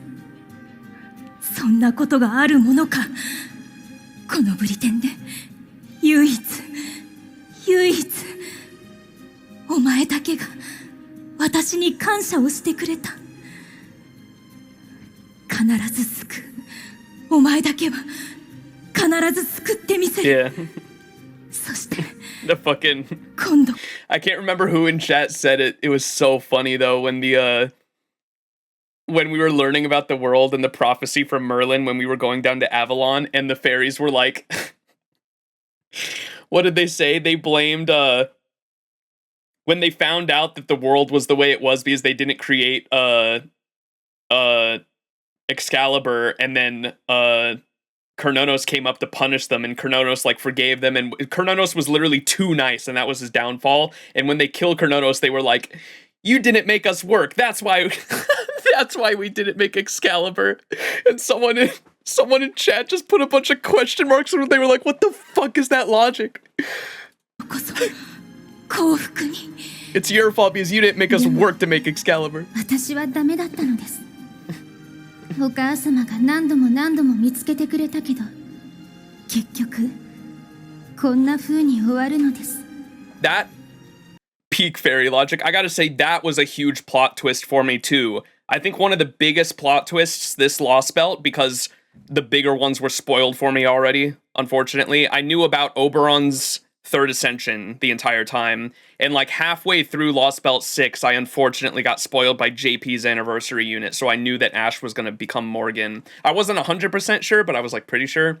So that unfortunately was spoiled for me too. But the one thing that was like a huge plot twist for me was how this Lostbelt's original sin, because I thought the whole time it had something to do with Cernunnos and the god, and I didn't really understand what was truly going on there. But then when you find out that it's because, and I caught it when, what's her name? Mirian. When Mirian was going through the books, and as soon as she said, a shooting star came down and was gonna like destroy the whole world or something like that, I was like, no fucking way. I put it together right there. I was like, oh my fucking god. We haven't heard of Excalibur this whole Lostbelt. I gotta go back through and see if fucking like Artoria's memories at that one point ever mentioned Excalibur, and she didn't. And I was like, oh my fucking god, Excalibur doesn't exist in this timeline. That was a huge plot twist for me. There was so much theorizing going on, it was insane. 村のみんなのバーバンシー、いつも笑顔のバーバンシー、人のいい私だと私はいつも雑巾になるのです。だからお母様は言いました。次のない私を生き返らせて言いました。悪逆に生きるがいい。残忍に生きるがいい。お前はそうでなければ生きられない。たった一度でいいのだ。お前が幸福である生き方ができるのなら、私はそのために私の夢を捧げてもよい。ごめんなさい。ごめんなさいお母様。それもうまくはいかなかったの。妖精たちは大嫌い。いつも私をいじめていたから。でも一人普通に話ができる妖精と出会ったの。不思議。ブリテンの妖精はみんな嫌いなのに、その子だけ All the way back in 話していて普通だ Gloucester. ったの。あの子の名前、 Gloucester and Castoria. Sedge. あの町の名前なんだっけ。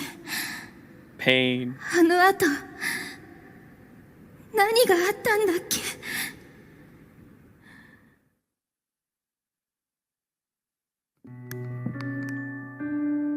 同罪だ。同罪だ。娘なんだから God damn. 同罪だ。 Them speaking in unison is terrifying. 止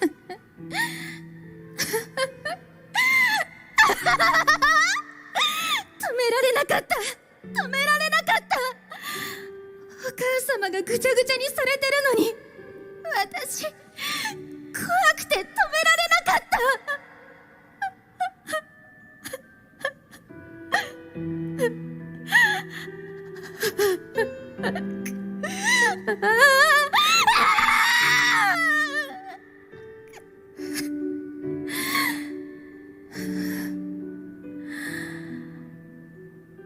もういいや。もう疲れちゃった。こんな場所にいたくない。そうだ、逃げよう、消えよう。ちょうど暗い穴があるんだし。 This was where I put it together that when the Summer JP servants came out, everyone in chat was telling me, don't look at the Summer JP servants. They were like, all of them are spoilers for LB6. And I remember seeing Balbons with Cernunnos. She had like a Cernunnos plushie on her head or whatever, like the costume. And I was like, how is that a spoiler? I was like, I don't really understand that at all. Like, I didn't put two and two together. I was like, how does Balbon C and Cernunnos have a connection in any way at all? Like, I thought it was just a cool little, like, I thought it was just a reference to Lostbelt 6 in general. Like, I didn't think the characters had any actual interaction at all until as soon as this scene happened in game, I was like, oh. I was like, uh-oh. That's where I put it together. ケルヌンノス、ケルヌンノス。お母様がただ一つ恐れていた怖い神様、ケルヌンノス。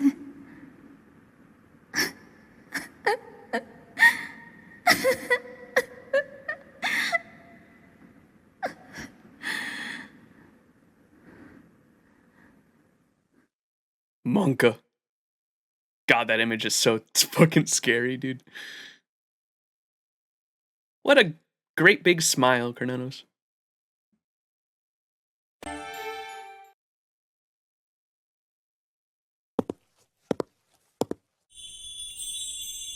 How did Nocnaria get two different fucking beautiful sprites in this that neither became costumes, man? Fluffy boy gonna fluff. 目を奪われる美しさです。キラキラして堂々としてとても似合っていますね、アルトリアさん。ちっくしょう、ノクナレア。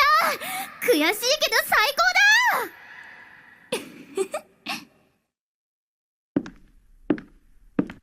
だ。あなたたち王の子族、私の進化。異議を申し立てる妖精の顔を見て、まずい、と直感した。他の士族からではなく、王の士族に弾劾させる時点で、敵はもう準備を終えていた。参ったな。私もまだまだ小娘でした。ずっと焦がれていた服を着たからかしら。ちょっと、浮かれてしまっていたみたい。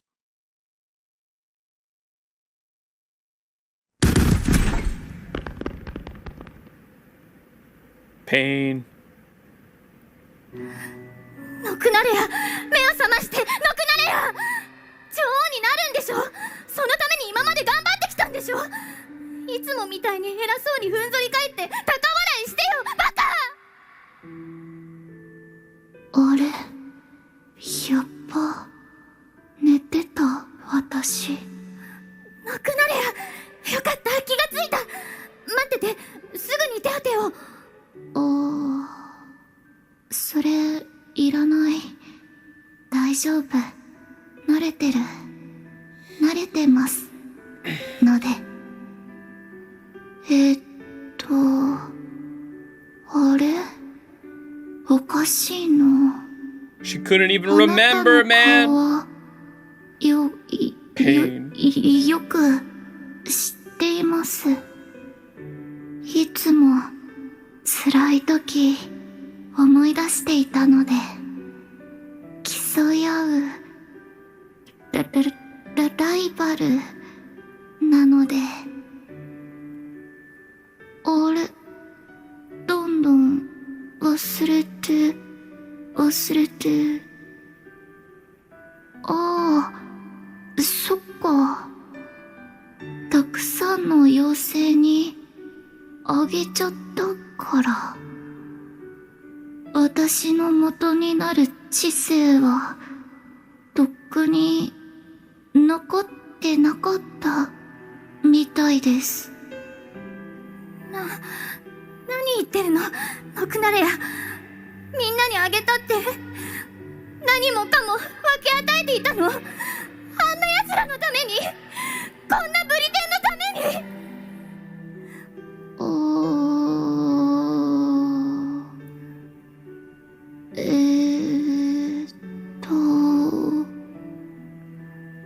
ごめんなさい。泣かないで。知らない方、あなたのことは今もわかります。いつもしるべにしていたので、その光光をたどれば帰れるのです。どんな道でも迷わずに。ふざけないで。やめてよ。変な空気出さないで。消えないでよ。勝手に勝ち逃げしないでよ。あなたがいたから、あなたみたいな人がいたから、私はやってこられた。あなたまでいなくなったら、私は。それは嘘。あんなに負けず嫌いなんだもの。あなたはたとえ一人でも必ず星を探すでしょう。Oh, she didn't mention the one she loved there. ノクナレア死んじゃった。Huh.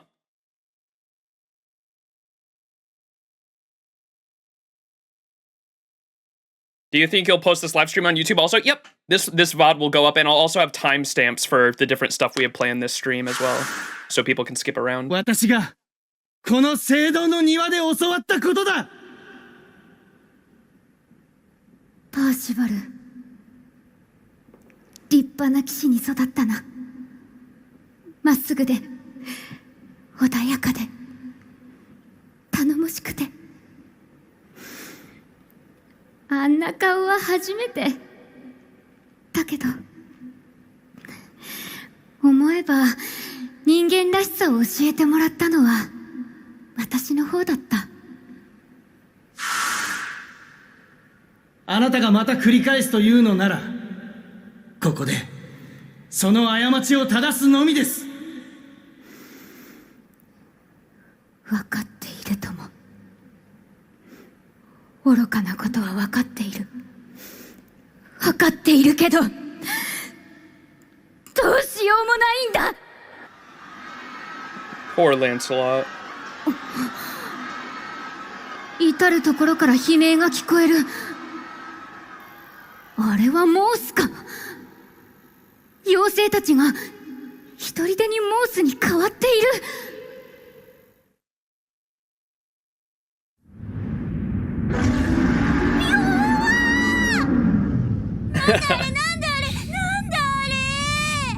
Melusine just dips from the Lostbelt. I love how they voiced the crying Marine. That's so cute. Dude, we lost a Marine this Lostbelt too. One of the fucking Sion was like, there were no casualties this Lostbelt. I was like, bro, we had a Marine go overboard. Remember that shit? One of the Marines goes overboard.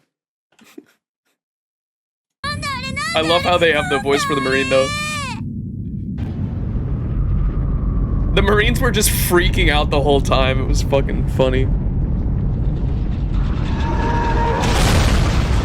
Didn't Merlin turn back time? I thought he only turned back time on the pit itself. I thought it was only on the pit itself.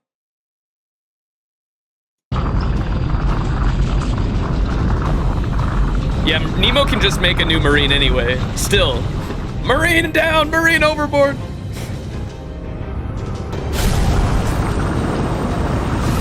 This shit, dude. Goddamn. Koyan! Yeah!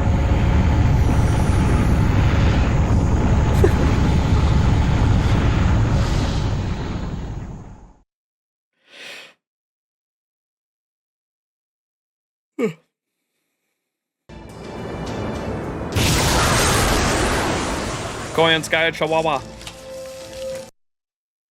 What? Oh, I thought she was gonna voice. あんなに美しかったブリテンが。そうだね、ミス・キリエライト。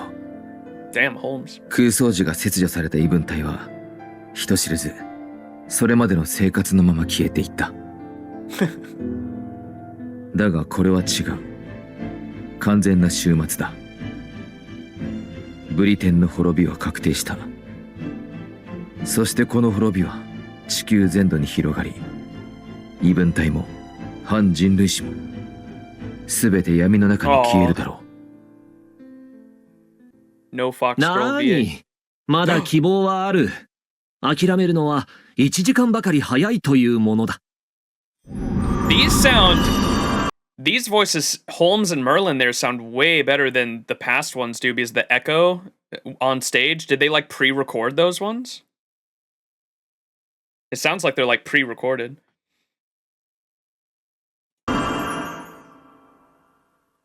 The flower. やー、待たせてすまないねみんな。花の魔術師マーリン、ようやくの登場だ。諦めるなんて君たちらしくない。ブリテンとの勝負はここからが本番さ。いよいよ楽園の妖精の使命を果たす時が来た。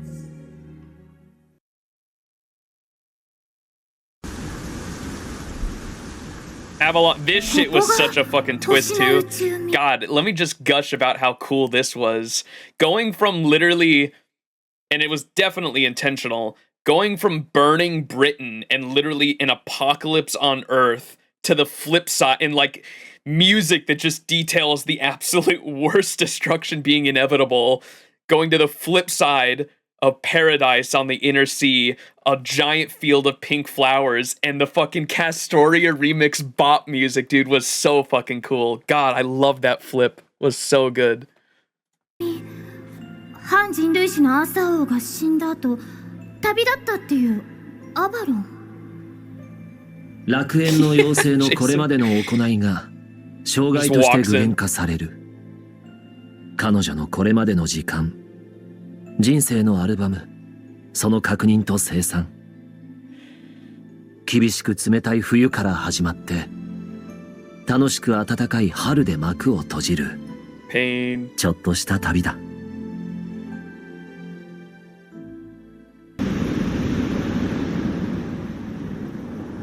いつも目をつむるとここにいた。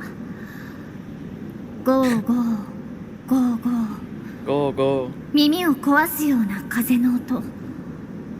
周りは一面真っ黒で暖かなものは一つもなく、行き先も見当たらない。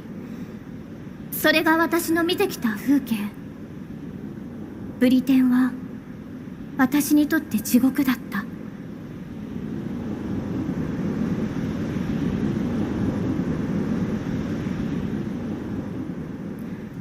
私は私の使命をなんとなく知っています。ブリテンの妖精に救済を、苦しみから解放される正しい救いを与えなさい。酷使も虐待も無関心も理由があるから耐えられます。でもこの音だけはきついです。ゴーゴーゴーゴーゴーゴーゴーゴー。すべての妖精たちの心の声が聞こえるのです。自分がどこに立っているのか、どこに向かうべきかもわからなく。I wanted to point out the I know I keep doing it, but the parallels between like the fairies and humanity too, because it was mentioned somewhere in this Lostbelt. I can't remember who said it or where. It might have been Oberon saying that, or maybe it was Merlin at one point. I can't remember. Someone mentions how the fairies of proper human history, the whole reason they retreat to Avalon, or the reverse side of the world, the whole reason they retreat to the reverse side of the world is because they literally cannot stand to be around humans anymore as our civilization flourished, for that specific reason, because of their Fae eyes, and they can see the true motives of everyone. They literally cannot stand seeing the deception and the lies constantly with their Fae eyes, and so they retreat to the other side of the world. Same thing happens here, because the sinful fairies lose their Fae eyes, and they themselves, whether copying the copied humans here or imitating humans in a way, have their own deception and lies constantly going, and Artoria here with her Fae eyes cannot stand that, and that's what she's describing right there.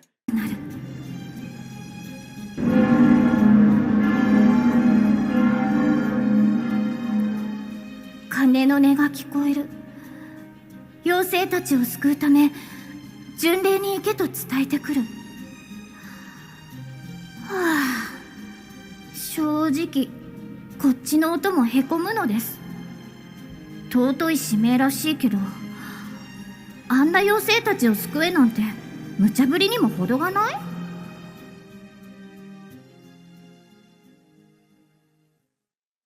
Here's the painful memories. 気持ち悪い。気持ち悪いな、君んとこの妖精は。杖が喋った。違うね。俺は選定の杖じゃない。言いなりになっている君の気持ち悪さに耐えかねてつい叫んでしまった。ただのおせっかいさ。まったく、こうして関わる気はなかったけど、こうなっては仕方がない。心して聞くといい。私はマーリン。花の魔術。The voice confirmed who this Merlin is. Yeah, for sure. By the end of this whole memory, he starts saying specific. It's because there's enough hints to point it out, but the specifically he had to leave every time he had to teach magecraft, and then also the thing that I caught was he would say things. He would make statements about how he like hated the fairies or despised this fairy Britain, and then he would like immediately followed up with just kidding. And I was like, there's no way this is Merlin, dude. He's acting so out of character. No way. He would like say something ridiculously dark about the fairies and then follow it up with just kidding. マーリン。これから君の師匠となるものだ。よく覚えておきたまえ。I caught on to that, Jason, with him or with Castoria recognizing him as Merlin, but we didn't get I forgot about that by the time we got to here because it was such a long journey in between there. But I remember when when we first meet, and Castoria's like, "Are you Merlin?" I was like, "What's going on there?" I was like, "That's definitely significant. You don't just mistake someone that doesn't like appear to be Merlin at all and just call him Merlin out of nowhere." I was like, "What the fuck's going on there?"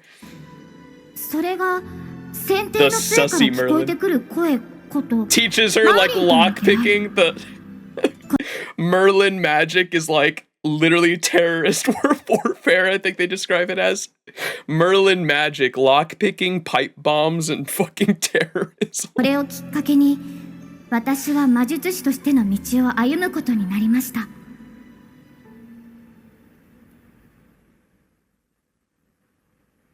Lockpicking, ambush, explosives. どうして魔術を教えてくれるの？ブリテンの妖精はみんな私が嫌いなのに。ブリテンの妖精じゃないからさ。まあそれは冗談として。Just kidding. 村の妖精がどう思うと。I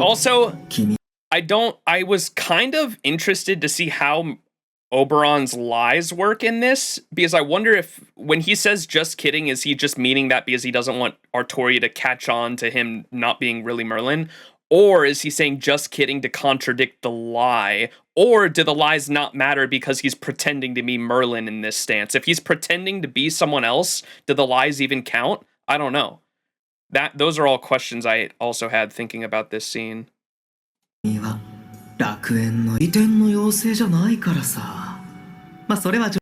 would be because I'm not a fairy of Britain. Well, take that as a joke. And in the EN version of this, he said, well, I'm not a fairy of Britain. Just kidding.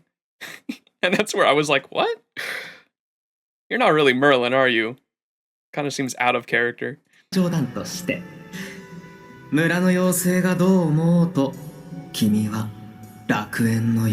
Fae eyes wouldn't work if he's not there, I guess. That's true. I wonder if he's pretending to be Merlin, would the lies like matter regardless? I meant like the lies as in how doesn't Oberon like literally have a curse to where all the lies, where anything he says will be twisted to become a lie by like literally reality itself, because that's similar with the Norwich thing like blew me away, that the whole reason we were able to repel the Norwich calamity were because Oberon says to Blanca, the Norwich calamity is a sure thing. Norwich will definitely be wiped out. And because he said that, the opposite happened, because reality like warped it to make it a lie, which is interesting. I don't know, it's confusing.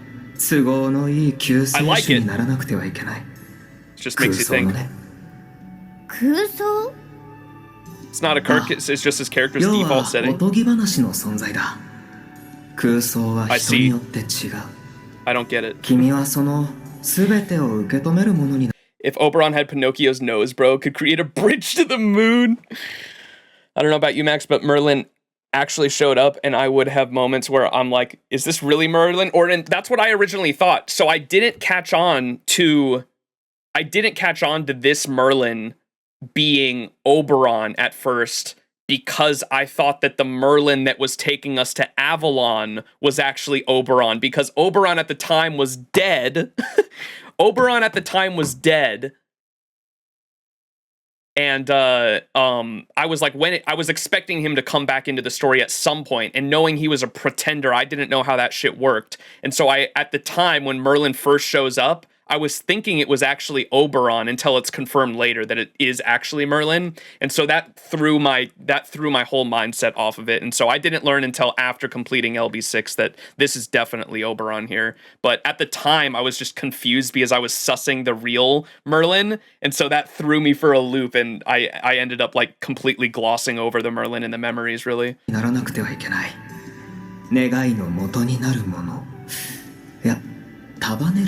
It doesn't help that Merlin himself is just kind of sus in general either. 無名の王だ。最果てにある灯台のように、そこにいるだけで人々の希望になる兆し、希望のきっかけになる星の光。そんな王様に。I remember I went back and screenshotted this the other day and put it in my FGO EN chat. This is all so significant, and I didn't catch it until I went back and read it. Merlin says here, so this is the English translation. When they do, you, Artoria caster, will be the ideal. No, the kind of savior that everyone dreams of. A fantastical savior. Artoria says, fantastical? And he says, that's right. You'll need to be a character straight out of a children's story. Everyone has different fantasies. Some want a strong king, some a kind king, some a scary king, and so on. Your job is to be all of those things. You need to inspire hopes and dreams, or rather, bring them together. Everyone wants something different, so a single name would only get in the way. That's what you need. That's why you need to be a nameless king. Someone who stands at the edge of the world rather than its center, and serves as a beacon of hope for others just by the virtue of existing. Glowing starlight, shining with possibilities. That's the kind of king I'd like you to become. Ah! It's literally her third ascension he's describing right there and what she becomes by the end. And then specifically right here, he keeps going. The kind that can inspire from atop castle walls, no matter the time or place. Literally her third ascension, Noble Phantasm. She says, can I really do all that? He says, sure you can. It might be impossible in reality, but anything's possible in fantasy. And people have always had a way of making fantasy become reality. That's why futures we thought we could only dream of eventually stop being dreams. So fucking, I didn't catch it at the time, but that's totally her later in the story, her third ascension. And what confused me here too was I didn't understand. I'm still so conflicted and trying to understand how his lies work, because he's telling the future right there, almost like it's an actual prophecy, but he's not. Like, why did that not become a lie? Is it because he's posing as Merlin, or what? I don't know. It's so confusing trying to figure that shit out. He even says when she shows up, I know that's what I told you to become, but what the actual hell? That's so good. God, I want him to say, if this ever gets an anime adaptation, I want him to be dumbfounded and be like, what is this fucking power of friendship bullshit, dude? I feel like that's so in character for Oberon. I love his character so much. Imagine when you destroy worlds because your wife is imaginary. 私はなってほしいな。そんなものになれるものなの？ああ、現実ではありえないものも空想なら不可能じゃない。そして人は常に空想を実現させてきた。夢のような未来はそのうち夢じゃなくなるのさ。So was Oberon's actual plan to have Castori become third against Morgan, and that's how he actually wanted Morgan to go down? That would make sense, yeah, Jason, because I don't think he even knew about us until we showed up in the Lostbelt, because I remember him saying in his third ascension at the end of the story, he says, I watched you come up onto the shore in the Lostbelt, and I thought, there is an idiot. There is a dumbass that I can manipulate into being my pawn, right? So I don't even think he knew about us until we actually showed up on the shore. So it's possible he was definitely planning on like Castoria being like the actual one to bring down Morgan. Oberon really started his villain arc because he told us, bro, your 2D rifle's not real. And I do like how someone pointed out, I said it earlier this stream, but for anyone who didn't hear it, the reason why Oberon gets so fucking pissed at us when we keep pressing him about his star Titania, we keep asking him like multiple times, if you get the red text, you keep pushing him about his star in Titania. And the reason why he gets so pissed at us is because he understands that anything he says will be a lie. And so he has to do like he has to do fucking math or word brain shit in his head to make sure he doesn't actually do when he's talking about his star. He needs to make sure that doesn't become a lie. It's so fucking funny. I love that. He had to do shit in his head, and that's why he gets so pissed at us when we keep pressing him about it. If he knew about the prophecies, all he needed to do was set the stage, as he said it himself, and we're all just fucking bystanders, dude. I need to take a pee-pee. I'll be right back.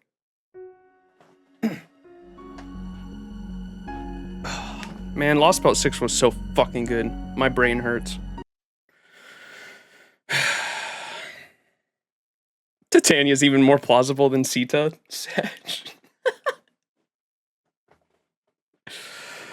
Oh, man.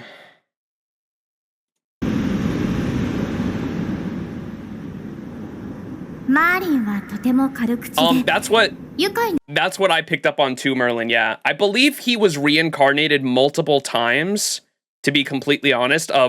Specifically Vortigern. It wasn't Oberon, but I know that's what you meant though, right?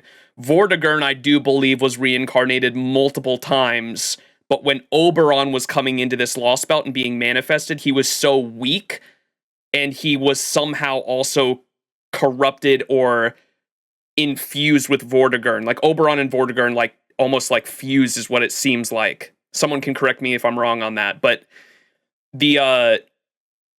I believe Vortigern was the Moors King, and he might have been like multiple other things since the start of this Lostbelt, because he's the incarnation of all that hatred, and he's the incarnation of Britain's desire to destroy itself, is what Vortigern was, and that's even what he was in proper human history when Artoria fought him, right? He's Britain, the incarnation of Britain's will to destroy itself, and that somehow like he got corrupted by Vortigern. That's what I kind of took out of it. Saint Graf mixed with proper human history, Oberon. Gotcha. Yeah, that's what I took away from it too. I believe Oberon is 2 Saint Grafs in one body. Vortigern is the LB6 and Oberon from proper human history. Yeah. Okay. Yeah, that's what I took out of it as well. But Vortigern, just like all the other fairies reincarnate multiple times, and that's why the Night Portune that Morgan sent to the Autumn Woods recognized Oberon when Oberon came to kill him to get revenge on the forest being burned down. And the Night Portune recognized him, and he recognized him as the Moors King, right? That's what I took out of that whole situation. Vortigern is the will of the suicidal Britain. He can incarnate in many forms. First incarnation was the Moors King, and then he was killed by Woodwose, and then he reincarnated again, this time as Servant Oberon. And when he was killed by Woodwose, he placed a curse on the Fang clan, and that Fang clan became Tamlin Gwaine, aka Barghest. And that's why Barghest's curse was to become the Calamity. Oberon did that. And you're next, yes. That was Oberon, yeah. We got it. Or, sorry, not Oberon, Vortigern. You got me, though. その後の毎日はそれまで以上に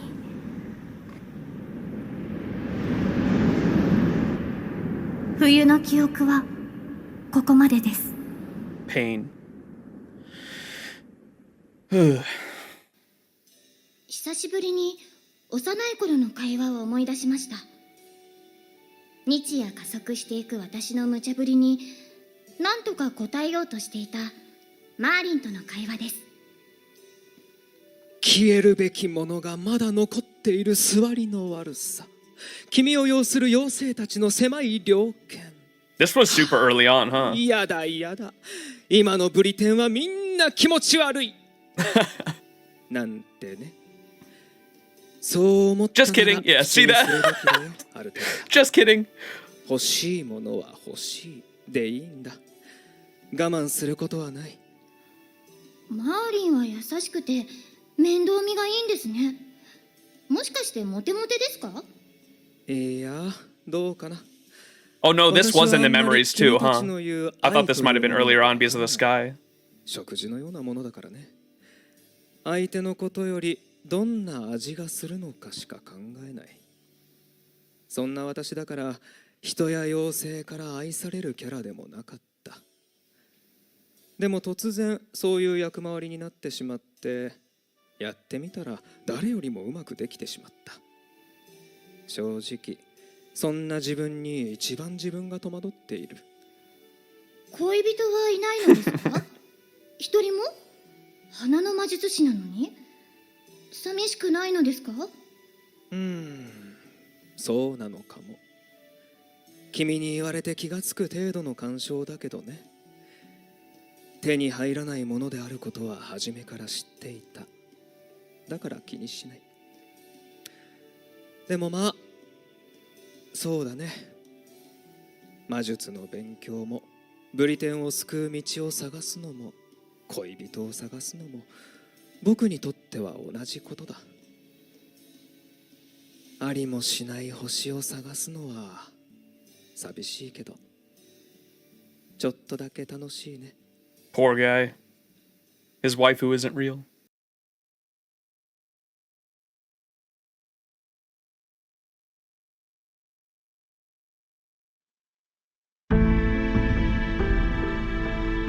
Hector!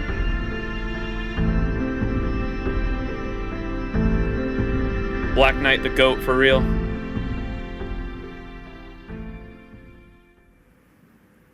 Mm, そうだった。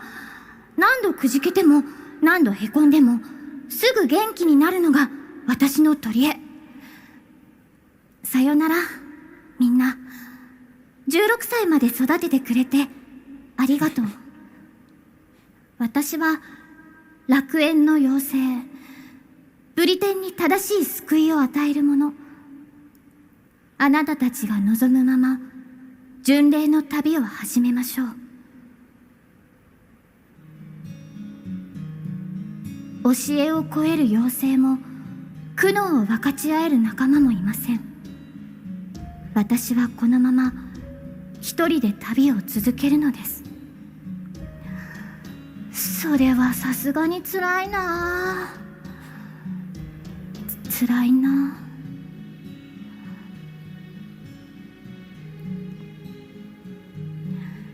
弱気になった私は七種の森へ。何者でもない私になりたくなったのです。そんな時、新しい妖精が運ばれてきました。あなたは記憶を失っていました。体も心もボロボロで放ってはおけません。それに何より、もし予言のこのことも忘れているのなら、友達になれるかもしれないと。I just want to give her a hug. 夏の記憶はこの辺りで。いよいよ春の記憶ですね。春というくらいだから楽しい記憶が詰まっているはず。Oh no. Fuck. あれ？みんな？いや、早くねえか。段取りが違うぞ。Dude, that face. 今回は楽勝だったね。私も気がついたら終わってたし。あの丘の上にあるのが選定の場かな。よーし、誰が先に着くか競争だ。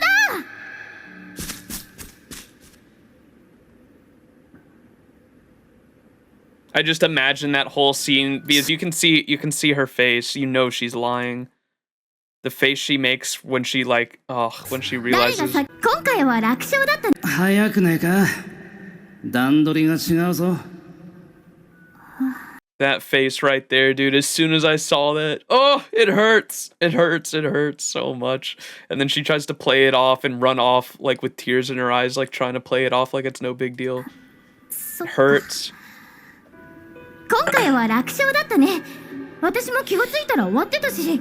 Yeah. あの丘の上にあるのが選定の場かな。よーし、誰が先に着くか競争だ。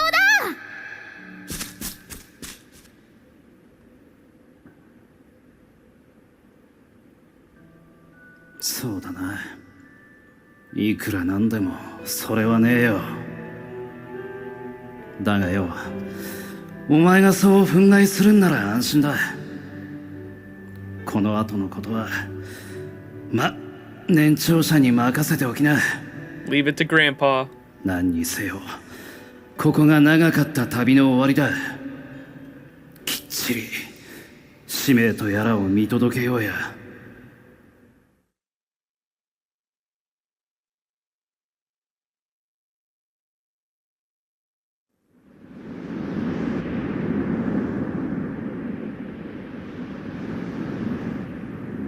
ブリテンの王様、アルトリア・ペンドラゴン。それが私の反人類史の姿だと聞いて、心の底から吐き気がしました。理想の騎士、他人のための人生、ブリテンの未来に全てを捧げた王。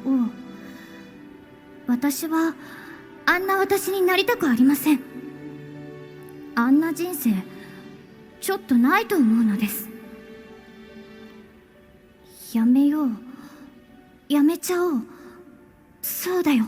それがいい。だって私だけがあの女の子を助けられる。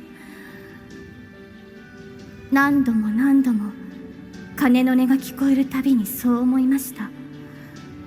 でも星がまだ見えているから、行きたいところなんてわからない。使命なんてどうでもいい。予言の子なんて放り投げたい。なのにどうして、何のために生きることを投げささないの。だからせめて知りたいのです。私のように女王様でも救世主でもないごく普通の誰かがここまで来た理由。平凡な私たちにとってあの小さな星は一体何だったのかを。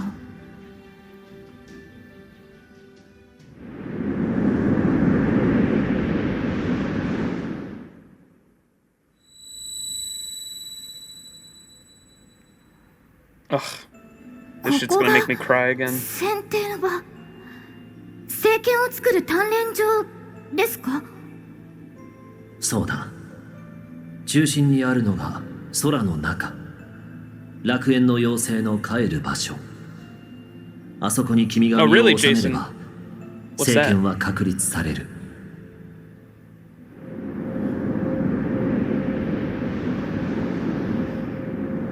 それでは。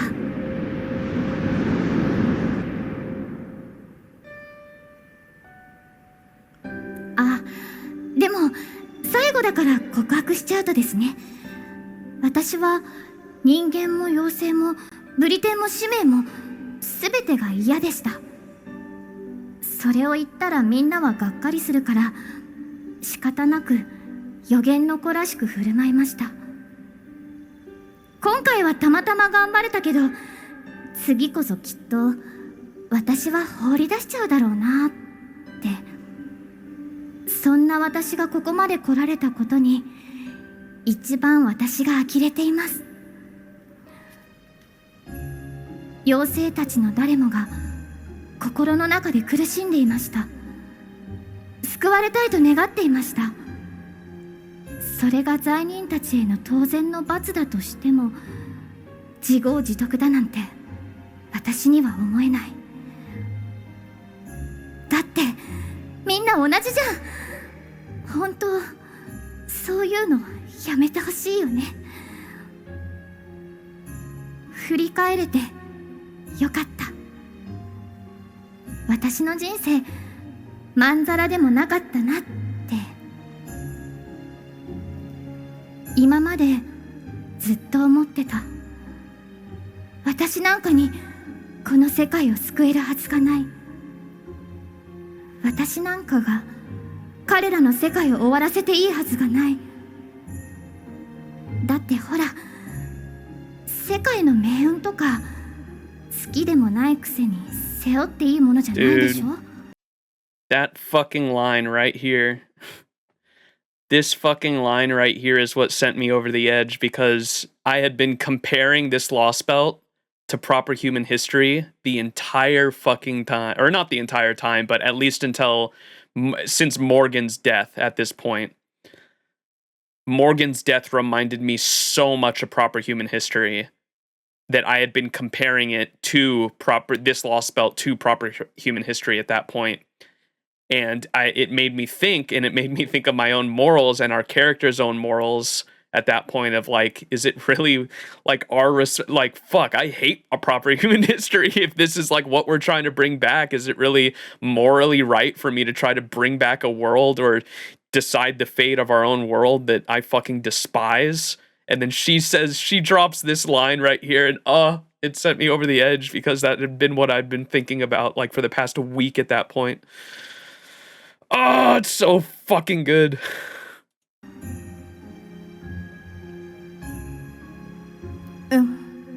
Oh, wow. What was that? Was that fan art, or did they have that like on the screen at the event?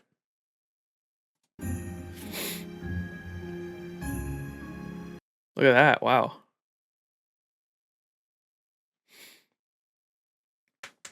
I hate the fact that I'm a sympathetic crier. When I went through my first reading, I was stone-faced, but when I watched Max's reaction, I started tearing up too. You bully.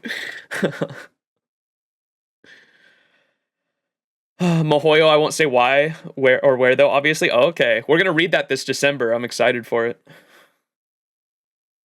Oh, it's from the Avalon le Fae art book. Oh, I need that. It's official arts. I can send them later in the Discord. Fuck yeah. That's sick. So Takeuchi drew it, I'm assuming?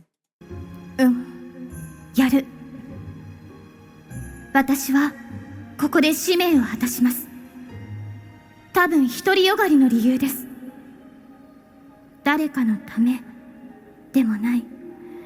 自分のためでもない。正義のためでもない。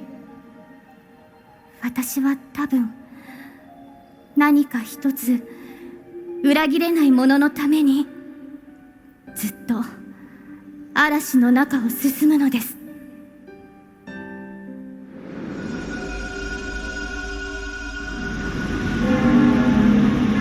Oh, okay. Sorry, I meant that specific art of Artoria was Takeuchi, though, right? That's what I was saying. That was definitely Takeuchi art, right? This specific art is drawn by Takeuchi, right? やる。 Naturally. 私はここで使命を果たします。I had never seen that, so I wasn't sure if it was like fan art or not. That's beautiful, though. やる。私はここで使命を果たします。多分独りよがりの理由です。誰かのためでもない。自分のためでもない。正義のためでもない。私は多分何か一つ裏切れないもののためにずっと嵐の中を進むのです。 God damn you, Nasu. Fucking Nasu, in the span of just a few fucking story chapters, made me reflect on humanity. Made me reflect on humanity, deem it fucking not worth it to go through the trouble of actually bringing it back because fuck humanity. And then Castoria's send-off here has just made me like, fuck, I have to do it because she did now. She made the decision to do it. I gotta go through with it now too.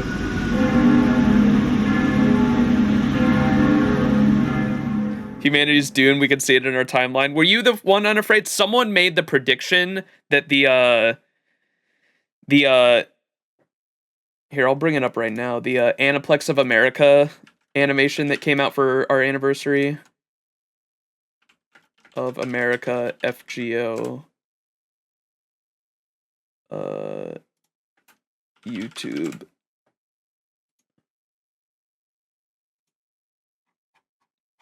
Let me find that again real quick.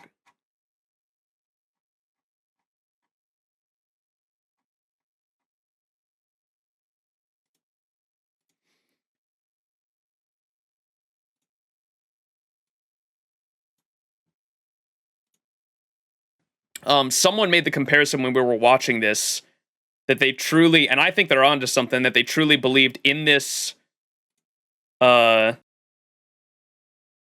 animation, right, that we got for the last anniversary. Here at the end, they kind of show not so good stuff.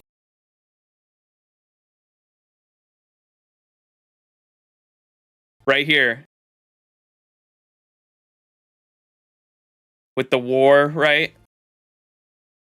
Bombs, fucking nukes going off all over the planet. That was like proper human history's true fucking dead end. Like our own timeline's fucking dead end was this. And this is like foreshadowing it and the whole reason Cosmos and the Lostbelt fucking happens. Interesting. The world is Daijobu. The world is not Daijobu.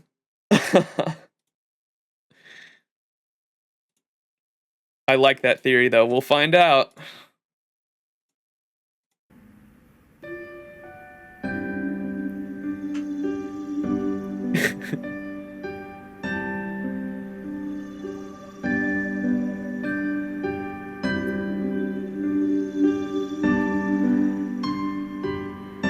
See, in this right here, I didn't really realize it at the time, but she didn't have any spring memories, right? She had no good spring memories, but when she goes in to forge the sword's taking all of her fucking good memories, man, to forge it. I was just the vessel to accumulate the memories to forge a stronger, better sword. She might not have had any spring memories, but this right here proves she actually had good times that it's using to make the sword. Oh! Pain!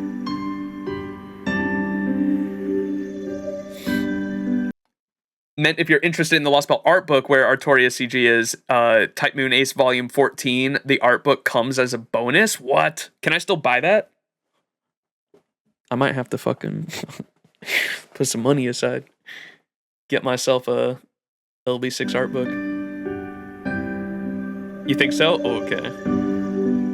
This doesn't hurt one bit, Smedge. Pain, man.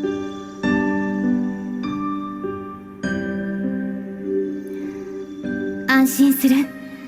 これならきっといい剣になる。Also, because Jason's in chat right now, and Jason's the resident community Nasu lore expert. What is this right here? Because this is also in that CG I just mentioned. The or sorry, not CG, the specifically the trailer where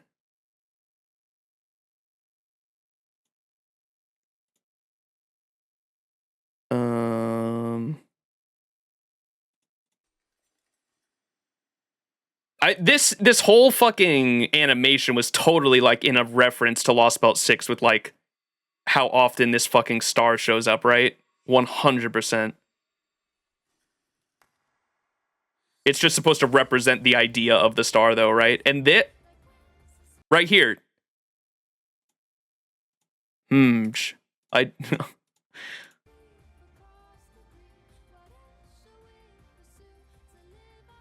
this, oh, dude, this shot right here. They're holding up Excalibur, and there's 6 of them. There's 6 of them. I know they're knights. They're clearly not like fairies, but I don't know. Depiction of a servant being summoned? Yeah. I don't know. Maybe I'm just looking too much into it. And all of the servants kind of go towards it too. Like they all have their own like star there.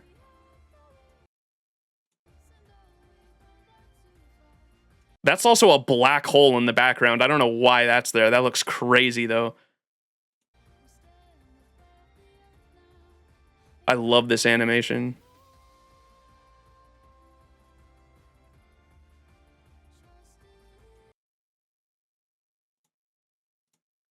There's no correlation between those things at all, or like parallels? I don't know. I guess we can theorize, but there's definitely not anything concrete.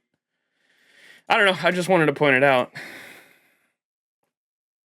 Kind of represents the throne since it's outside of space and time. That's kind of what I was thinking too. Or it was just the like the star of all the servant. Like it's just supposed to represent the star of everyone. Maybe, I don't know. Those are the 6 Faes from proper human history that actually did their job. Okay, so I was on the money there. I just thought it was interesting how there were 6 characters that were holding up the Excalibur. I was like, huh. あの嵐の中の光のように、どんな悪性にも負けない輝ける地上の星。ここではない彼方、私ではないあなた。多くの願いを受けて、多くの笑顔を報いにして、選定の場で顔を上げたあなたにふさわしい剣に。ああ、よかった。Oh, wait, what? キャスターにあなたにふさわしい多くの願いを受けて、多くの笑顔を報いにして、選定の場で。Oh, dude, I don't know if it was translated exactly like that. I know she references Artoria and she's going to become the sword that Artoria pulls. That's what she's referencing there. And I remember it being like that in English, but the specific line of the recipient of many smiling faces, because when Merlin gives Artoria the option to not pull the sword in proper human history, and she says, no, I saw many people smiling. There's no way that was a mistake, and goes ahead and pulls the sword. I don't know if that specific line was in there or not, but I love that. で顔を上げたあなたにふさわしい剣に。ああ、よかった。キャスターに春の記憶はなかったけれど、アルトリアには素晴らしい旅の記憶。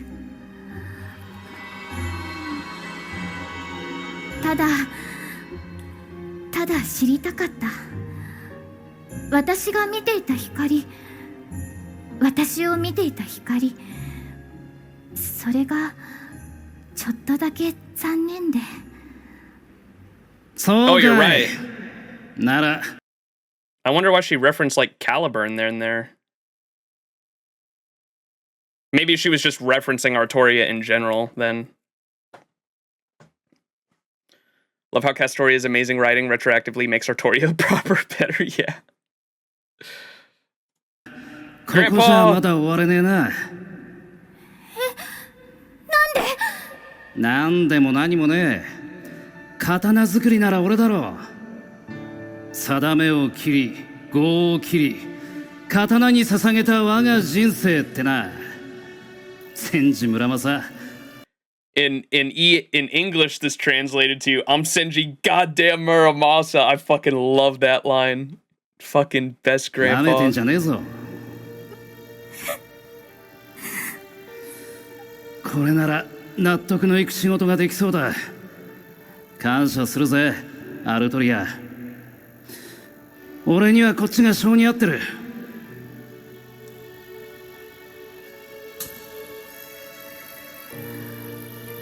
ダメ。嬉しいけれどダメ。村正灰になっちゃう。おお、上等で。鉄を撃つのがカヌチの本懐。それが神域のもんなら命を燃やす価値がある。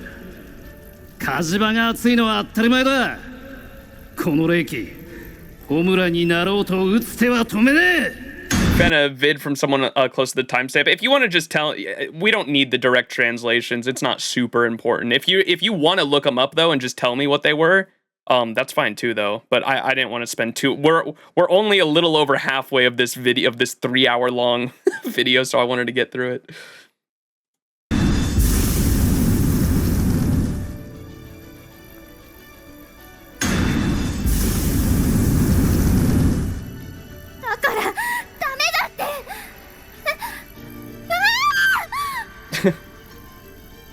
じゃあな、予言の子。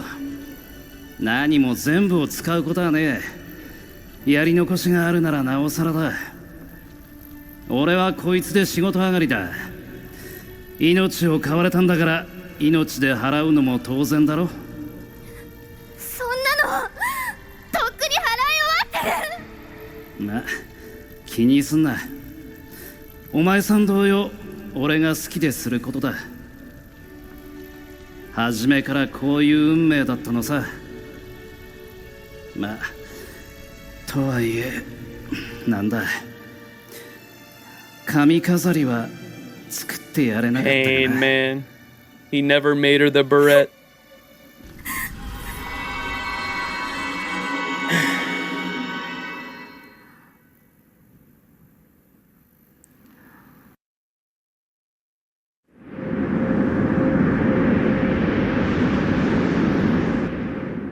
Yeah, dude. I could not do it myself. アルトリアさん、聖剣を作るためとはいえ、こんな。そうですよね。作り方に問題があると思います。効率が悪いというか、人の心がないというか。まあ、星の内海は惑星の魂に。Dude, they do. Nasu was so good at putting this in the third act too, because if this scene would have been before the third act, I would have known for sure she would have survived. Going into this scene and having that monologue there, I thought that was the end of Castoria, for sure, because I knew we were on the third act and I knew the conclusion of the story was about to happen. I thought she was sacrificing herself there for sure. I thought that was the end of her. That's partly why I started tearing up too, because I thought she was gone for sure. And as soon as this scene happened, I was like, damn you, Nasu, for playing with my fucking feelings like that. God damn it. もともと人の心とかないんですけど。ただいま。In Japan, it's looked down upon to make sounds in a crowd, but if I watched this live, I would have sobbed so much. Yep. Same. 聖剣の管理者として一段と強くなって戻りました。こちらが聖剣のエッセンスです。今のうちにお納めください。そうか。わずかな猶予を与える者がいたんだね。はい。Oh, can I just say again? There was a moment right before she stepped into the light too, where Merlin does the same thing he did in Proper Human History. Where I can't remember the wording specifically, but he basically says something like, "You don't have to go through with it, Artoria, if you want. Like you can go back and or even like dip out of here and go AWOL if you really want to." He was like. Oh my god, I wanted to punch that motherfucker so hard there because he did the same thing in Proper Human History where he understands that her character in both Proper Human History and here has been groomed up into this point to serving a specific fucking purpose, that her entire life has been for this moment, and right before it happens he's like, you don't have to do it if you don't want to. Like, fuck you, Merlin. God damn it, he did the same thing in Proper Human History. I wanted to slug that motherfucker. マサは自らの信念に準じました。私が今こうして残っているのは彼が最後の仕上げを務めたからです。やるべきことがあります。反逆者モルガンが作り上げた Slug? Yeah, not you, Court Mage 妖 Merlin. 精国ブリテン Don't worry. この地が生み出した The 厄 Merlin 災 here. は選定事象にはなり得ません。あなたたちの手で倒さねばならない人類の脅威です。 Yeah, I know. He specifically, I imagine the reason he does it is because he can't understand human emotions. He kind of had like a conversation with us in Babylonia about that. He despises humanity because he truly cannot understand us. He cannot understand human emotions, but he loves the stories we produce, which is exactly why that happens, right? He cannot understand human emotions, but he loves the stories we produce, which is why that moment happens in both Proper Human History and here, for sure. Top tier gaslighting. I want a hug, Merlin. If I had a nickel for every time Merlin sent an Artoria to their death, I would have 2 nickels, which isn't a lot, but it's weird that it happened twice. 次は私の番だ。手遅れになったブリテンをわずかだが修復しよう。今度は勝負になるはずだ。僕も村正もここで全てを差し出した。あとは君たちが全力を尽くせばいい。では行くがいい。滅びゆくブリテンへ。黄昏の空を越えて澄み渡る青空を迎えるために。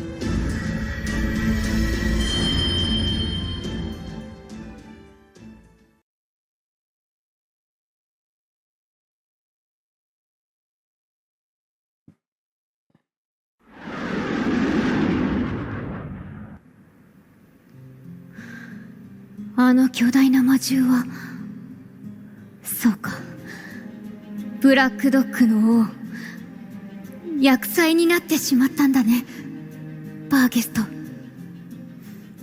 もう逃げられる場所はない。まともな妖精は数えるほど。僕もいつまで正気でいられるか。たとえこれが大厄災だとしても、そうなったのは全部彼女が原因だ。オーロラ、僕の愛、僕の理由、僕の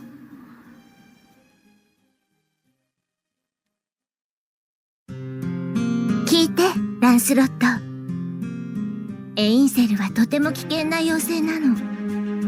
あなたなら私の気持ちがわかるでしょ。だって私の王子様ですもの。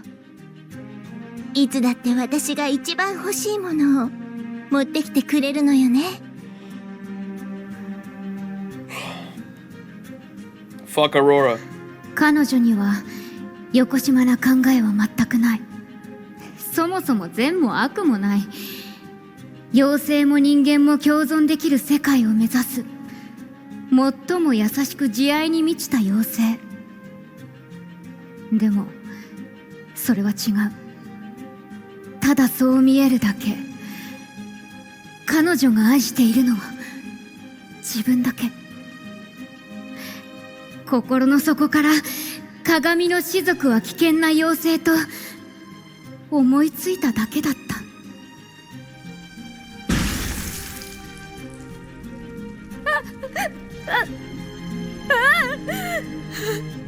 Oh man. So this is the scene of her murdering the Mir clan. Same artist, Ibora, made some fantastic art of this scene, and Bargist as well.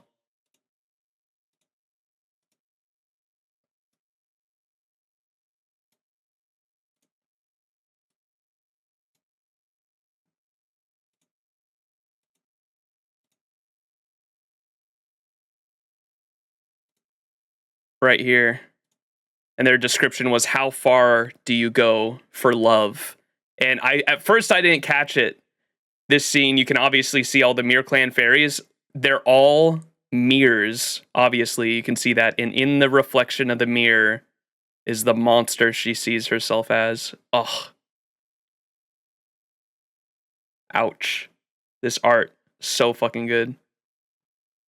Yeah, if y'all haven't, follow Ibora on Twitter. Goddamn, their art is so fucking good. for multiple reasons.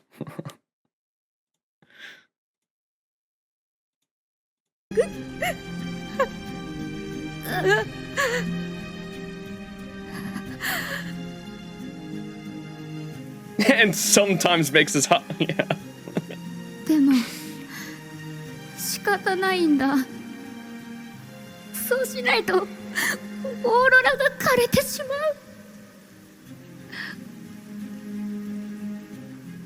僕は悪くない。僕が殺したかったんじゃない。オーロラ聞かせてほしい。そうだ、僕は君のためにありがとうと笑ってくれればそれで。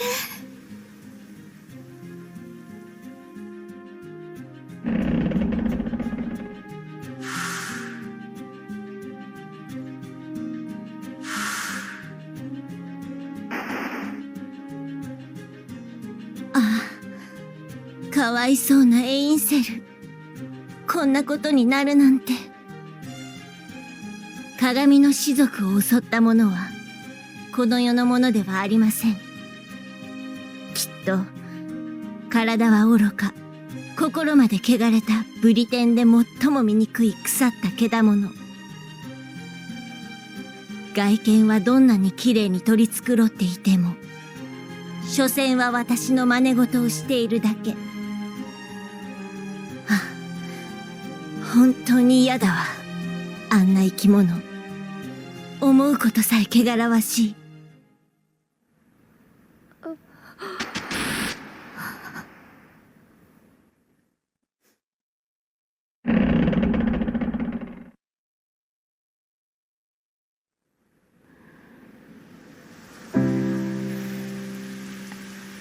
あれは奇跡だった。暗い沼でうごめくだけの肉塊を彼女は大切なもののように優しく抱き上げた。その瞬間、私は心を得た。姿を得た。心を知った。憧れを知った。決して揺らぐことのない、振りほどくことのできない愛を知った。けれど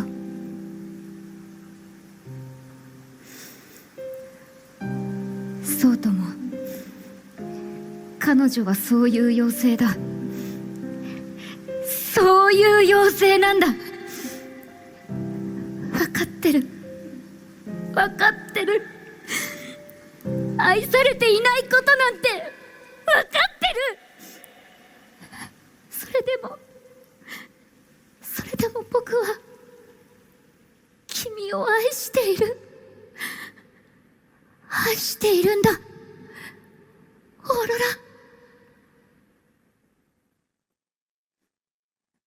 Fuck, man, she just deserves head pats. ソウルズベリーに行こう。ブリテンは終わるとしても、僕の命は最後まで彼女。Yeah, dude, fuck Aurora, man. What a fucking piece of shit. Imagine owing your life to someone who was objectively a bad person in such a shitty situation. Yeah, literally saved your life as a PR move to try to show her subjects how much of a great and merciful queen she was, only to fucking use you as a fucking weapon against others and call you a monster. Jesus fucking Christ. What a terrible person.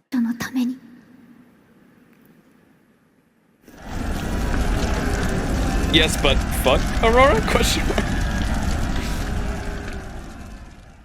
誰？僕だ、オーロラ。街はひどいありさまだ。こんなことは口にしたくないけれど、ソウルズベリーはもう。まあ、そうね。そうだったわ。あなたがいたわ、メルジーヌ。やっぱり頼れるのはあなただけね。どうしてこんなことになったのかしら。とても悲しいことだけど、もう他に手段はないし。メルジーヌ、私と一緒に。ああ、そうだね。最後くらいは一緒に逃げましょう。あなたなら私を連れて行けるわよね。 Her face here. Yeah, dude. I remember that. って驚くことかしら。危ないのなら逃げるのは当然だと思うけど。当然じゃない。君はまた考えることをやめただけだ。逃げてどうするんだ、オーロラ。もっと楽しい場所に行きましょう。哀れで汚くて弱々しい人間たちだけの世界なんですもの。Can we put a paper bag on her personality? Fuck, man. And like what hurts even more is I hate Aurora so much, but this isn't even the death I wanted for her, dude. Like, we should have taken Aurora with us because she would have suffered more by just living a normal life in proper human history, because this right here is literally Melusine giving her a fucking mercy kill because she understands she'd suffer more with us. もっと簡単に、もっと行儀よく理想の世界が作れるわ。そこなら妖精は私とあなただけ。ほら、それがあなたの望みでしょ。 Aurora Borealis。 かわいい人、私のメルジーヌ。今、一番あなたを愛しているわ。手を出して、私の手を握って、新しい生活を始めましょう。オーロラ、僕は君を愛している。たとえどれほど君が邪悪でも、君の望みはすべて叶える。じゃあ行きましょう。外の世界へ。きっとまた素敵な日々が始まるわ。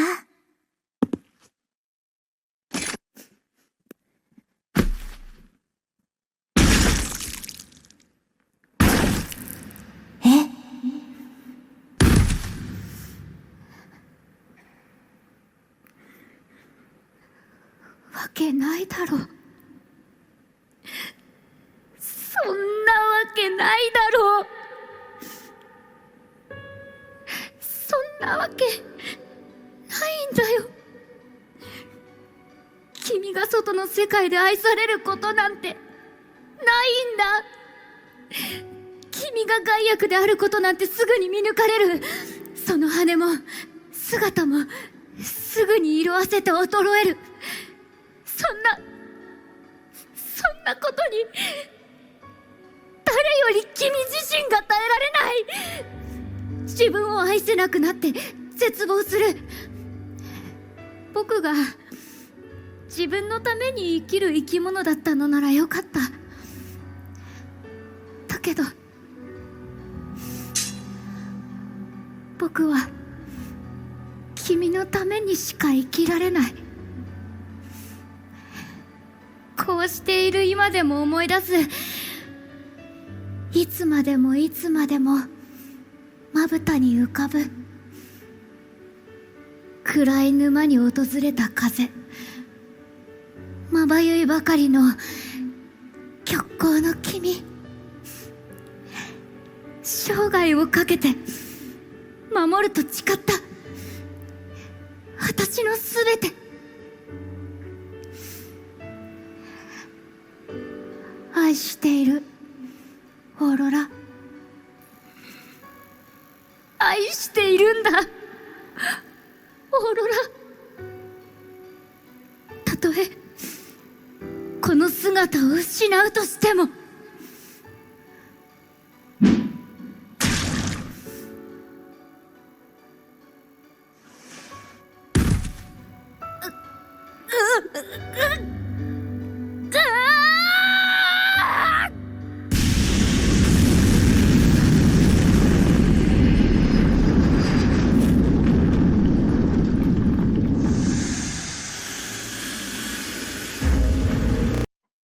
The moment a dragon is born. It's so depressing to me too that in her boss fight she drops Aurora Steel. I was like, come on, man. She drops Aurora Steel when you defeat her in the boss fight too. Fuck. これならなんとかなりそうだ。見ていてくれるかな、みんな。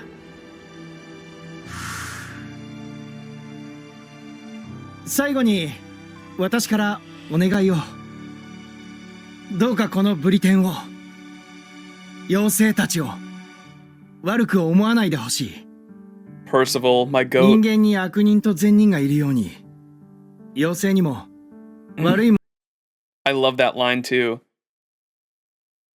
Because I was defending I wasn't defending all the fairies' actions, of course, but I was defending fairies as like I don't believe all fairies are bad and all fairies should burn. Like chat kept screaming at me this entire Lostbelt. And he says this right here. I would like to request that you bear no ill will towards Britain and the fairies. 悪く思わないでほしい。人間に悪人と善人がいるように。There are benevolent fairies and malevolent fairies, just like how there are benevolent humans and malevolent humans. 悪い人種、悪い社会というものはない。There's no such thing as an evil race, just as there is no such thing as an evil society. Only two alignments. 2つの属性があるだけです。どんなに悲しいことが。No matter how sad it may be, どんなに no matter how 辛いことがあ painful って it も、 gets, 妖精国ブリテンは美しい国でした。the fairy kingdom of Britain was a beautiful land and a wonderful world. I fucking love this guy, dude. 素晴らしい世界だったのです。私たちのブリテンは滅びるでしょう。でも、それは間違っていたからじゃない。悪い世界だったからではないのです。残るべきものが残る。続けられるものが続けていく。これはそれだけの話です。だからどうか胸を張って、あなたたちの世界には続きがある。続きがある以上、いつかたどり着いてほしい。何千年、何万年もかけたその先に。Oh, and when he says this right 全ての here, 生命、全ての人が救わ。he hopes, he wants us to go back to our world, bring back proper human history, and one day reach the destination known as Utopia, where all men, all life will find salvation. I was like, Percival, you got no idea, brother. Fuck. I don't know if I cannot fully say that proper human history is the right call, but I will try anyway. 理想郷という名の到達点に。さあ、やるぞ。円卓の騎士、パーシバル。いや、それにしてもすごいことだな、これは。うまくいったら円卓軍のみんなとガレスに自慢しよう。I'm still so pissed. I'm still so pissed that he didn't use Gareth's spear. I understand it was just a normal spear. I just wanted it for the poetic fucking justice, man. That would have been so fucking sick. Literally use it. It would have been so, it's such an anime moment. Like that would have been like the definition of an anime moment where he fucking uses the spear against his fucking sister, the one that killed his fucking comrade, uses the spear of selection to like break a hole in her armor or something, like just to make an opportunity, uses it one last time, can't use the spear anymore, body literally dissolving, picks up Gareth's spear just for the poetic justice and slams it in for the final blow. That would have been so fucking sick.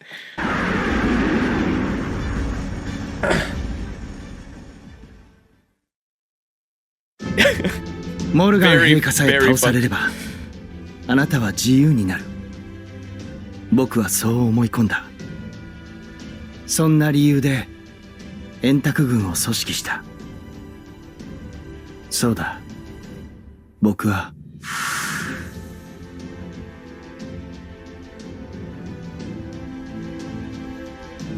泣きながら剣を振るやつがあるか。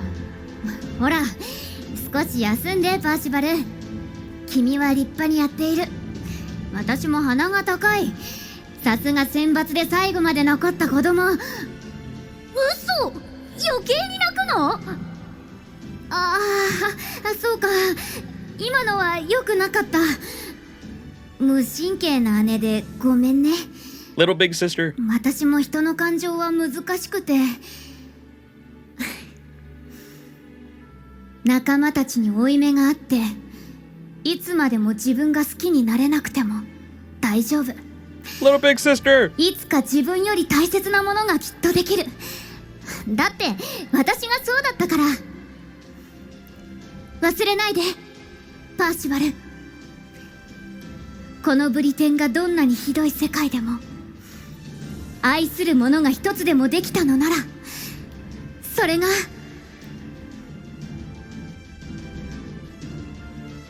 Where's the fucking I've seen so many good Melusine memes of her being a little big sister.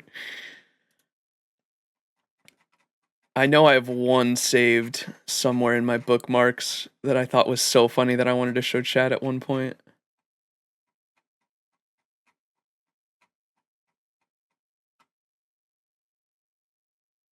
Oh, here was this. This is like a depiction of this scene, actually. I'll show this one first.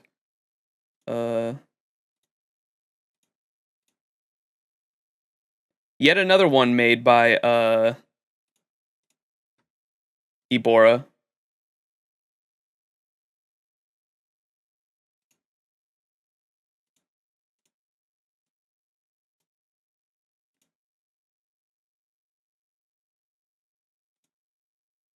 Look at this. Calamity of Flames. There's that what we were just listening to, Melusine teaching Percival how to fight. And then the scene of them fighting right there. Look at that shit. God damn, that's some good ass art. So fucking good. And then let me find the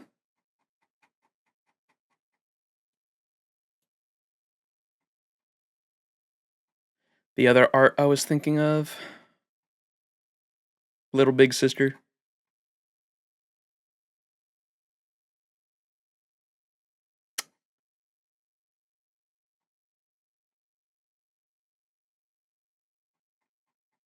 This one's funny as fuck too.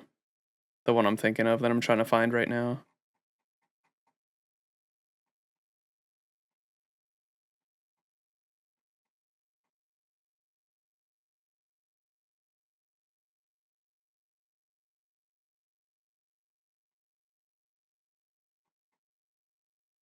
Right here. I found it. Alright, y'all ready, chat? This one's funny as fuck. Please take my hand, my beloved. I will not let you drown. Or, I will not let you down, even in the world's demise. Fucking stepladder, dude. Take my hand as if they're, like, taller than you, and Melusine's on a fucking stepladder. That's so fucking good. Little big sister. I love her. Ah. そのために多くのものを偽った。その罰をここで受けよ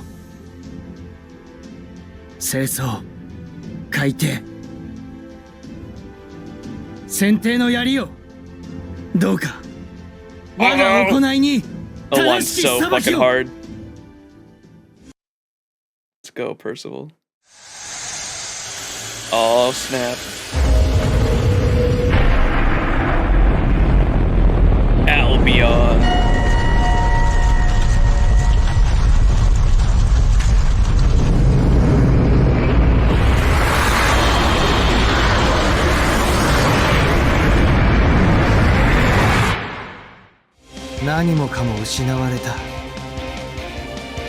But 僕には戦う理由がまだ一つ残っている。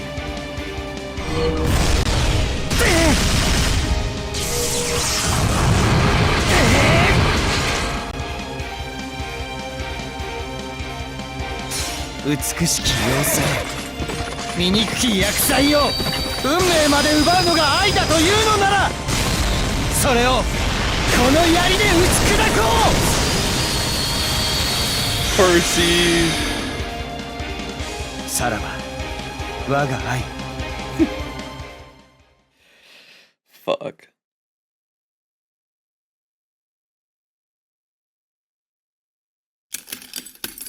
No, Percy. Literally, as soon as he used it, fucking immediately turned to dust because he was far past his expiration date.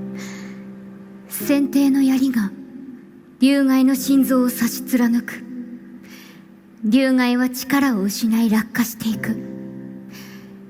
騎士の体は経年劣化に耐えきれず砕け散っていく。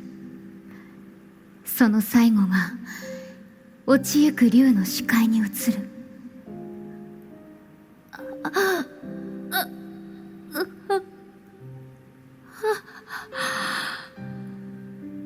パーシバル、パーシバル、パーシバル、私の夫。Pain。空洞の胸に走る痛み。炎に没していく風切り音は涙の音のようだった。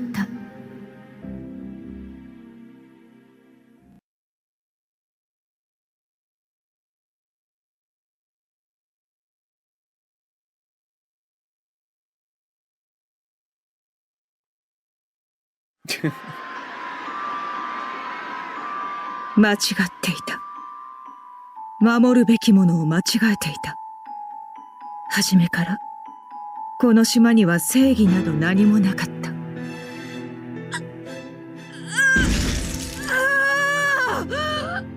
責任を取らなければ決して外の世界に出してはならない。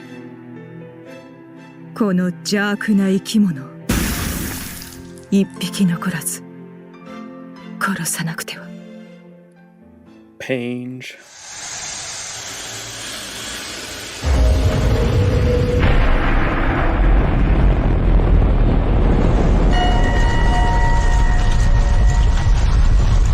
Yeah, Vargas'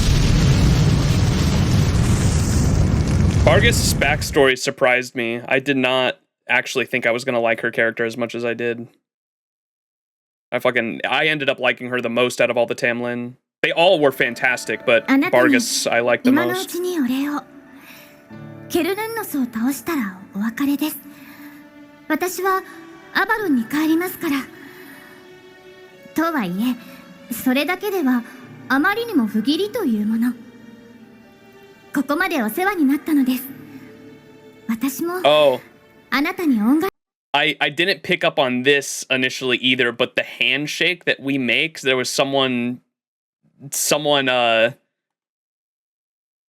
theorized that the shake, and I can't remember if it was referenced in story specifically or not. I don't know if it was or not, but the handshake that we do with Artoria here specifically is supposed to be us like closing in like a contract or a bond, which is what allows us to like summon her later, which I thought was interesting. あなたが諦めず、まだ希望を持つ限り。Yeah, I mean, she even says it like right there, I guess. As long as you preserve and hold on to hope, the fairy of paradise will answer to you. That's totally what it was then, huh? And she even, okay, I mean, that pretty much, I mean, not directly 100% confirms, but in my mind right there, that directly 100% confirms the star is absolutely just a representation of hope, right? As long as you preserve, hold on to hope, the fairy of paradise will answer to you. The star in the sky we see when facing Oberon is our own hope. And that's Castoria's third ascension, the fairy of paradise, the nameless king. Answering to us. That's so fucking good. あなたの声を聞きましょう。今度こそブリテンを救うためではなく Next time not to save Britain but to save the world. She knew, dude. Fuck. so fucking good.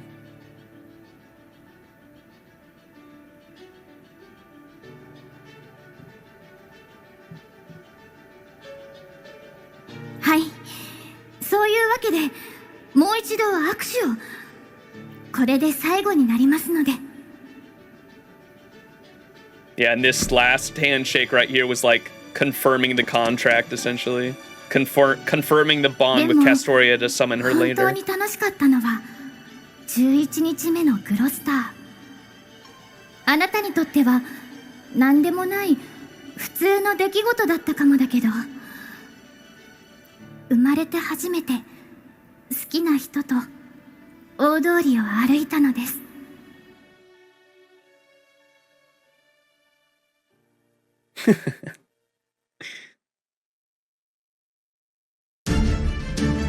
ケルヌンノスの視野射角に入る。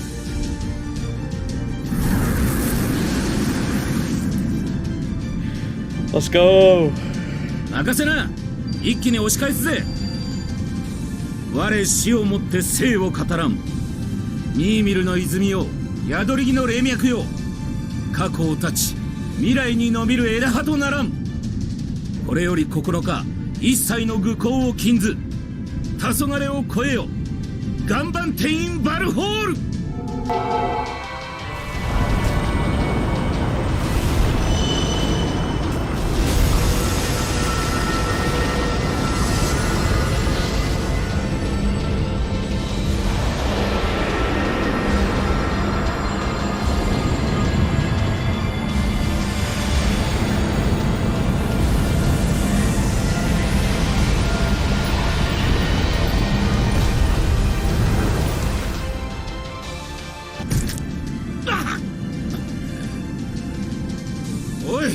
見ての通り次はね、一気に決めな。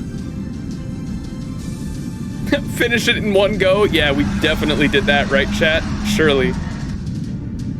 目標、大穴のケルヌンノス。ブリテンの厄災、完全に断ち切るべし。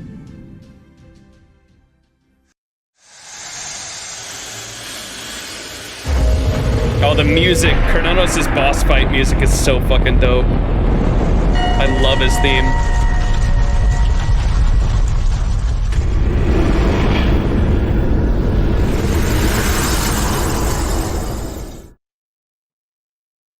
We should have beaten. Oh, we did do it in one go. Let's go. Canonically. Of course. あれが起動できれば、ケルヌンノスは倒される。これはそのための戦いだった。俺たちの役割は、ここでケルヌンノスを押しとどめ、政権の守護者を玉座に送り届けることだ。それはもう果たされた。あとはここで旅の終わりを見届けるだけだ。いません。アルトリアさんの姿ありません。いつの間にか甲板から消えていて。So that's why she made one final handshake with us. No!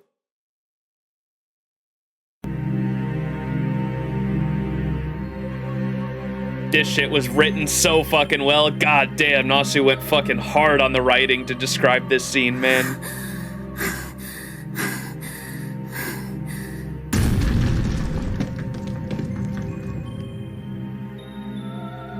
Oh. 息が詰まる。その姿のまがまがしさ。その無言の意味に萎縮する。厄災は憎しみによるものではなかった。怒りと嘆きによる責務だった。それでもやっぱりあなたは間違えているのです。ブリテンが罪人たちの国だというのなら、全てがそうだと決めたのなら、罰を与えるだけでなく罪を許すシステムを、罪人たちが許される時を決めるべきでした。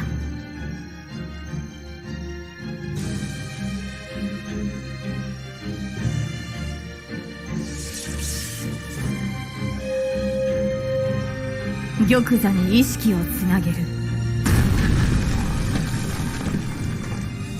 すごい。本当に天才だったんだ。彼女の思考にあったのは焦りではなくモルガンへの賛美だった。Is that Morgan's voice actress doing the narration too? That's so fucking sick. God, this shit needs to be a fucking anime. まさに新域の天才。問題は、この仕組みはその天才が使うことを前提に作られているということで。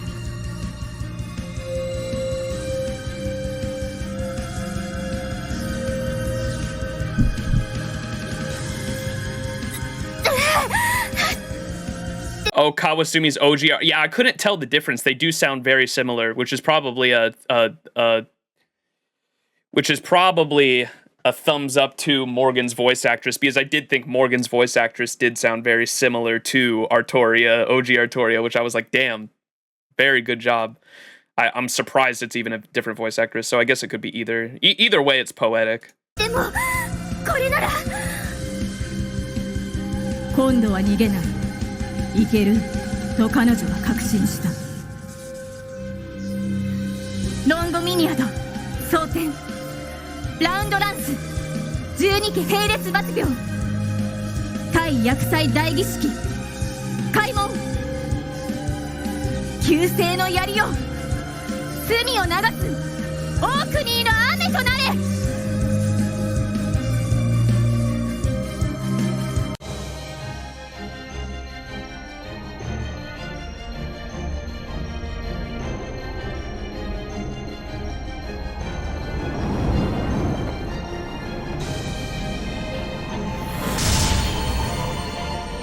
So fucking sick. Boom!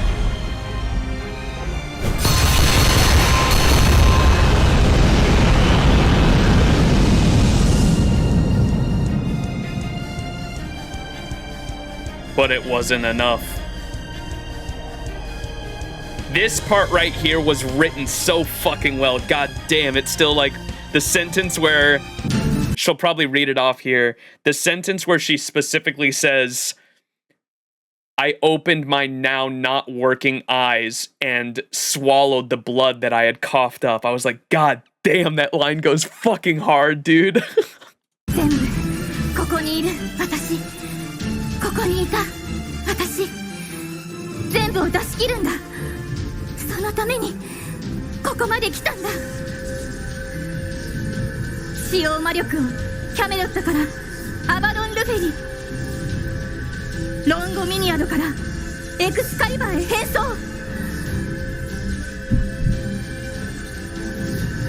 私はあなたに勝てなかった。最後まで勝てなかった。力で自分を示すことも言い返すこともできなかった。 Her peepers ruptured? I know, but she's still like, what did the line say specifically? She said something, she talks about how she coughs up blood and her eyes are no longer working. And then like a few lines later, when she switches to Excalibur, she says, I opened my now not working eyes and swallowed the blood I coughed up just to make this final stand. I was like, God damn, that shit goes fucking hard, dude. It's so fucking well written. でもチャンスが与えられた。最後の最後体に残された最後の魔力、そのありったけを使って自分が何者なのかを示す機会が。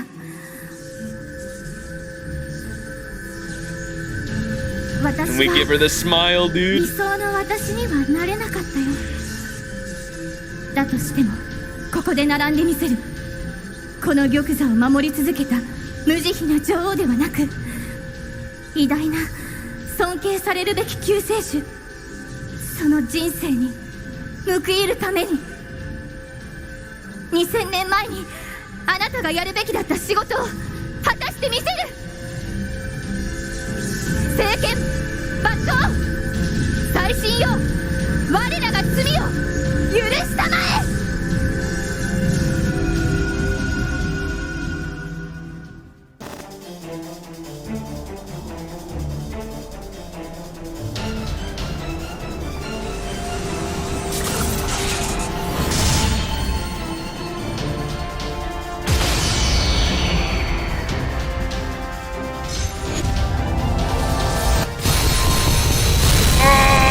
so pretty. I love that.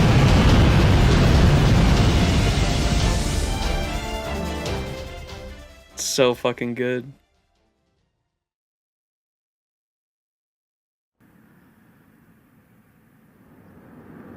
What's y'all's take on why her dissolving here is like a golden outline? What do y'all think that means specifically? I mean, it could just be poetic because she's literally Excalibur is in her heart, right? I assume like that's just what it was. I'm curious what y'all think about that though. It's just aesthetic.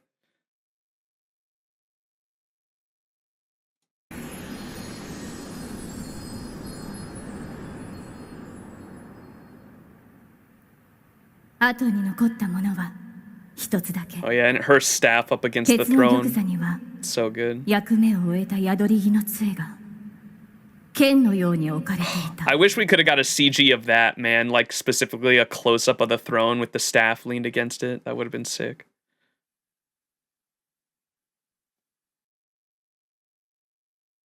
She converted her entire body into mana, so she became pure energy and vanished. That's fucking crazy. No, not this scene. ハベトロットさん、ずっと会っていた。ずっと私を守っていてくれていたのですね。ハベトロットさん。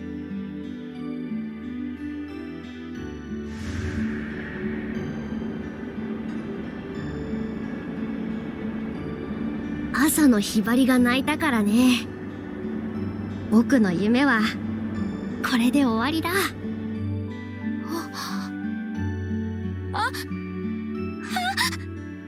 えないで、消えないで。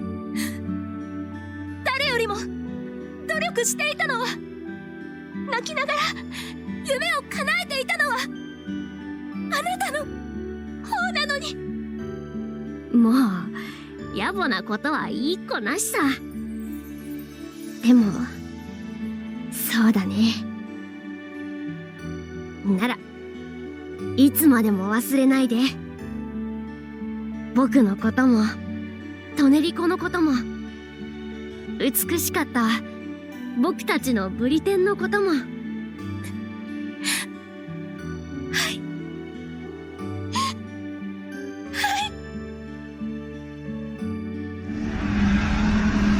There's also, I feel like there's definitely a bit of, whether my interpretation or intentionally by Nasu, I feel like there's definitely a bit of like fourth wall breaking between stories being told and people forgetting them, because, well, Habetrot just says right there, never forget me, never forget the journey that you've been on.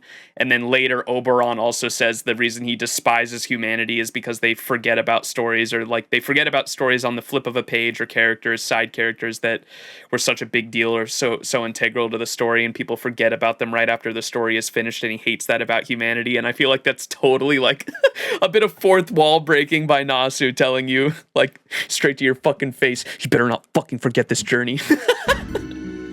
これは君に待つ夢の生産。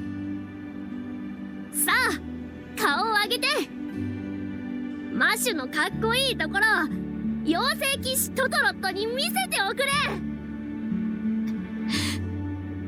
もちろんです。見ていてください、トトロットさん。Black Barrel time. I wanted to point out something I read someone else say that I thought was really interesting.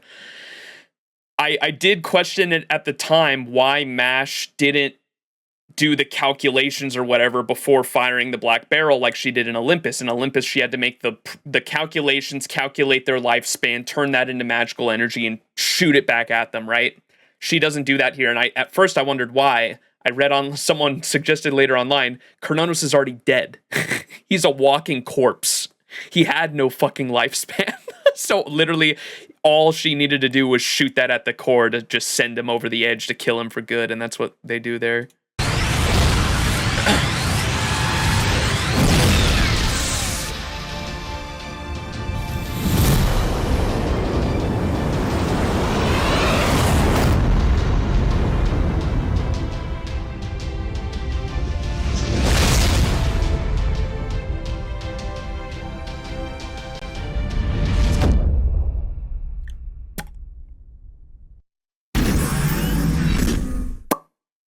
標的、消滅を確認。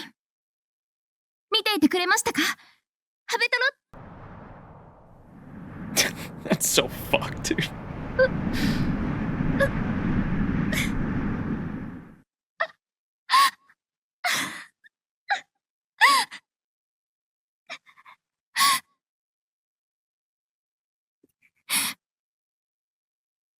ありがとうございました。妖精騎士トトロット、糸紡ぎのハベトロット。私があなたの夢になれたのなら、こんなに誇らしいことはありません。MASH was her star, man. さようなら。どうかあなたにも花のような祝福を。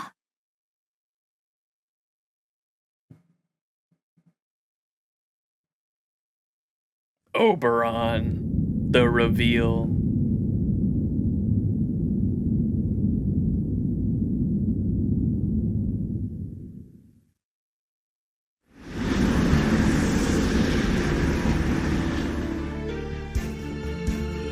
Oberon Vortigan、君たちと共に妖精国ブリテンを滅ぼした奈落の虫さ。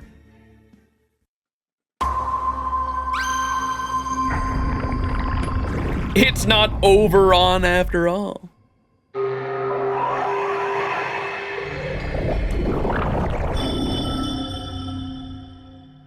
Yeah, dude, I cannot imagine how cool this must have been experiencing it spoiler free, man. If there's one thing like I really wish I would have experienced in FGO spoiler free, it's probably this initial reveal right here. I cannot, like, brand new fucking class. Brand new class. Huge plot twist reveal in the story. I really wish I could have experienced this spoiler free. That would have been fucking dope. It was still cool. It was still cool to experience in the story, even though I knew the third Ascension was coming and I didn't know how it was going to play out. But just knowing that his third Ascension existed, and I also didn't know he was Vortigern. Him being Vortigern was a big plot twist to me. I did not see that coming at all. Because I thought Vortigern didn't even exist in this Lostbelt at all, because it had diverged so different from proper human history. And so seeing him revealed as Vortigern was really cool, but me knowing he was a pretender and knowing this third Ascension existed, I knew some kind of twist with him was coming, and I was trying to put that all together. But having all that be just completely spoiler-free and experiencing that and being like, whoa, what the fuck? Like, not only is this guy the true villain, but he's a new class called Pretender. That's wild. Someone leaked it via data mine? Oh, shit. そっちはさ、善も悪もやり方が甘いんだよ。人間を滅ぼすってことは世界を滅ぼすってことだ。気持ち悪いから。それ以外に理由はないけど、それがどうかした？ And this right here, I love how much of a charismatic villain he is, and I said it earlier in my initial thoughts on Lostbelt 6, but I also love how straight up he is with us, because in a Lostbelt where most of the villains were maniacal, backstabbing, scheming, two-faced scumbags, like the entire Lostbelt, and you could never really tell anyone's like true intentions, because that's just how Fairy Britain was. It felt like such a breath of fresh air just to have this guy straight up tell us, I just hate y'all. I don't have any other reason. I just despise humanity, and now I'm going to kill you all. Fuck you and everything you stand for. Now die. It just felt like such a breath of fresh air to have a villain, tell us that straight to our face after everything we went through. It's so fucking good. I don't want to be straight with it. 何一つ誓って真実は語らなかった。けれど大真面目ではあった。真剣にブリテン崩壊のために働いた。何より君を他の誰よりも信じ頼りにした。君をあの浜辺で見た時に俺は直感した。こいつは本物のバカだ。最高の役者だ。必ずや俺の期待に応えてくれる。何もかも綺麗さっぱり終わらせてくれる最悪にして最高の観客だと心の底から信じたのさ。 Oh my god, his VA is so good. まあ君はどこまでも俺の希望に応えてくれた。だから見逃してもよかったんだが、まあカルデアは滅ぼしておかないとね。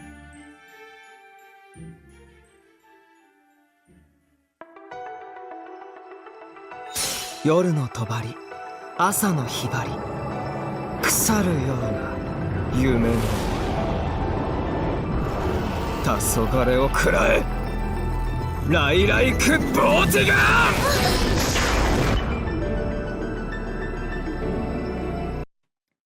I can't remember what he says in the NP line. I remember reacting to it though when he used it on us in the boss fight, and I loved the specifically like in English he says something translated to English. He says something like if you need a villain for the grand finale, then that's what I'll be, or something like that. And it's so fucking good. I love how much of a charismatic villain he is, man. He's like he's so into playing the role of villain, and he's so well aware of it. It's so fucking good.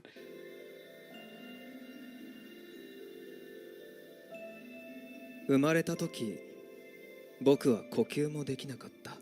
Here's his backstory. 指先一つ満足に生きていなかった。全身が腐りきったさなぎの中の。Oh, you got him to NP5 as a free to play? Very special for me. そんな状況で朝の光で目覚めた時の僕の気持ちがわかるかい？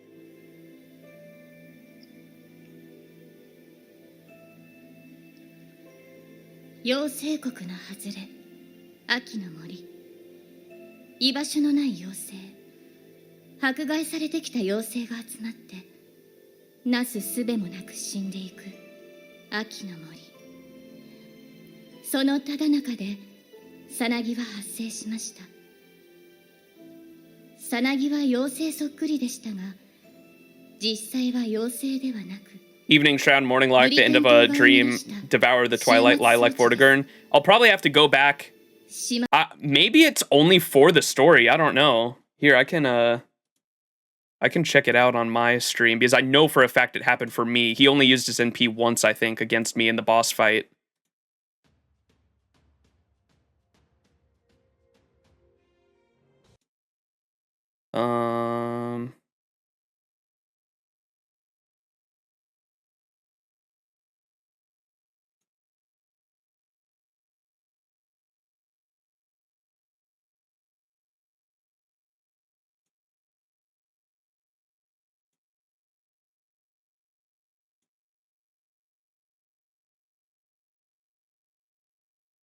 It's right here. Here's my playthrough. Look at, you're seeing double, chat.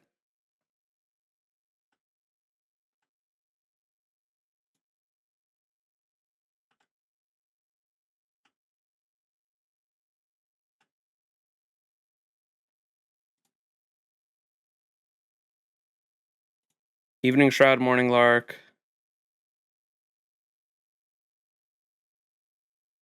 Is that all he said? I could have swore he said something about being the villain in his Noble Phantasm. Am I actually just misremembering that?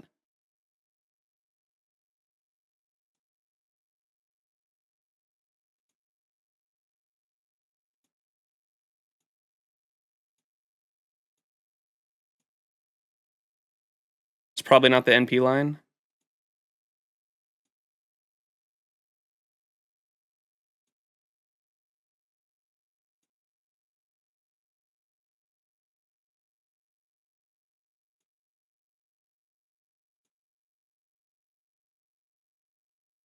Oh, it was his skill up, I think.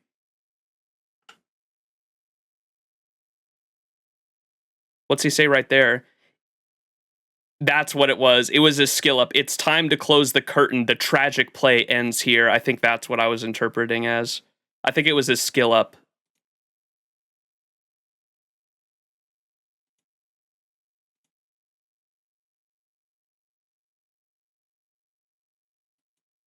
Yeah, it was probably the break bar. It was probably the skill up subtitles I was reading that I was remembering.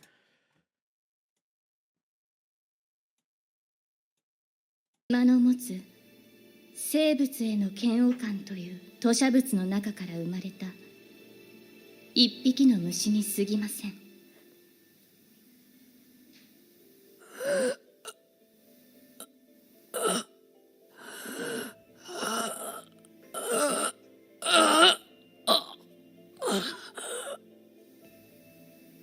It lives.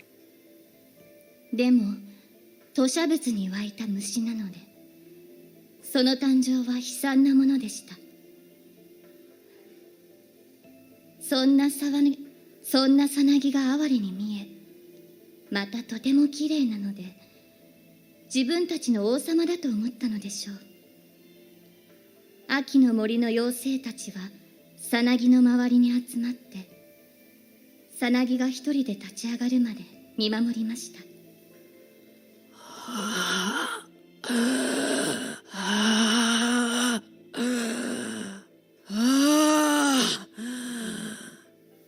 気持ち悪かった。立ち上がったそれはもうさなぎではありません。秋の森の妖精たちが待ち望んだおとぎ話の理想の王様。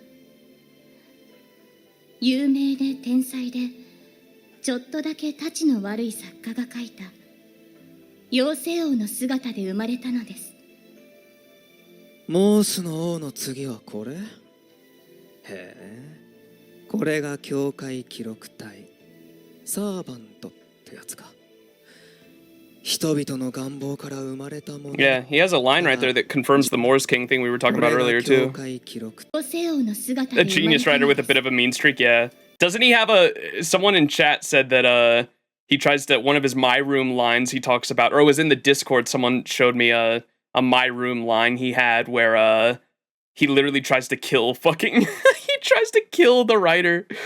He tries to kill Shakespeare. He says, he writes a letter and he says, dear Shakespeare, blah blah blah, from Oberon, and then he seals up the letter and stamps it, and he was like, can you deliver this letter to Shakespeare for me? And he was like, oh, and don't touch the seal on that letter, it's poison.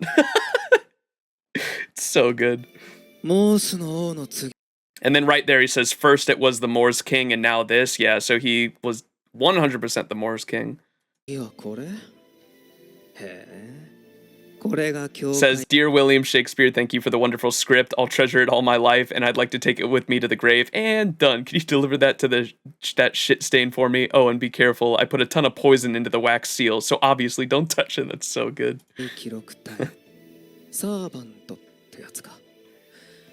人々の願望から生まれたものなら、実は捏造、お構いなしで形にする。 Oh, speaking of which,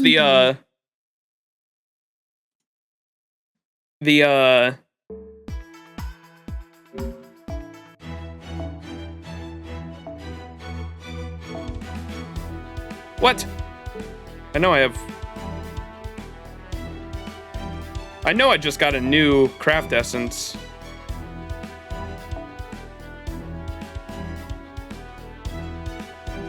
Oh. I had it filtered. This one. New Shakespeare CE literally has fucking Oberon in it in the background there. See him? Oberon above his head, above Shakespeare. That's a new Halloween CE.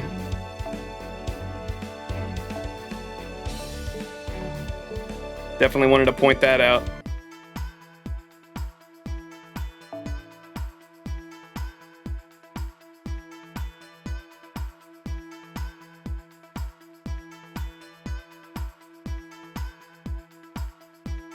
Fuck, where was I?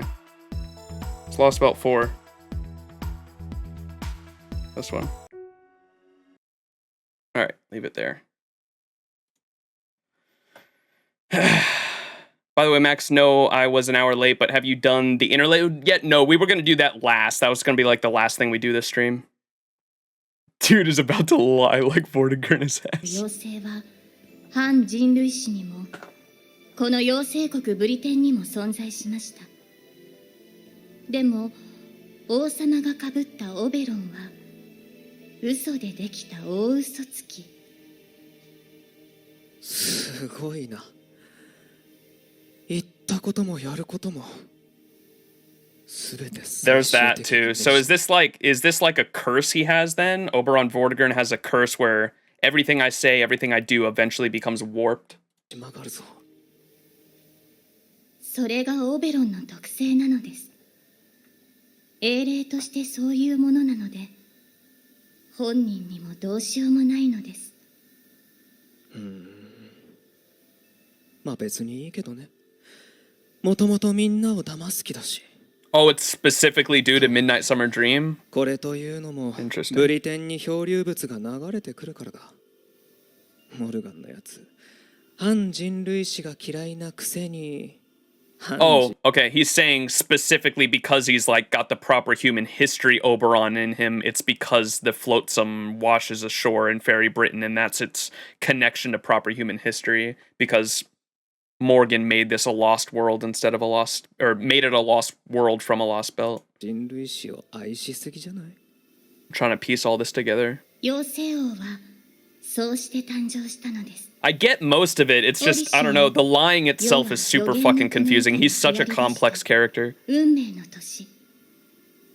モルガンが敵視するアーサー王の物語。ブリテンのどこかに現れている楽園の妖精を利用するために。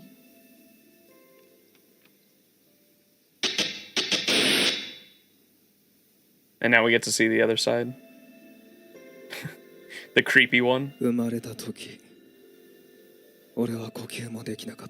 So that was specifically Oberon before, and now this is Vortigern's perspective, right?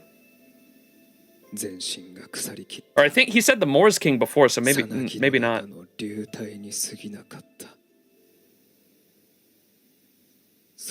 Before and after Photoshop, be like. ゴミ同然の虫どもがうごめく海が俺に見える世界だった。ブリテン島の断末魔からオベロンは生まれました。オベロンは島のあらゆる生き物を愛していません。そもそも島の総意として妖精国を滅ぼすという大行な責務も。Or I guess it's just the lie. The story before this was him telling the lie of his birth, and now this is the truth. I was trying to figure out like what this really meant, because initially I thought it was Oberon's perspective versus Vortigern's perspective, but they're probably the same perspective. It's just the lie. The original one is the lie of how he's born versus the truth. The lie and the truth, yeah, okay. まだ体が動かない。呼吸をするだけで死にそうになる。指先を動かすだけで飛びそうになる。何より生きているだけで吐き気がする。さなぎであるオベロンは目を閉じる機能がありませんでした。だから彼らから目をそらすことができませんでした。うじゃうじゃ、うじゃうじゃ、うじゃうじゃと半年の間、オベロンは彼らを見つめ続けたのです。オベロンはドロドロのオダクの中から生まれました。Did you hear it was inspired by Berserk too? Oberon's design and especially the creepy shit was all inspired by Berserk. And I thought that was so sick. And I remember reading an interview about them where they said they really wanted to show it to Berserk's author, but he unfortunately passed away only a month before Oberon's like big reveal in Lostbelt 6. And so they unfortunately were not able to show. That's so fucking sad. but a lot of this is inspired by Berserk, like Berserk fairy art specifically. I thought that was really cool. 目に見えていたものもドロドロの光景です。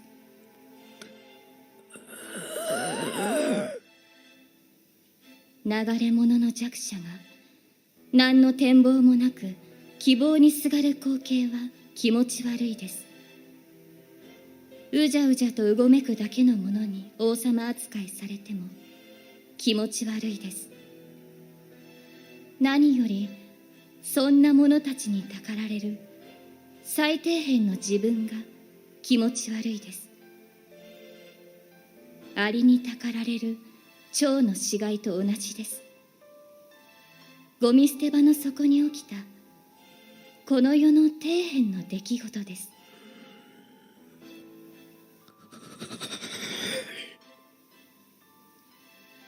胸に生まれた嫌悪と憎しみは誰に向けられたものでもありません。この世の構造そのものをオベロンはいらないと思ったのです。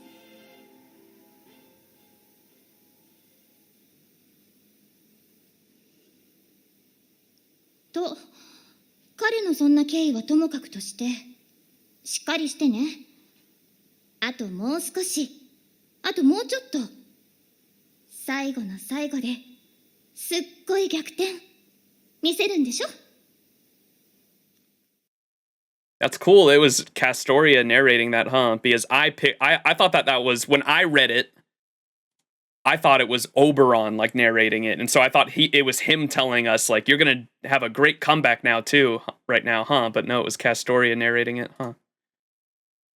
And there's the star. There's our hope.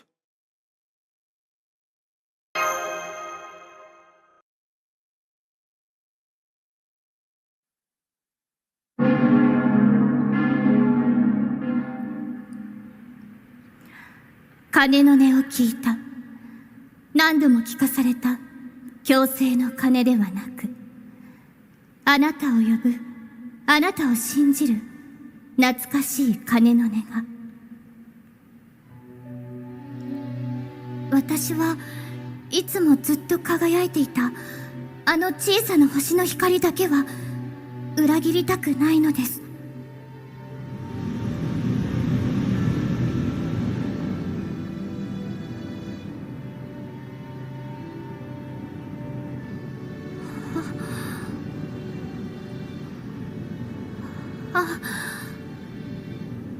でもこの先はもうないのです。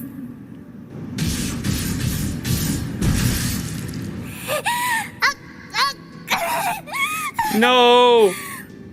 Baby Castoria. ブリテンを終わらせた私を呪う声。楽園の使命を果たした私を恨む声。嵐の中で輝く星なんて現実にはないのです。そんなものが理由な私では自分以外の誰かを救うことはできないのです。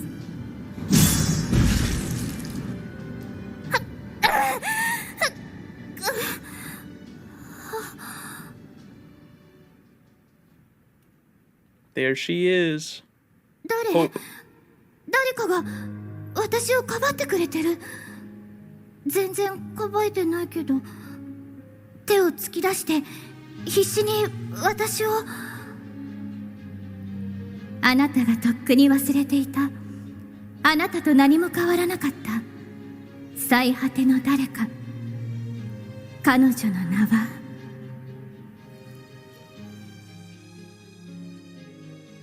They picked the perfect OST for this scene too. そうですか。名前がないことがそんなに悲しいのですね。今だけの思いつきなのですが、私の名前を使ってください。アルトリア・キャスター。アルトリアでもキャスターでもどうせならどっちでも。どうせもう使わないんだし、遠慮せずバンバン名乗って。ありがとう。大切にするね。このお名前だけじゃなくて、あななたの心をいつまでもいつまでも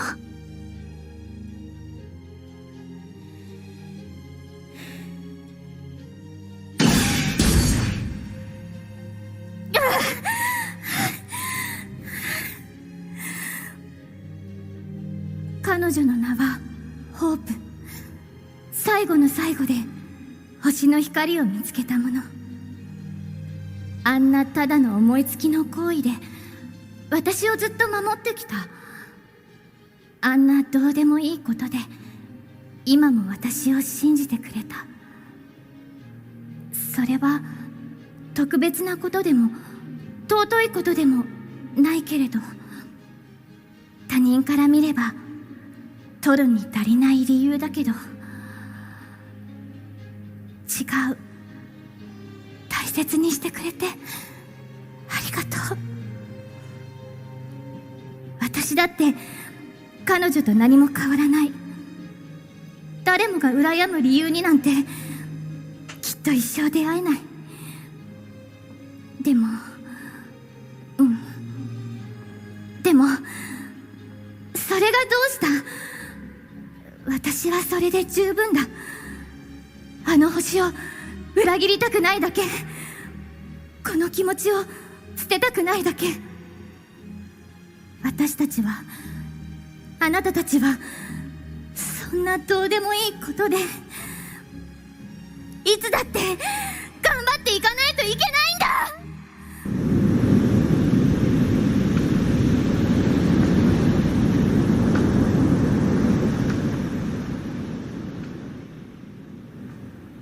人から見れば取るに足りない理由でもそれだけが。 This right here. Oh, they stopped playing the music. This right here, when we were getting this animation and I was reading this and it was playing the Castoria music as it was like amping up and like getting to the drop as we were like falling towards it. I was like, oh dude, the music went so fucking well with this animation right here.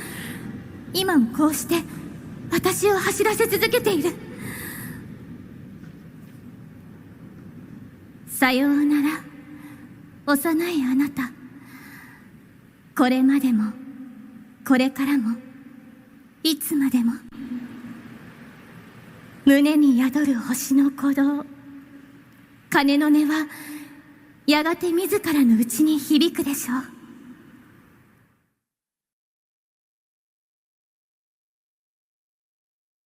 Oh! The inner sea.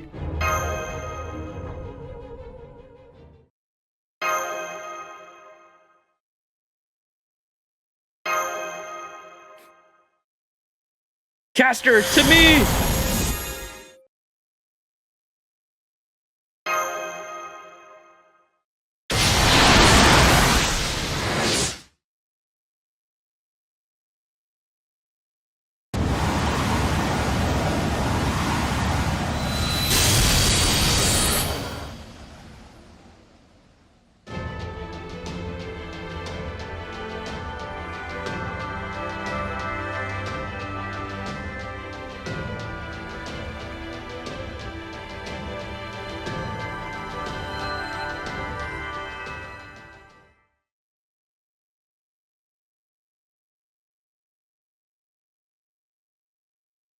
This was so hype.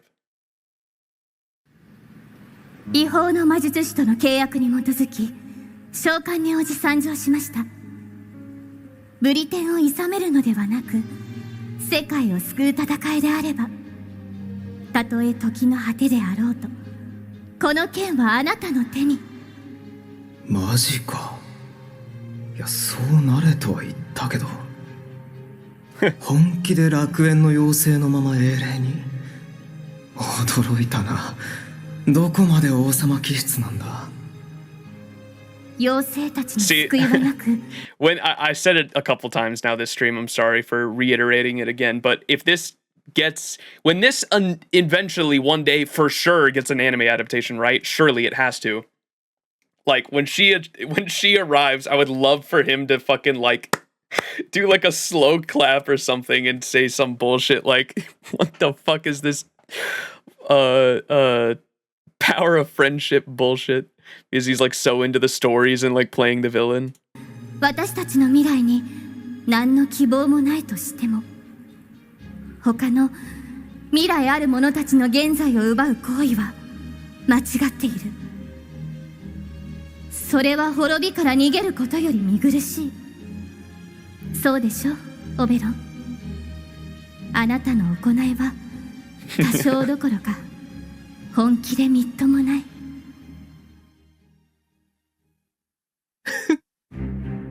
崩落の戸が黄昏の後、すべては夏の夜の夢のように。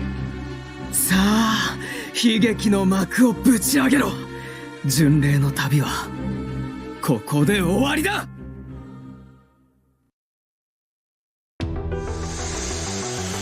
Oh, dude, his boss OST is so good too.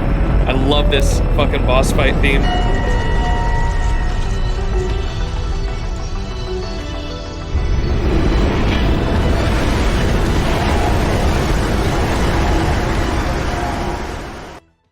No, let me hear the rest of it.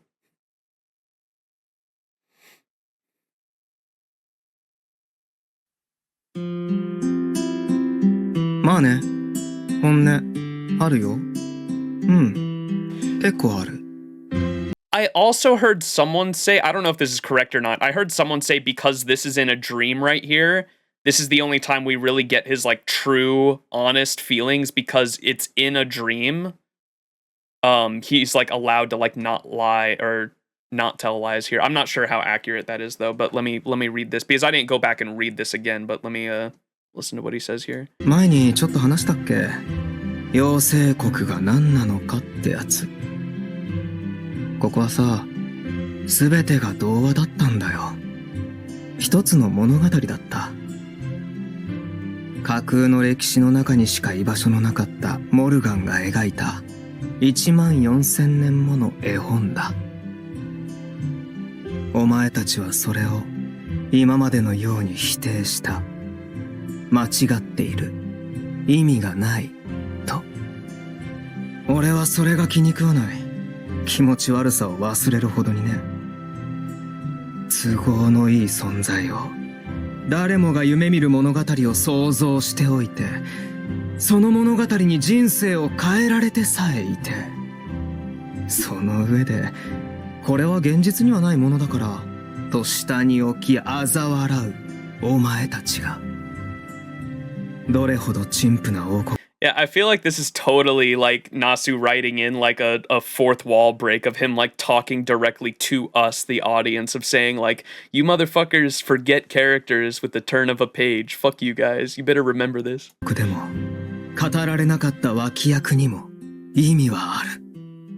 最後のページとともに忘れられ、お前たちの速度に置いていかれた物語にも、その後に残り続ける権利はあったはずだ。ま、人間の君に言っても仕方のないことだ。どうせまた次の話が来れば忘れられる。永遠はどこにもない。どこまでも続いていく。俺はそういうの面倒だから。いろいろムカついたから、すべてを終わらせたかったのさ。The ultimate nihilist. これで満足か？なら目を覚ませ。朝のひばりも夜のとばりも君にはまだ不要なものだ。じゃあね、カルデアのクソ野郎。つまらない旅だったが予想外の連続だった。次も頑張って。君たちの健闘を心の底から祈っているとも。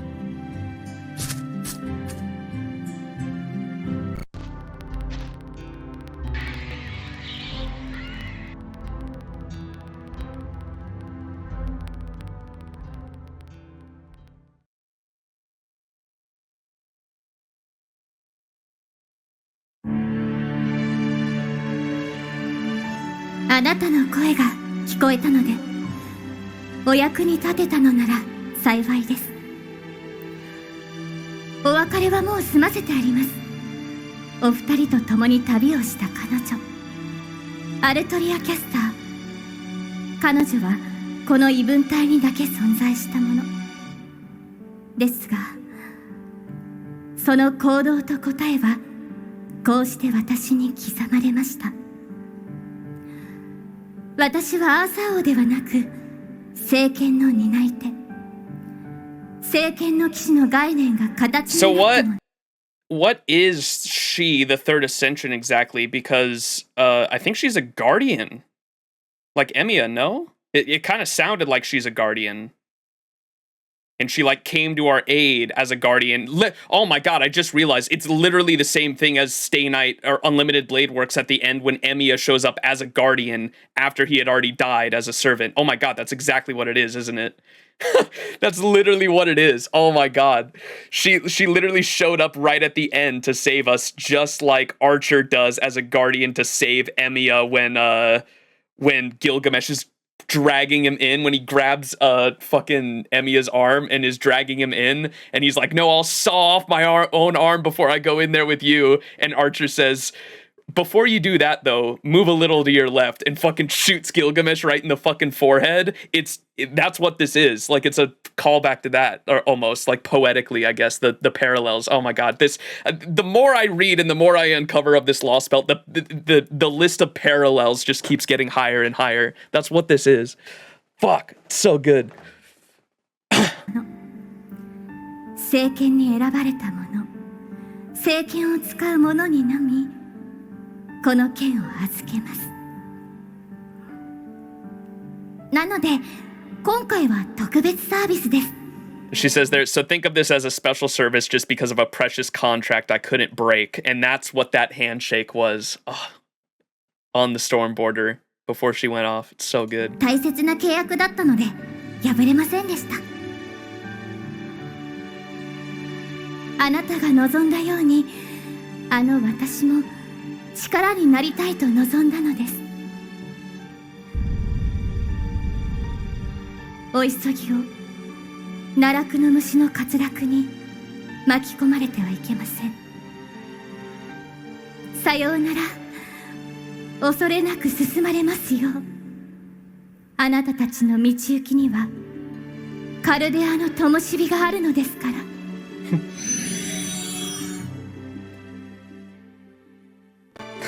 That's funny, Jason.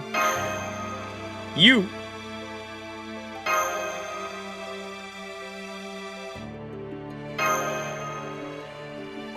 Pain, man. This Lostbelt was actually just the largest and most painful pit stop I've ever experienced in my life. なんとかならんのか。ただ出口がないというだけで我々が敗北するなど。That's Gordov's voice actor? I've never heard Gordov's voice actor. What the fuck?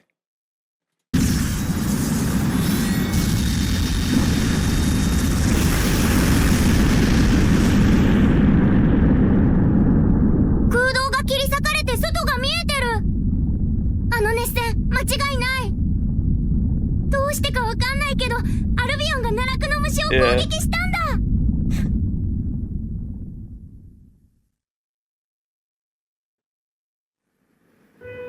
週末の空。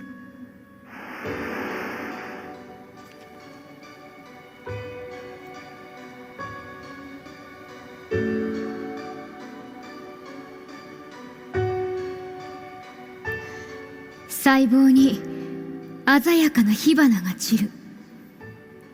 自分が何者なのか、何者であったのか、何のためにこの大地を飛び続けたのかを告げるように。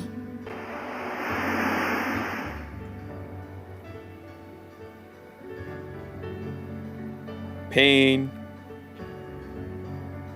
Tristan just wasn't in there. その中で見た妖精国を滅ぼす者、妖精国をこの結末に導いた者、ブリテンの白き竜、彼女が愛した者たちが暮らした世界を飲む終わりの姿を。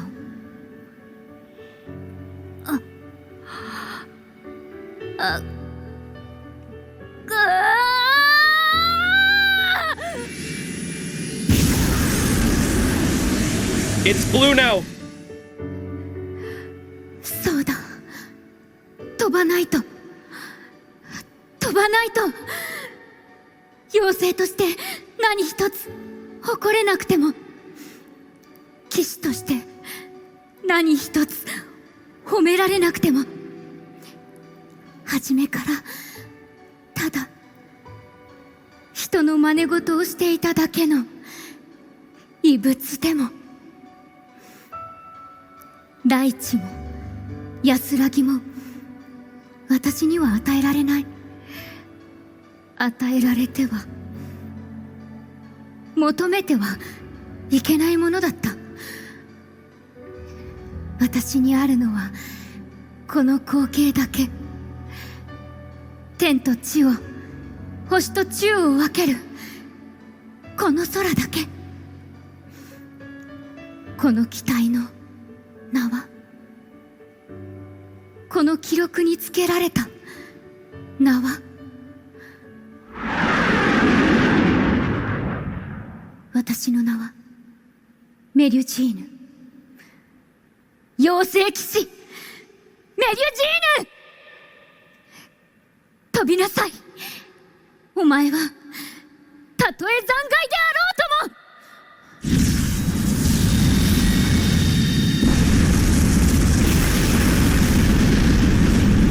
彼方の空へ。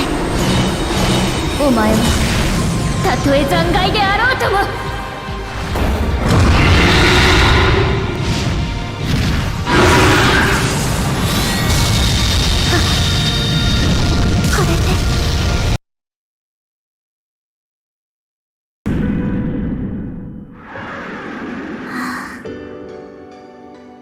今の音、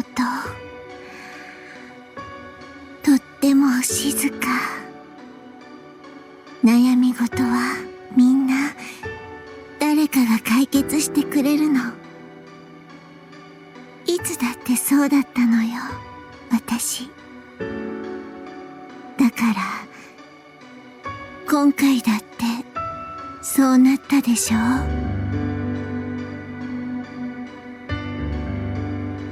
昔、一度だけ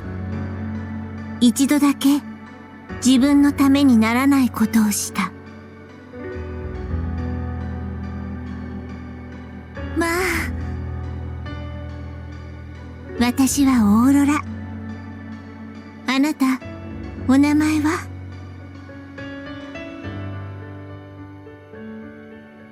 ほんと、あんなもの触れたくもなかった。ほら、今もあんなところに。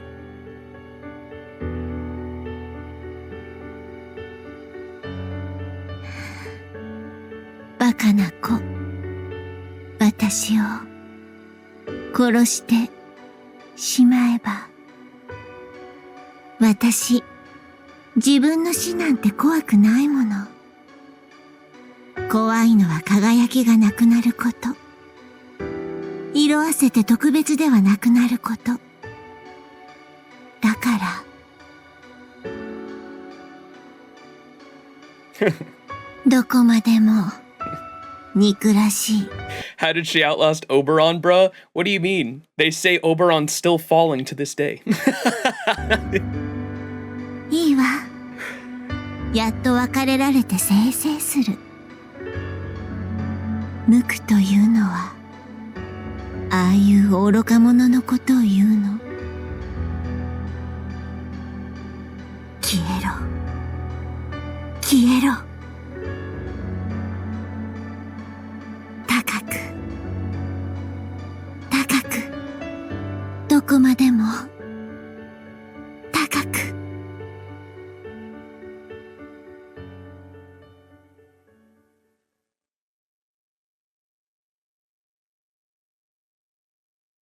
Good riddance.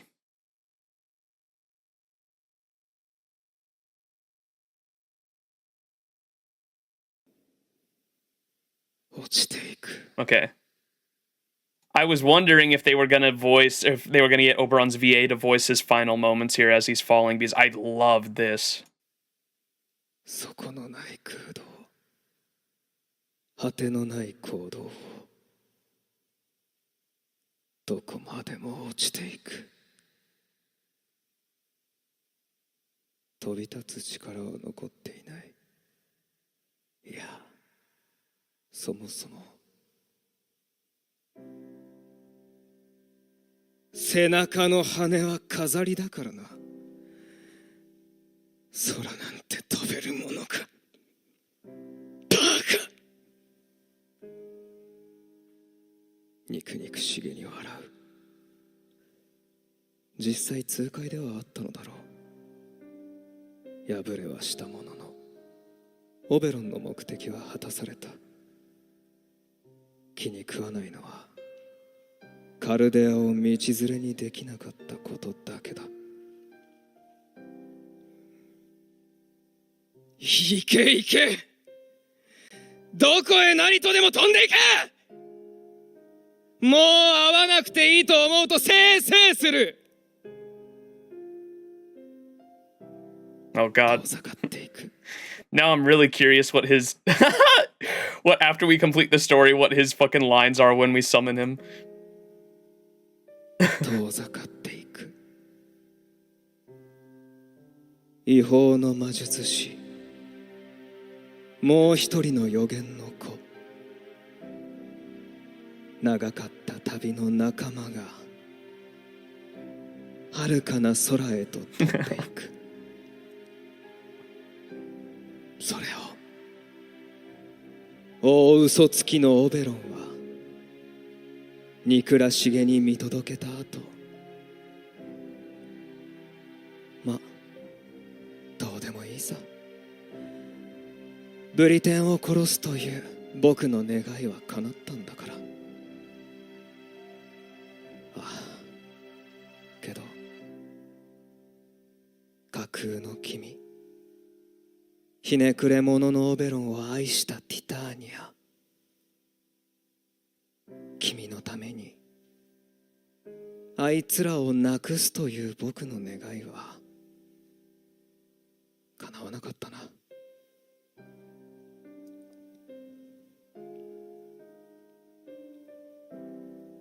そのようにあれと生み出され、その後はなしと捨てられたもの。物語の中でしか存在できなかった生贄のような彼の愛、あるいはそれに似たものにもう出会っていたとしても、大嘘つきのオベロンにそれを認めることはできなかった。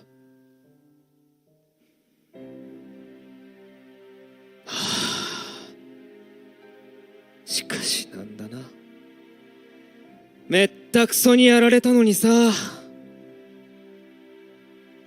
んで俺はこんな穏やかなんだろう。奈落の穴が消えていく。どこまでも落ちていく。その中で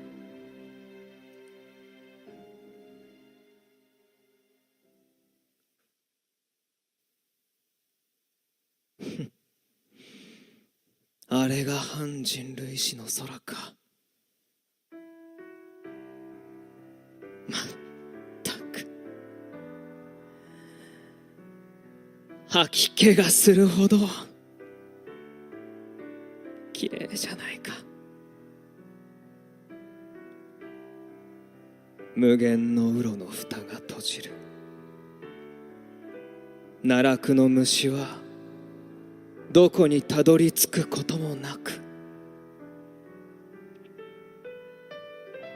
落ちていく。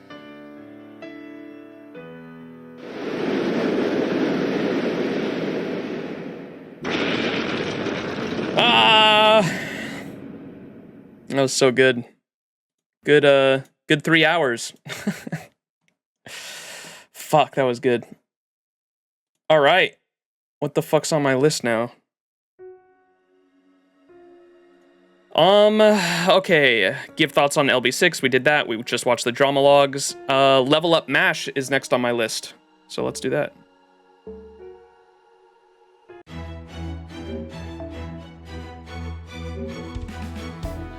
Yup. Let me close my tabs.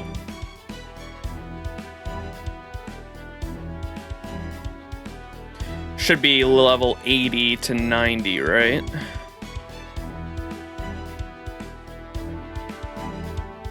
Oh,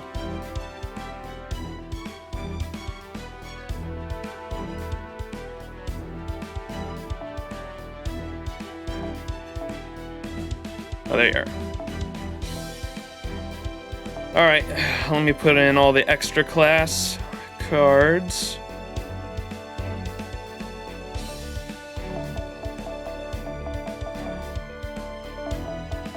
Make sure we use these first.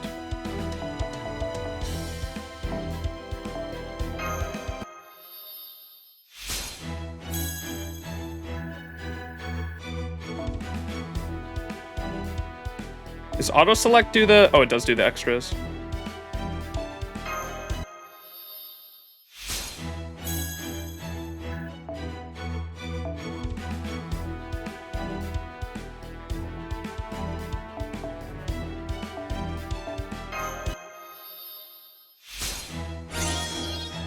Nice. All right, Mash is level 90.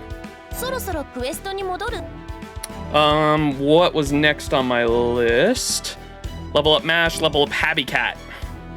Habetrot, Habetrot.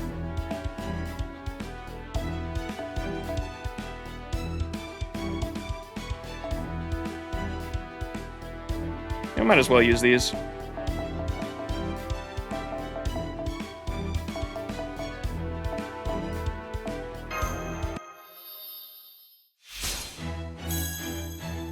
Look how small she is.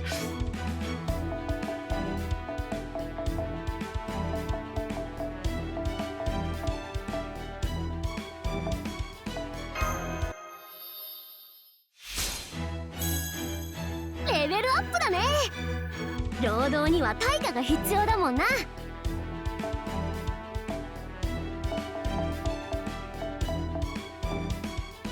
Not use the saber ones, because I might try to level up Bargus too, maybe.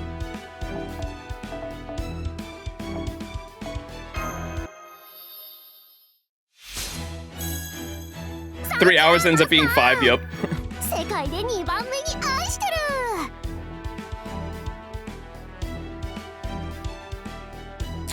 How has the event been going for you? If you played any of it yet? I have not. I did all of the recap just to get the Grails and all the Lizzes that I didn't have, and I have not started the new event though. We'll do that later this week. Dante's summer vit is very good.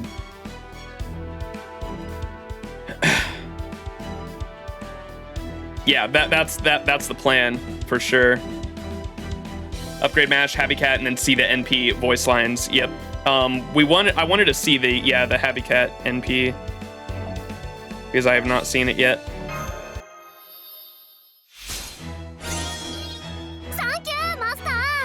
Oh my god, the English. Second favorite love in the world. Oh, thank you. Habi Nyan.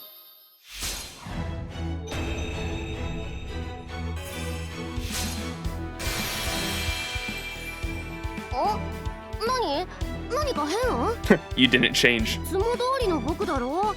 なんで悲しそうな顔してるのさ。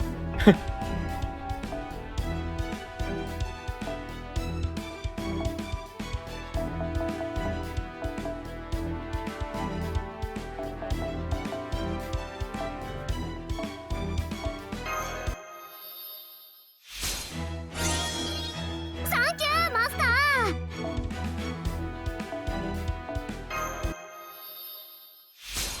NP5 Happy summons when though? When we get why is she sad?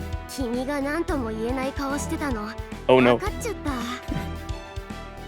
っき他のサーバントに教えてもらったからね。 The other servants told you, no fair. まあいいけどね。僕は完成されたデザインの妖精だから。変わらなくても悔しくないんだわ。I love her.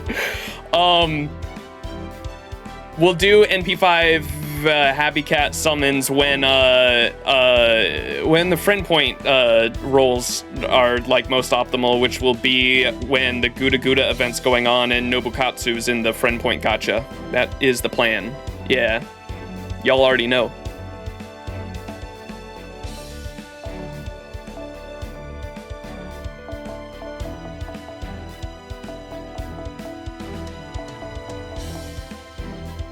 Oh my god, I literally had Rider ones. I'm dumb.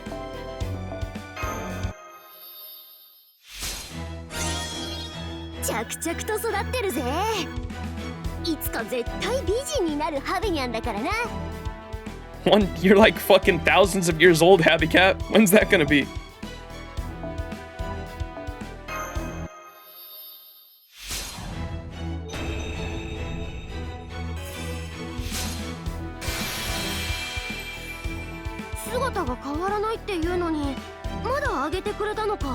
Of course.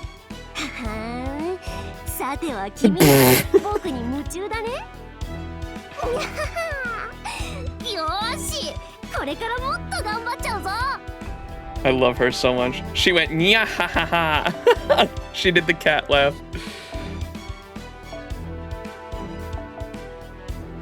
She's actually a little gremlin. I love her so much, man. Definition of gremlin energy.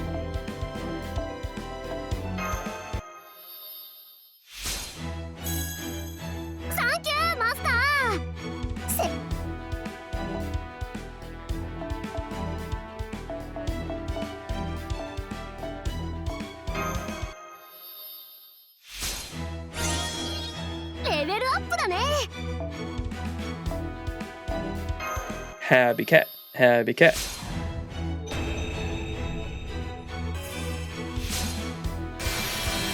Oh my god, there's cats in her final Ascension art. Oh!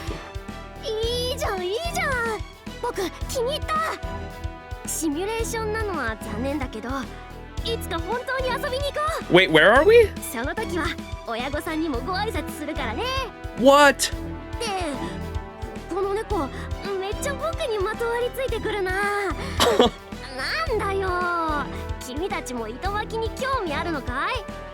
We're in a simulation of Ritsuka Fujimaru's hometown? Yeah, MC hometown? Wow, okay. I didn't even know we could do that. That's sweet.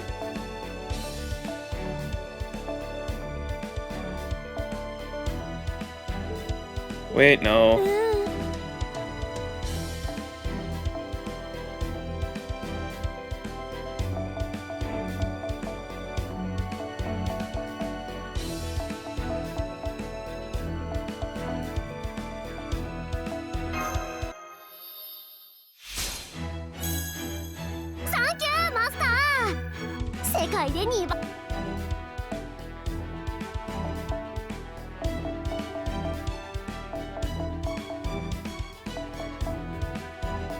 All right, there we go. Happy Cat fully leveled.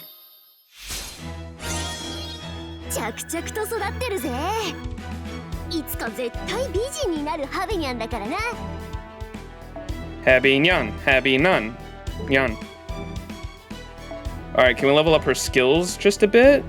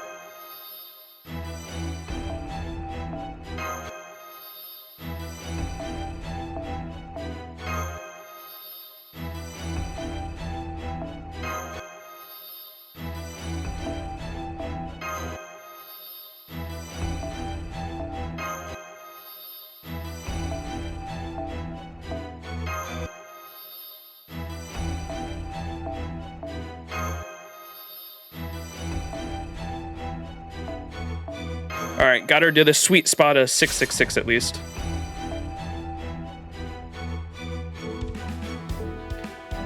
All right, let's take her in and see this noble phantasm. I've seen pictures of it. I have not seen the full animation though, so I have an idea of what it is, but let's see. So here's my normal QP farming team. Let's plug in Habi Nyan and see how she does.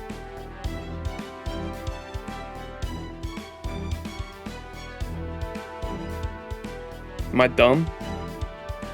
Yes, I am dumb.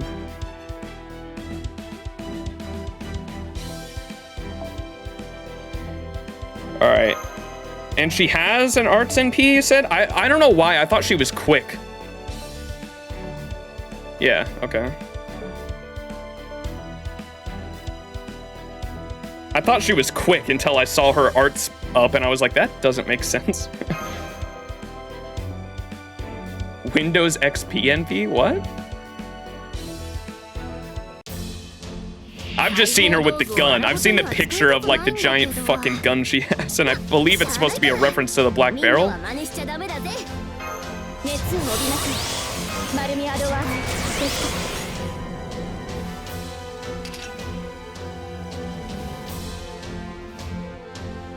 Oh, greatly increases NP gauge and decrease HP by 2,000. Holy shit! I didn't know she had a crazy battery like that. What the hell? How much is that at full? Like 80? 80%? Yeah. Holy shit, that's crazy. So you get her coins then, I assume, and give her the 20% starting gauge, and she just can start at level 1. That's crazy.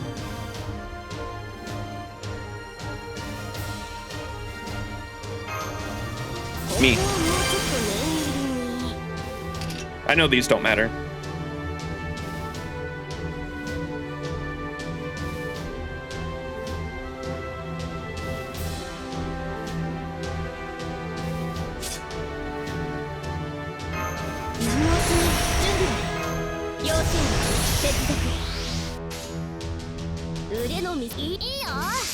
All right, let's see this shit.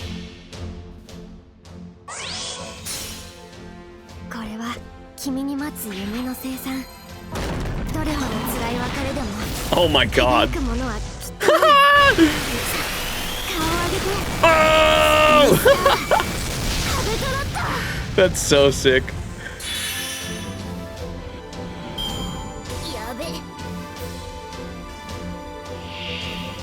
It's a rare one? Oh, really? Is it because she like unpacked it or what?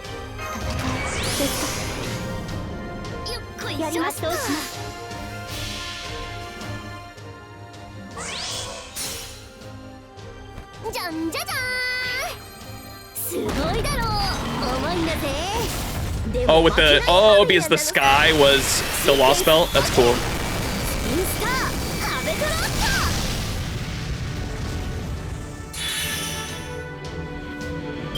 Windows XP, let's go.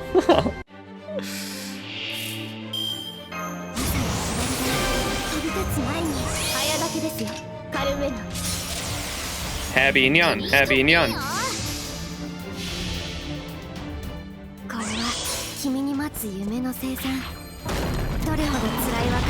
Oh, we got the orange again. Sheesh. That's sweet. Lol. Oh man, Nyan Trot is a big farmer, by the way. Yeah, I can tell. I didn't know she had an 80% battery, man. That's crazy. Yeah, that's what I said. It's the Lostbelt sky, right? I picked up on that after you said it was the rare one.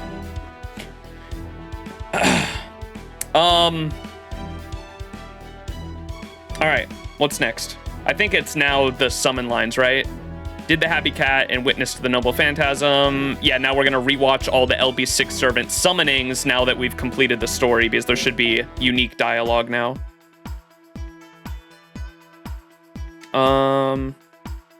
Material Servant. I gotta do it from here. Or where would I go for that, actually? Servant Records? Let's do Caster Artoria Summon. こんにちは。キャスターアルトリアと申します。 Oh, hang on. Can I skip this? Wait a second. Let me go back and do the music.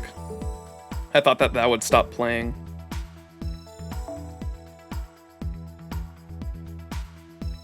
Or I can just do that and it'll stop, right? Oh, no, it doesn't. Damn it.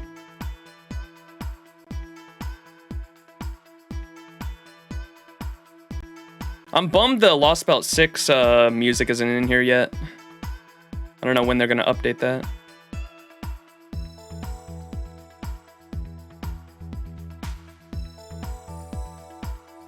I like this one.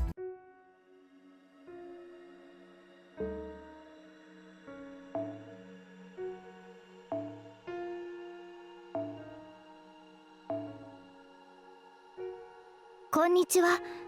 キャスターアルトリアと申します。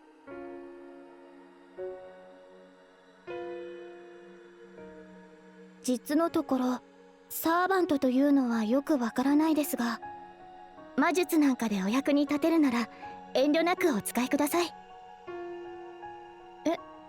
魔術はなんかじゃない？うわ、こっちの世界ではそうなんですか？ I don't think that one changed, huh? I think that's the same. Is there no other summoning? I think that was just the normal summon, huh? Birthday! 誕生日？生まれた日を祝う。すみません。絵がなかったので詳しくなくて。Pain! こういう時どうすれば。デート？デート？一日、Yes. 一緒に遊びに行くだけでいいんですか？ Oh man. She never got to experience a birthday, bro. Yeah, I don't think she has a unique summon after the story, huh? Because she was out for a year before it. Okay, we'll do the Tamlin in order, and then Morgan. So let's do Barghest first. Tamlin Gwaine. Oh, wait, it's right there. So this is the original. 妖精騎士ガウェイン、これより貴様の幕下に入る。なんだその顔は。私の顔がそれほどおかしいか。 Oh, her third ascension it will have it? Okay. 私ではなく、名前がおかしいだと。そうか。まあそれなら別にいいが。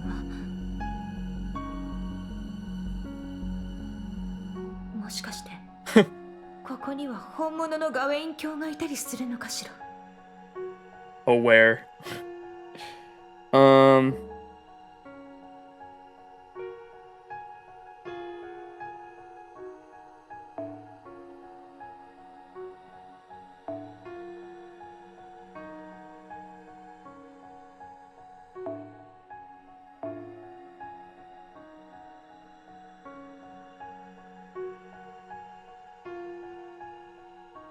Oh, should I try the summon again here, or Bond 5 after completing Part 2, Chapter 6?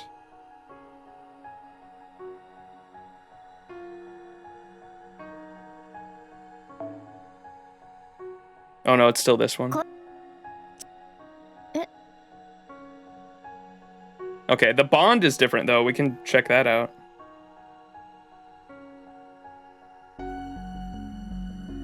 Oh, there's two different ones there. 私が見ていた星はこの世界のどこにもありません。かけがえのないものも尊いものも出会うことはないのです。でもだからといって腐ったり諦めたりはしないのです。私たちは最後まで叶うことのない自分だけの希望のために今を投げ出さず生きているのですから。So is it just Bond 5 for her then after completion? It looks like she has one in both stages though, or Ascension 3 and the first two.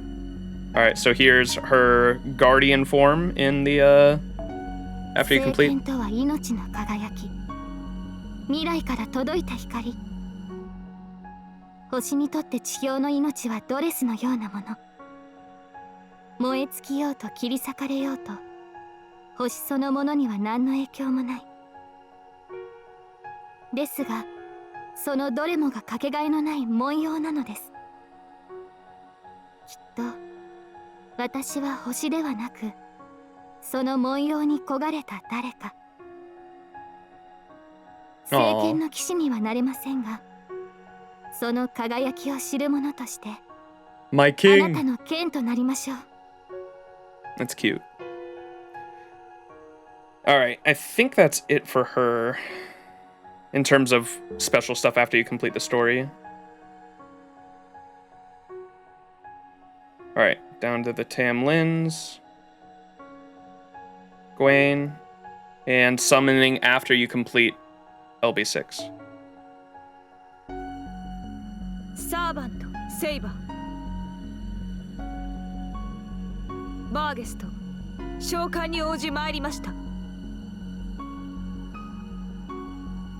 私にはこのようなことを言う資格はありませんが、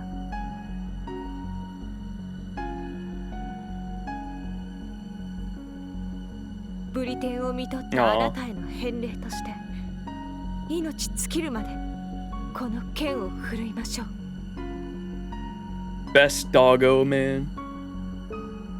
All right, Tristan.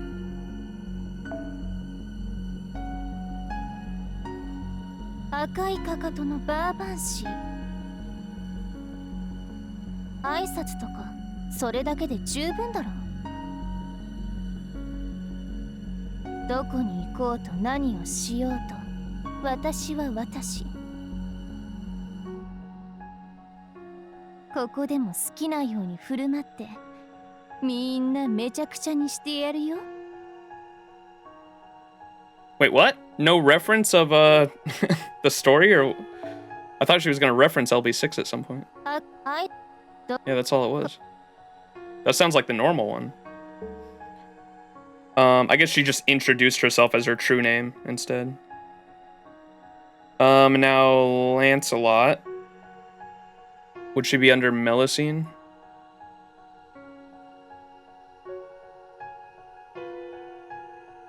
Yep.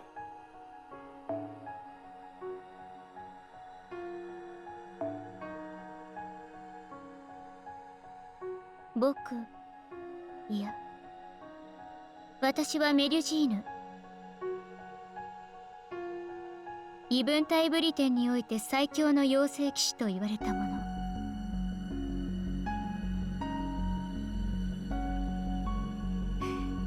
そうか。口行くだけの私でもサーバントとしてなら君の役に立てるんだな。うん。とても嬉しい。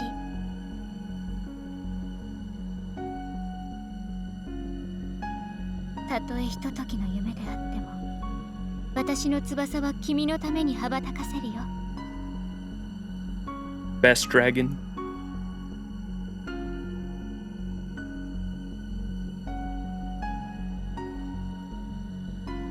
Ooh.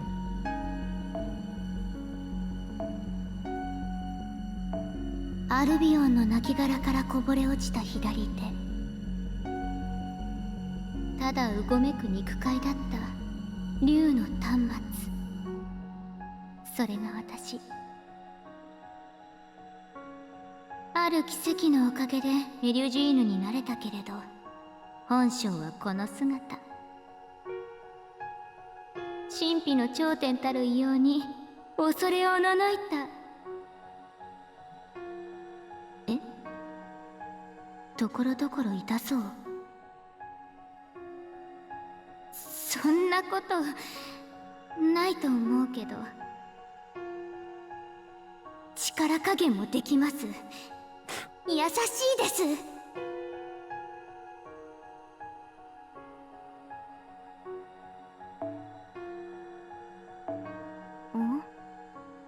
初めて会った時とイメージが違うと言ったの？そうだね。妖精騎士であった時、僕はモルガン陛下の政策に従い、冷徹に反乱分子を掃討していた。自身を装置として使うことしか正しさを証明できなかったからだ。ああ。でも今は違うよ。自分の考え、自分の意志でここにいる。君があの終わりを見届けたように、私も目を背けず君たちの結末を見届けよう。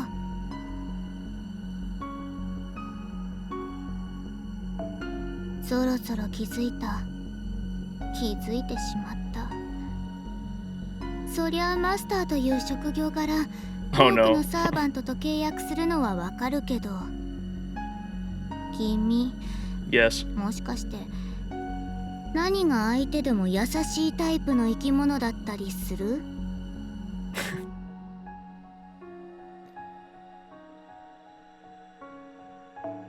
アロンダイトは私の体内で生成された魔力と外皮で作った武器です。外に出すとすぐ拡散してしまうから、抜刀するのは一瞬だけ。不便に見える？ゼロ距離で行う射撃だと思えばいい。串刺しにするのも切り裂くのも。Saying that with a wide open smile on your face, man.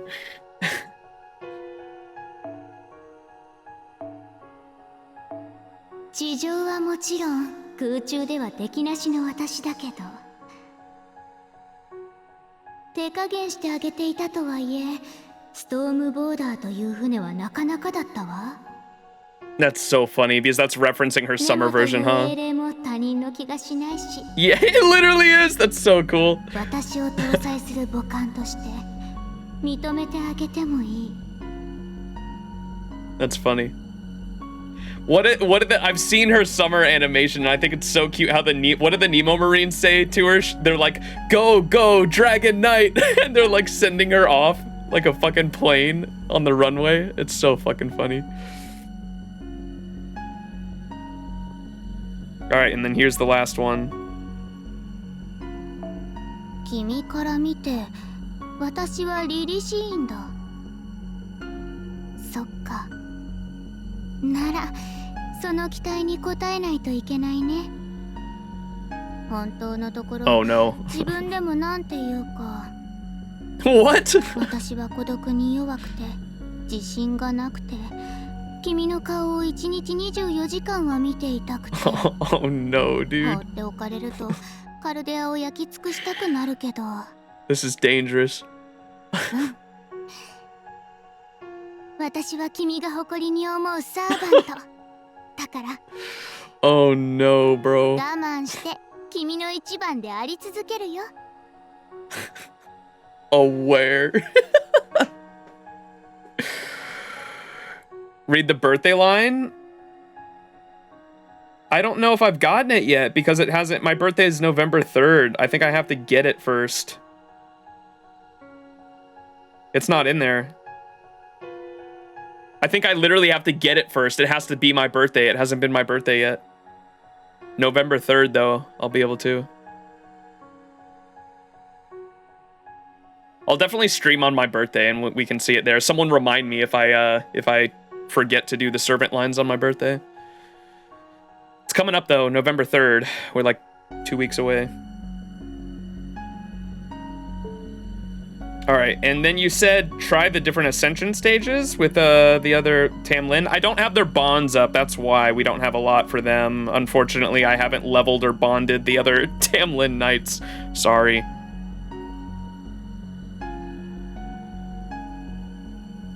I don't even think I can swap their Ascension stages, actually. Wait, where are they?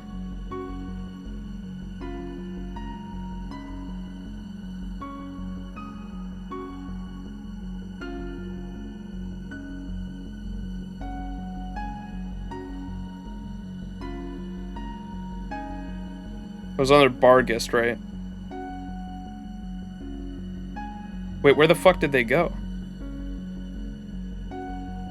Did I pass them? I thought that they were way down here.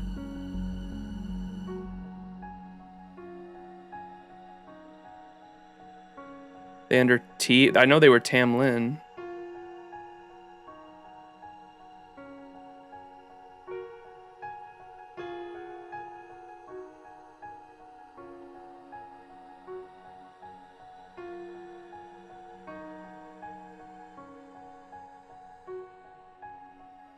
What?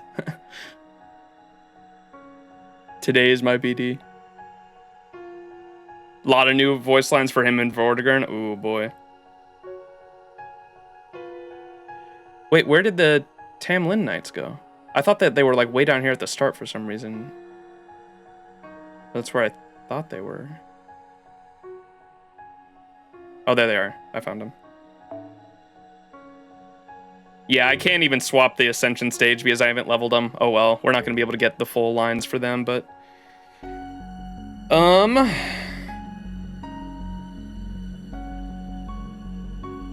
Who else did I want to do? Morgan, I'll be able to get most of her... Or, I won't be able to get the bond ones. I haven't bonded Morgan, but I have her fully leveled at least.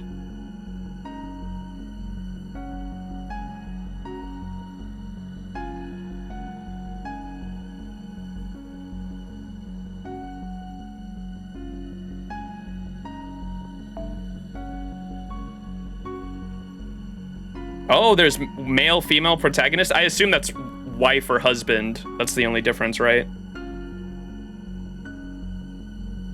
Wait, what? Morgan doesn't have a line? Maybe she does. I mean, maybe she will once I bond her more, but I would assume Morgan would have lines for the summoning her once you beat LB6.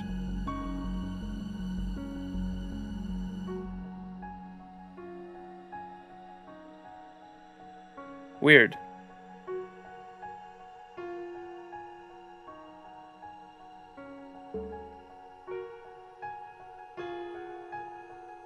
And then you said Muramasa, right?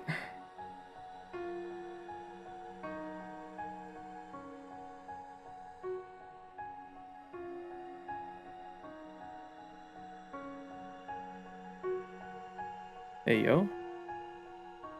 Oh, it's Senji Muramasa, isn't it? It's S. Yeah. After completing LB6.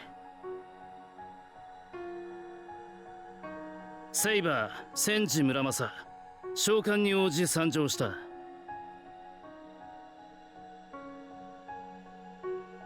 なんで俺がセイバーなのか疑問だったが、今なら多少は納得がいく。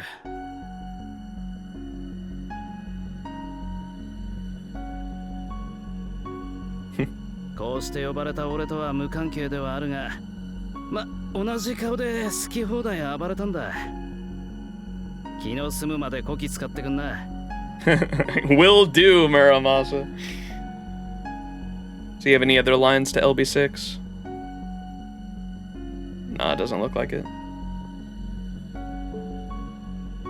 And then, who else did you say? Oberon? Well, I don't even have his third Ascension unlocked yet, so I don't know if those ones probably won't show up.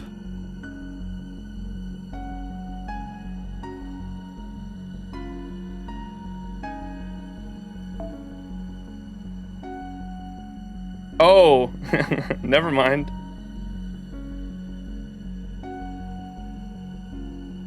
Okay, because you would still summon him in the normal form though, right? Oberon's your favorite one? He's gonna freak out, huh?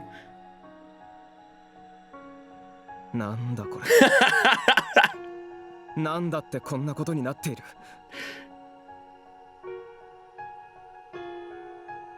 はあ、そう。人理が安定するまでは嘘も嘘のまま通るってこと。ああ、いいよ。諦めた。そういう人間だもんな、君は。僕の名はオベロン。呼ばれたからには力を貸すとも。心底気持ち悪いけどね。That's awesome. What the hell? Are you serious? That's awesome. All right, is there anyone I forgot? I'm sorry that I don't have the other Tamlin Knights. I'm kind of bummed at myself too for not being able to get the other ones. I don't even have them leveled up, so I can't view those.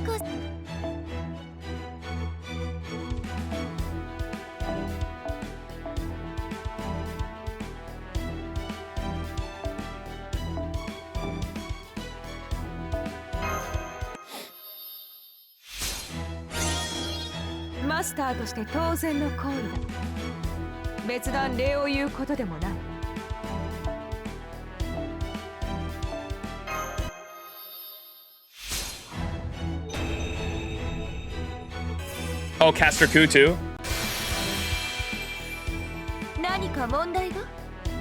Mummy. 夜会のドレスになったところで力は変わらないのですから。眼炎鏡の甲冑に文句はなかったのですが、とにかく窮屈でしたので。Oh my god. She said the armor was too tight, bro.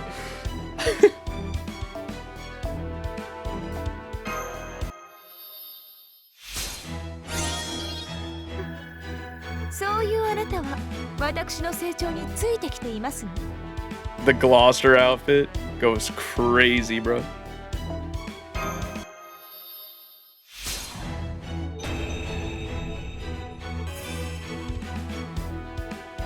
霊気の成長とやらはここまでにしてほしいのだが、いや、今の私は貴様のサーバントだ。ためらっている場合ではないな。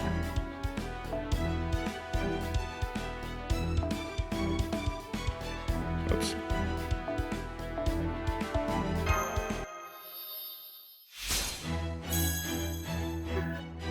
そういうあなたは私の成長についてきていますね。No! That's it. そろそろクエストに戻る？ Alright, and you said cast coup.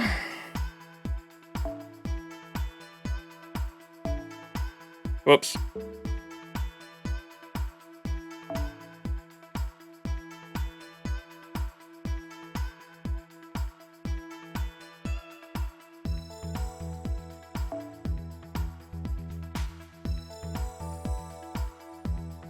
Oh, there it is. Bond 5 after completing Part 2, Chapter 6. ケンジングリムとは世を忍ぶ仮の名。その正体はよその神様に仕事を押し付けられた付き合いのいい苦労人ってな。だがまあ付き合うに値する大役だったぜ。お前さんの決断によって政権は確立された。あとはあのわけわかんねえ異性の神とやらをぶった切るだけってわけだ。God, LB7's gonna be fucking insane, man. I cannot wait. It's so far out, but God, end of next year, man. It's gonna be fucking crazy. I'm so excited. It literally has I know I gushed about it earlier this stream, but like Lostbelt 7 has the perfect setup, man. Like there's no way, surely there's no way it doesn't pay off, right? Because like Lostbelt 7 has literally the perfect setup. There is so much going on there in that Lostbelt, and we have so much set up to make a great fucking story. I'm so excited. So fucking excited.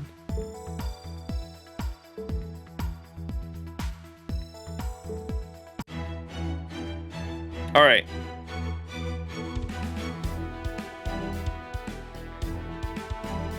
I could just spend down some AP too to try to get more XP cards, but maybe I'll do that in my own time and try to get Barghest and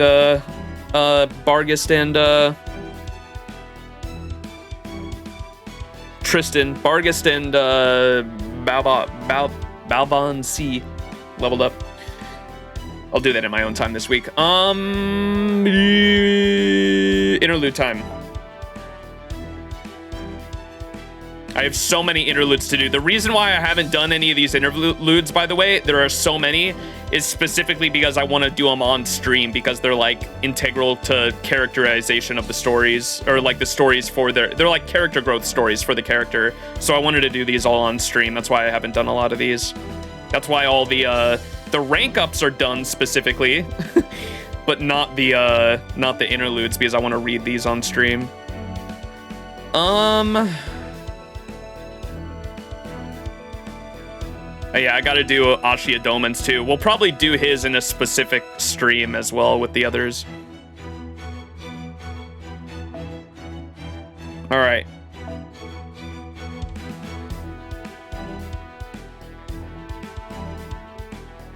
Oh, it's a boss fight against him, huh? Okay, we'll do the same setup we had then before. Arts DPS.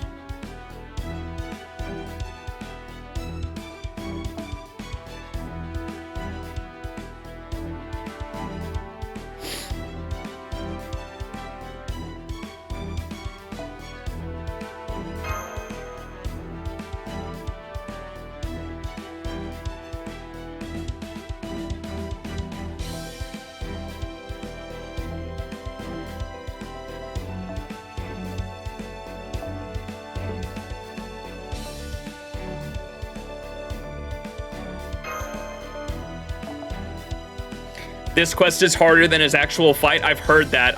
The podcast I listened to mentioned that, and they said that some people theorize that the reason why this quest is harder than his the actual story fight.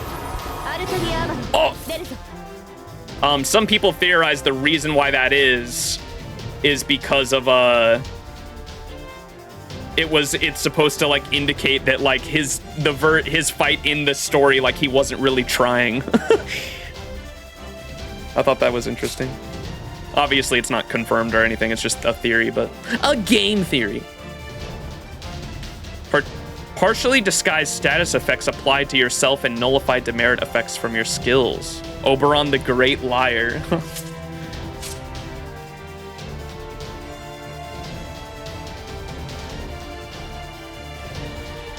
Decrease HP of all allies at the end of each turn. Increase charge by 1 for a single enemy. What? Surely I can remove that, right? Yeah, I can.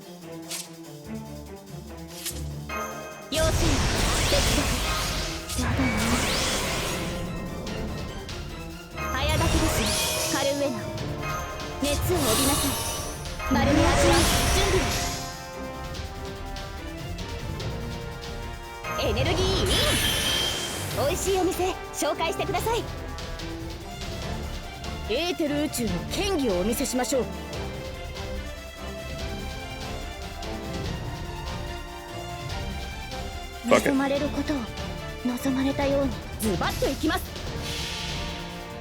控えめに言って本気を出します。最果ての光を私にボーナスをセイバーシンスレシダブル X ダイナミック。あれはいつか見た終わりの星。どれほど遠く汚れても私は星を探すのです。さあ幕を開けてアラウンドカリバーンダブル X。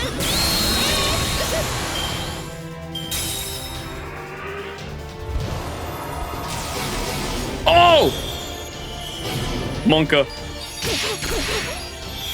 Removed all buffs, bro. That's so rough. And he got a new buff. Critical resistance up. Gain resistance to critical attacks, which is probably not what it does because it says partially disguised status effects applied to yourself. And then what did he put on all of us? Oh, what? Fairy King's Sweet Talk. Apply blank up and C-star drop rate blank. Oh my god, that's so fucked. That's funny. NP gain blank and blank arts card effectiveness for yourself at the end of each turn.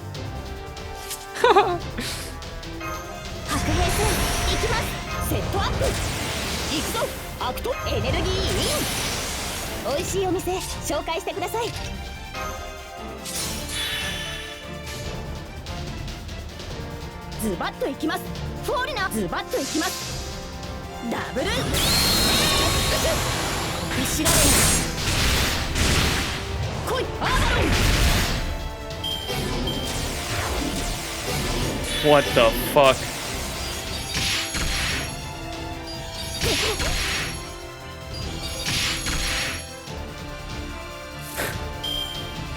This is silly.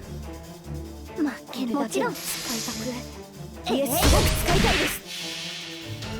早期銀河すなわちコスモス、エーテル宇宙、光る秩序、行くぞツインミラドディザスター。ここでまっすぐ。 Fuck, it didn't break.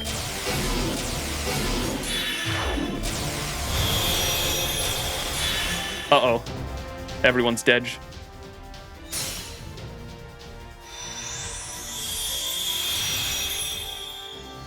So pretty.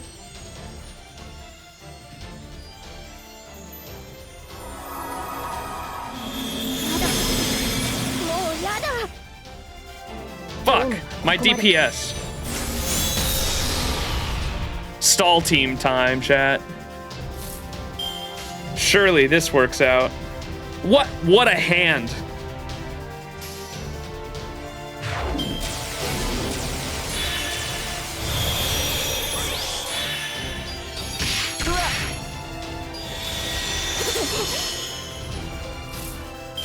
We are definitely out here stalling now, baby.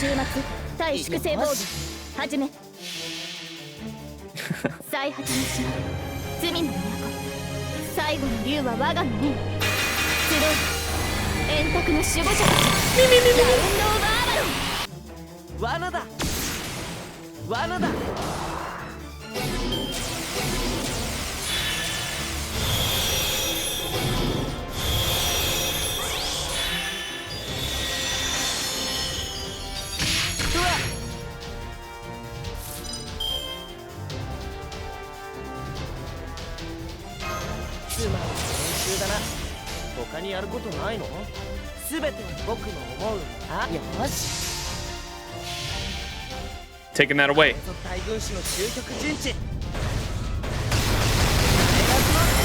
Fuck, the stun didn't go off.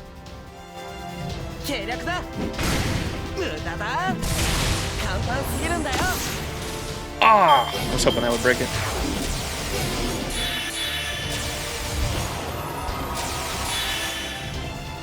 All right, Mashu's coming out.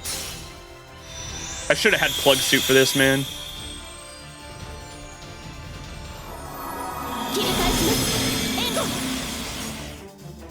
I didn't even kill.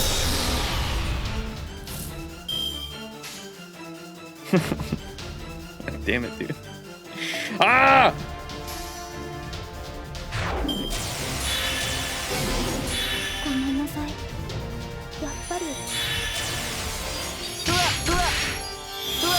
Alright, there we go. Herc's coming out.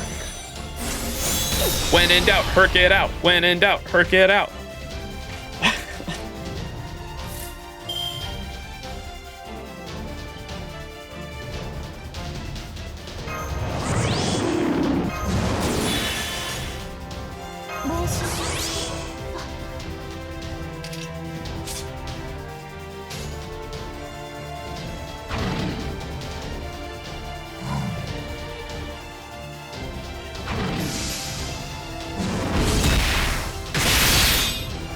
Oh, I should have put a quick card, actually.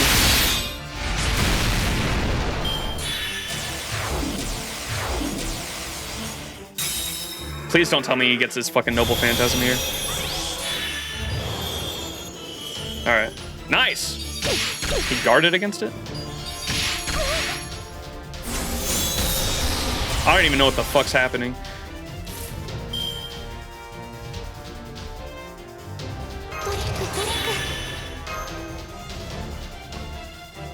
Oh, he might actually get his fucking...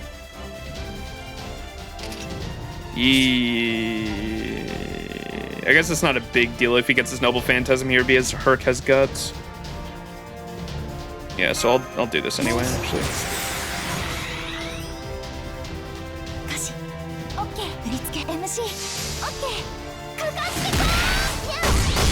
Never mind, doesn't matter.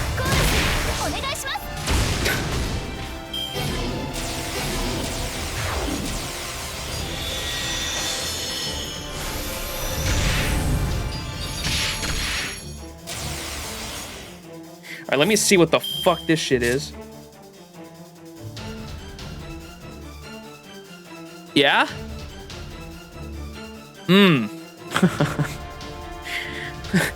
This is literally the JJK meme of, I see. I don't get it.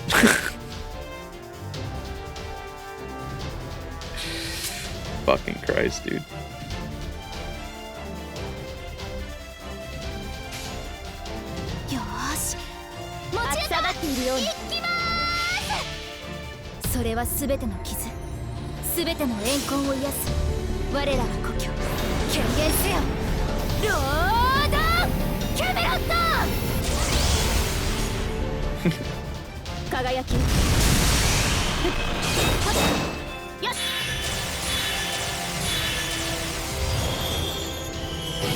No! Oh no. Literally gave himself Buster up and NP damage up right before using an NP. That's fucking awesome.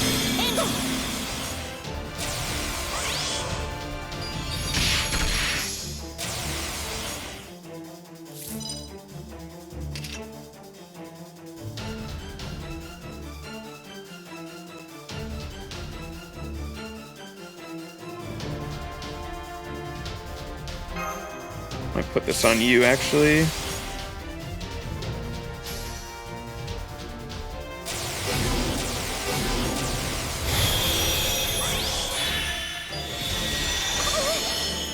Tickle.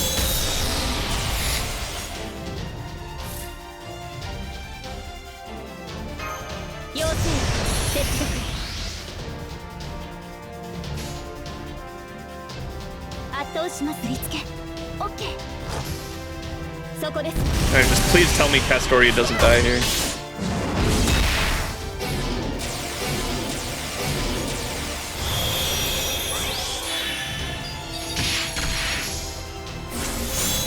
Oh, man. Okay.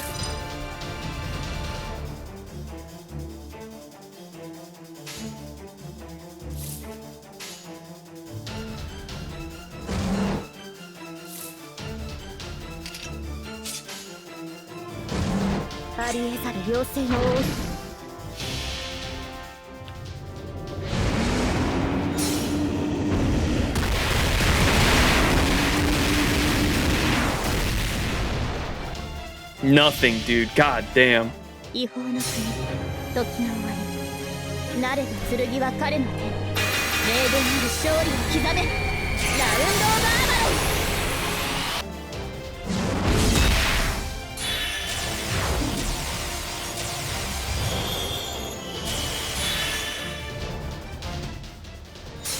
Me, me, me, me, me.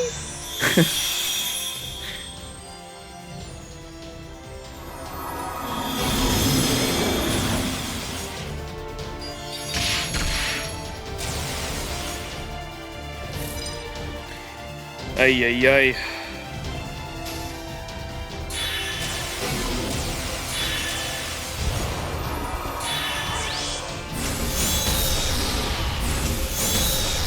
The charge gains are so rough, too.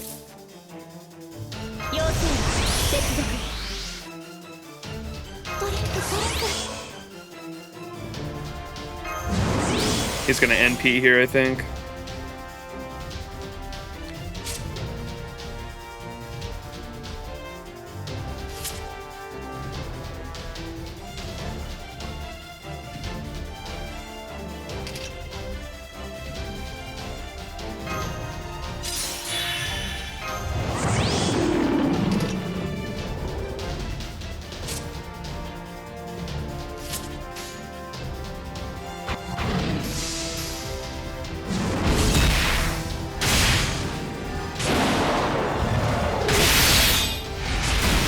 A little better.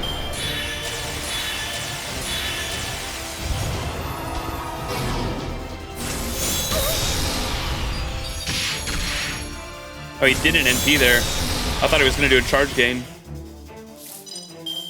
He fooled me.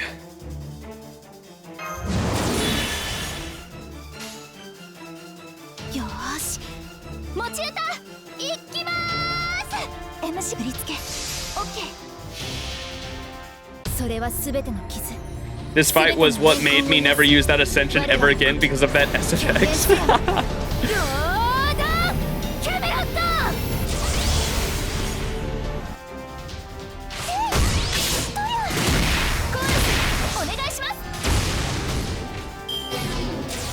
This is a wild fight. I kind of dig it though.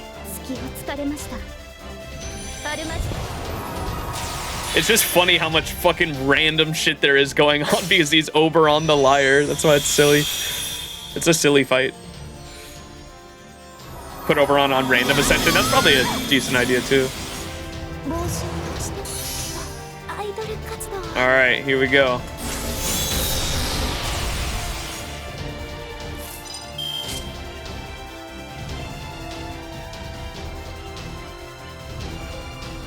Buster card resist.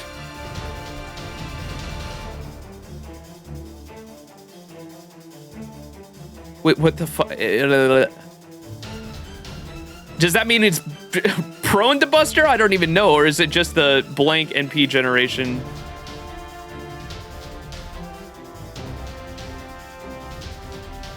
I don't even know. Dude, the lying is so fucking with me because I don't even know if that means Buster card's a good or a bad thing to go against. I mean, it doesn't matter. I'm stunned here anyway, but I could cleanse the debuff.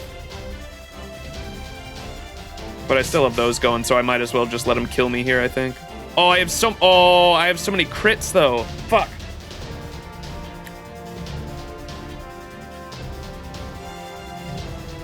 But I don't want to waste it either. It could be a Buster damage buff. It has nothing to do with resistance. Okay. Apply a random card resistance to yourself at the end of each turn. And it's just, you just can't see it. But it says Buster card resist. I'm so fucking confused.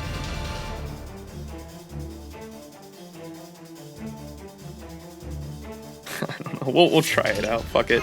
Might as well. Which is it? I don't fucking know, dude. The fucking... I like this fight. It's silly. Oh, no! It was definitely the bad one.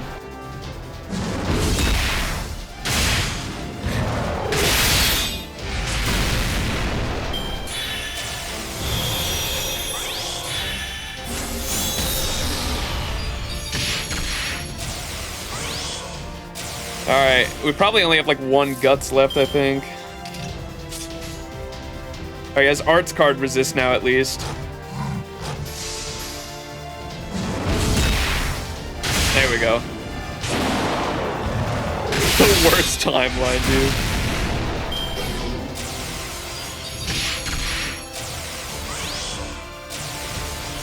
Quick card resist, nice. He still does have another Guts, good, good. Why do I have so many stars here?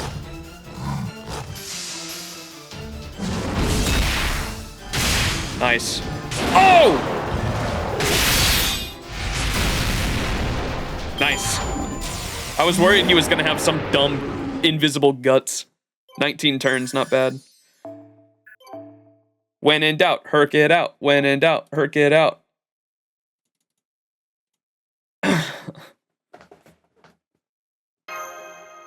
That was cool.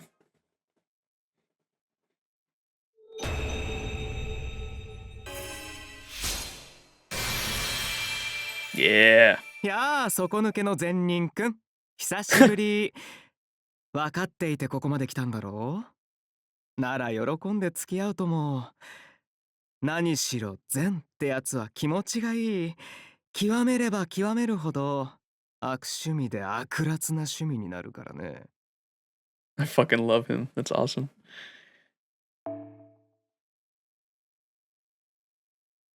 When human, total length. When worm, oh my god, that's cool.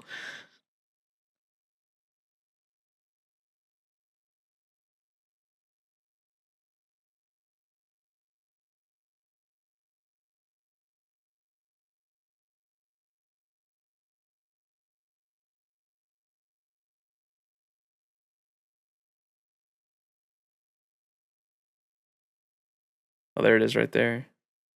It was in this forest inhabited by those who had nowhere else to go, or those who were hated and died in obscurity, that the Vortigern of this age, Oberon, emerged.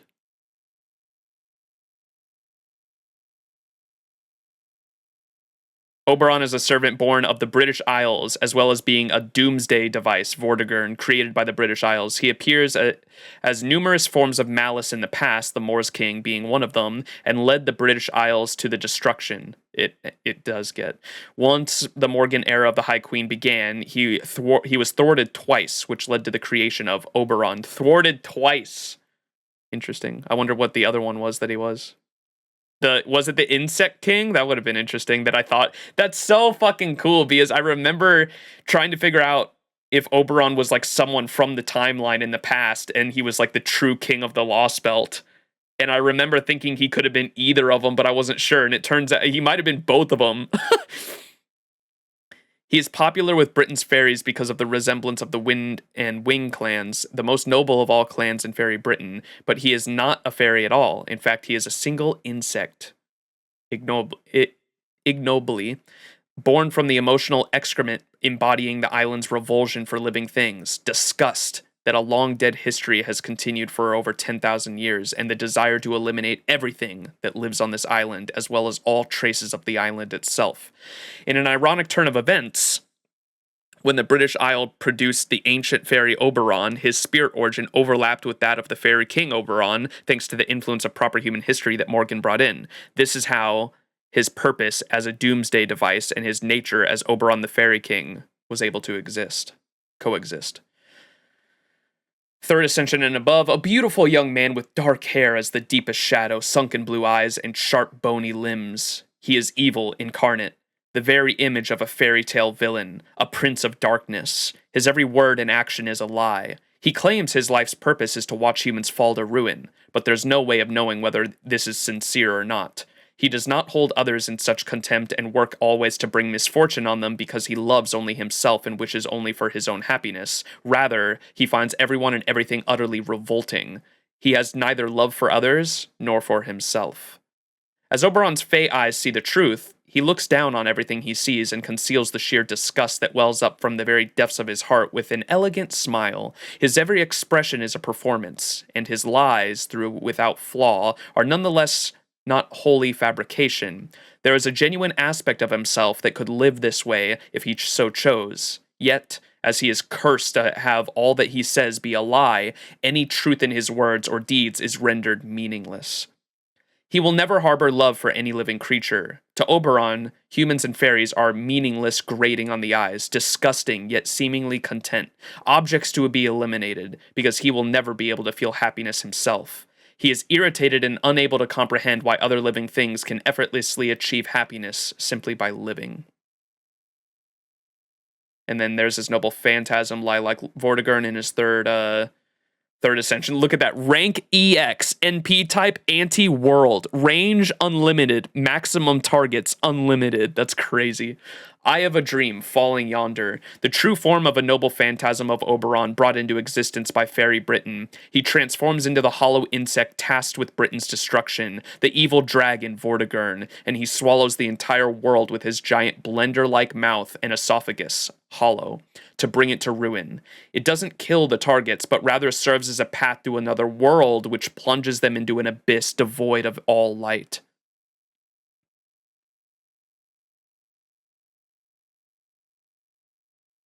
Fuck.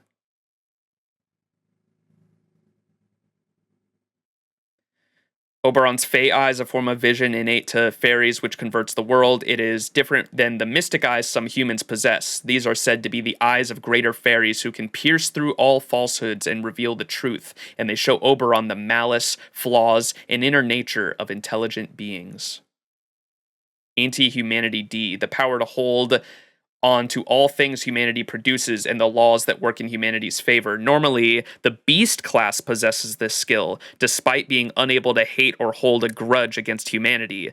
Oberon's eagerness and desire to eradicate humanity is as instinctive as breathing. This enabled him to acquire the same skills as the evils of humanity after eons of deception and biding his time. Simply put, it is a form of malice that subtly seduces the direction or the mood of the target's heart and minds toward Baser, more evil things. That's probably exactly why he fucking despised Koyanskaya upon meeting her, huh? Because of that skill, anti-humanity. Furthermore, he Furthermore, he is on profoundly poor terms with Merlin, another resident of the dream world. Oberon rejects all support and aid from Merlin. This rift was born of their different attitudes towards your tale, and Oberon dedicates almost all of his powers of disguise to deceive Merlin. Thus, Merlin is unable to perceive Oberon, and whenever someone speaks to Oberon through clairvoyance, Merlin sees that person as simply speaking to themselves, and that's why Merlin in Avalon was like, the MC has been speaking to themselves a lot more this Lostbelt. I wonder why. I never got to ask them that. Midnight Summer Dream EX, the curse Oberon has been inflicted with ever since his inception. While these visions did appear, and this weak and idle theme, no more yielding, but a dream. One of the world's most famous fairy plays, A Midnight Summer Dream, a Midsummer Night's Dream, sorry, I keep butchering that, closes with a soliloquy, which is also representative of Oberon's nature. In human history, the Fairy King's every word and action have been labeled as lies, cursing him to forever be unable to speak the truth. Gotcha. Those damn bastards, I'll destroy them all one day. Oberon's aggression stems neither from jealousy nor from hatred, but rather from his love to Titania. However, he will never admit this out loud.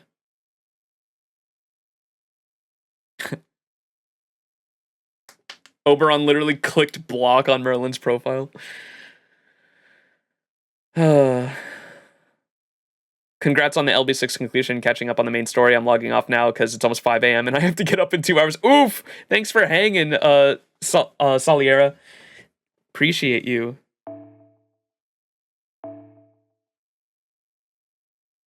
Yeah, we did it, chat. By golly, we did it.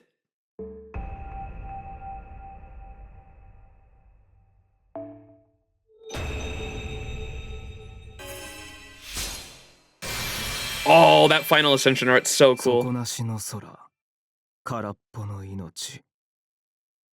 喜びは明日には値が下がり、苦しみは昨日のうちに忘れられる。美しいものはその前提が醜く、醜いものはその前提が美しい。お笑い草だ。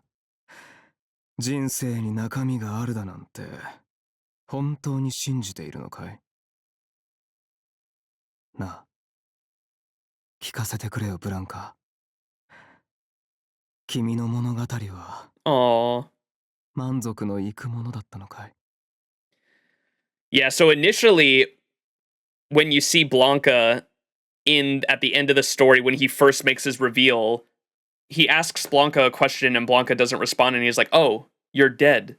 You were taking all the cursed energy this entire island was throwing at me specifically and taking it for yourself. And he's like, huh, whatever. And just throws Blanca off the side of the fucking ship. And I was like, whoa, dude, what the fuck? But I'm assuming because of his nature, that was all a lie and a facade he was putting on, right? He really did care about Blanca a lot.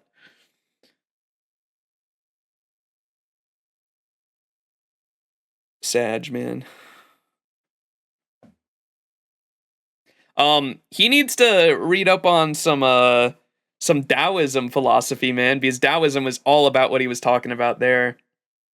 I also love how nihilism specifically, I always thought for a long time, every time I heard nihilism and nihilists, I thought that it was only a sad, pitiful way to look at life as never having any meaning and a sad way to look at existence. But it's actually, I've come to find, it can be quite the opposite.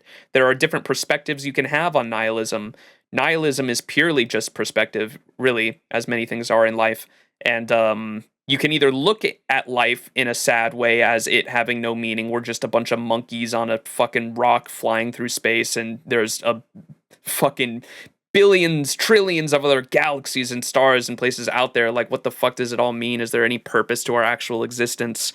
That's like nihilism, right? But you can also look at that and not view it as a sad thing, but view it as that's the reason why life has meaning at all in the first place. The fact that we are able to actually experience anything at all when it's so meaningless is almost a gift in itself. And there's really, I don't know, if you go into Eastern philosophy of Taoism, which is yin and yang, for those who don't know, I love that sort of philosophy of looking at the bright and dark sides of life in different ways, and it's all just perspective, man. You can look at so many different things in different ways just based on your perspective. And when I finally learned that there's like a bright side to actually looking at life in a nihilistic way, I don't know where I was really going with that, but I feel like that's so fucking, so Oberon's character there, man. It's super relevant. Click on the full picture. Yeah, let me see.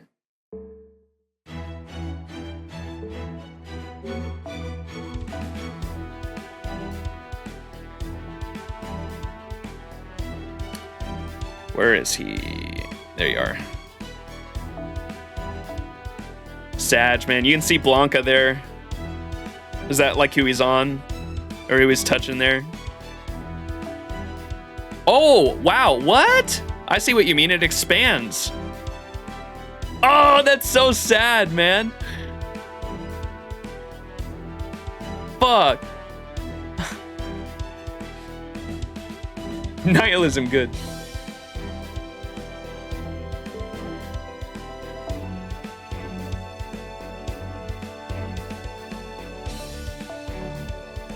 Sag.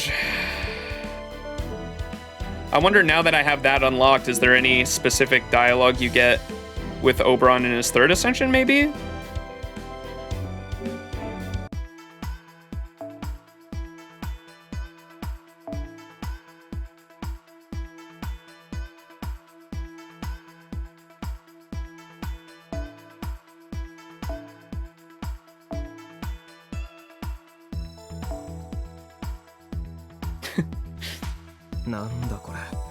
That's so funny, dude.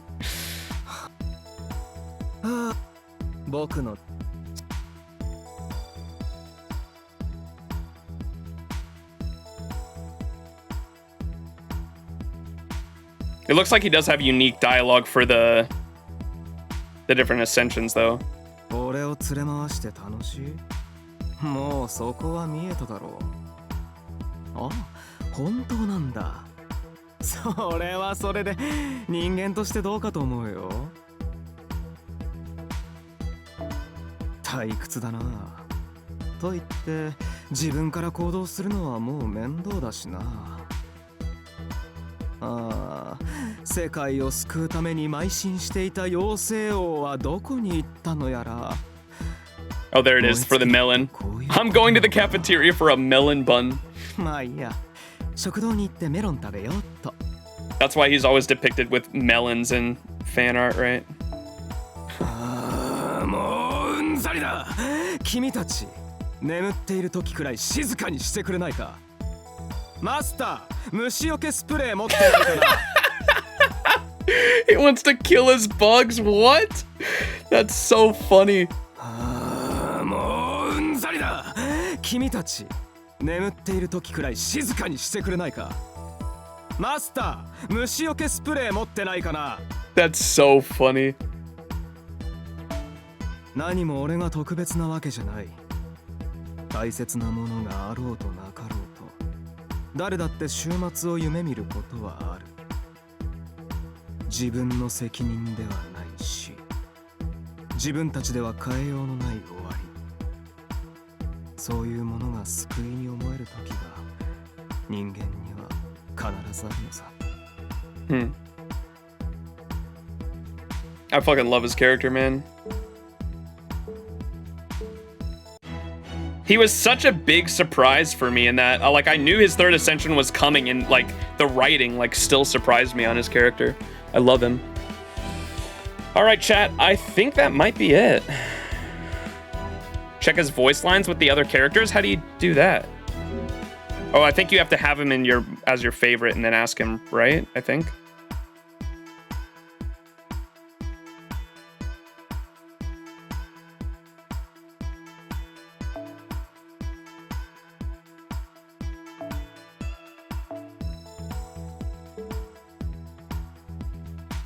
Yeah? Okay. 害虫は駆除するものだ。部屋の掃除はしっかりしたら？何でもありってことは何でもいいってことなんだから。 I can't help it, it's Halloween, man. Hang on. 俺をWait, bring the... I don't like this music. Change the music.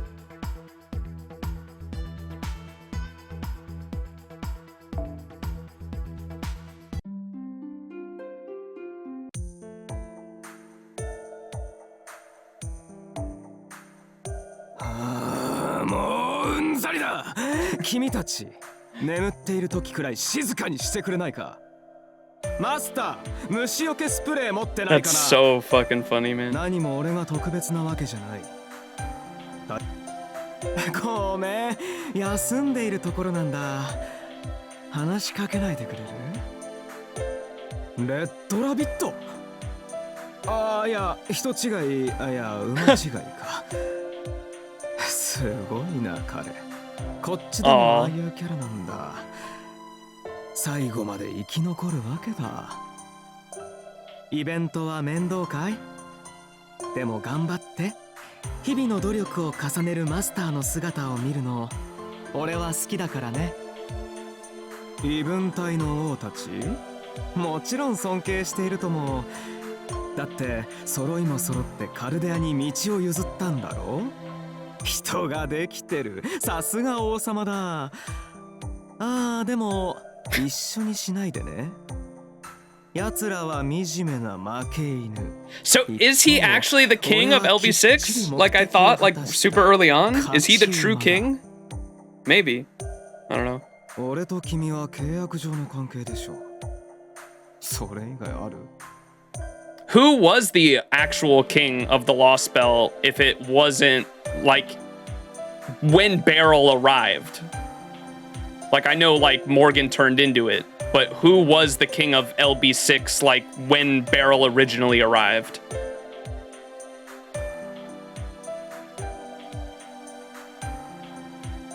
None? Because I know there was no one there. Like how the fuck is that it was just a desolate place? I don't know if that makes sense. Yeah, I know there was nothing there when he came. Like, how the fuck was that even... I don't know. I won't question. It's just a not worry about it moment, I guess. この世で5本指に入る最悪の言葉だね。嫌いなものね。多すぎるからこそ一言で言える。何もかもだよ。あんたは俺の仇敵だった。あんたが余計なことをしなければ俺が生まれることもなかった。あんたを殺すために俺は全能力を費やした。そのくせあんたの死に際に俺は立ち会えなかった。なんでけじめとして言っておくよ。あんたが書いた絵本、俺は嫌いじゃなかったぜ。Sag。結局行き着くところに行っちまったか。どこまでも愚かで手のつけられない女の子だったな。聖杯には泥が詰まっている。終わりを望む俺を生み出した泥にそっくりだ。人間の願いってのはつまりそういうことだろ。あれ、反人類史の方じゃなくて妖精国の方のバーバンシーを呼んだんだ。もしかして構成できると思ってる？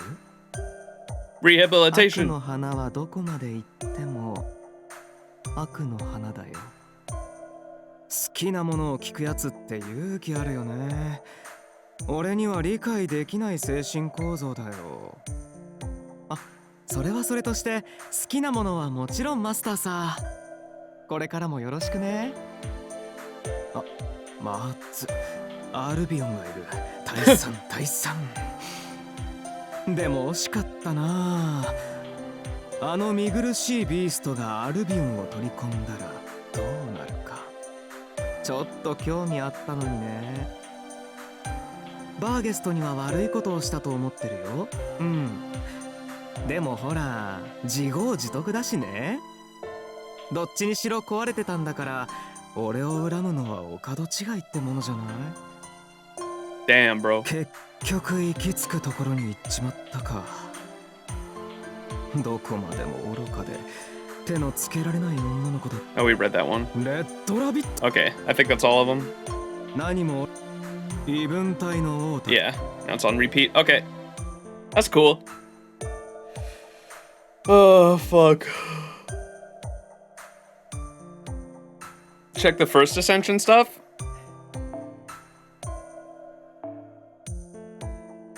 少しは絆が深まった。それはよかった。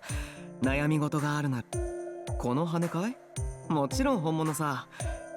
鳥の羽も竜の翼も魚の背びれもいいけどね。自然界で一番美しいのは。おや？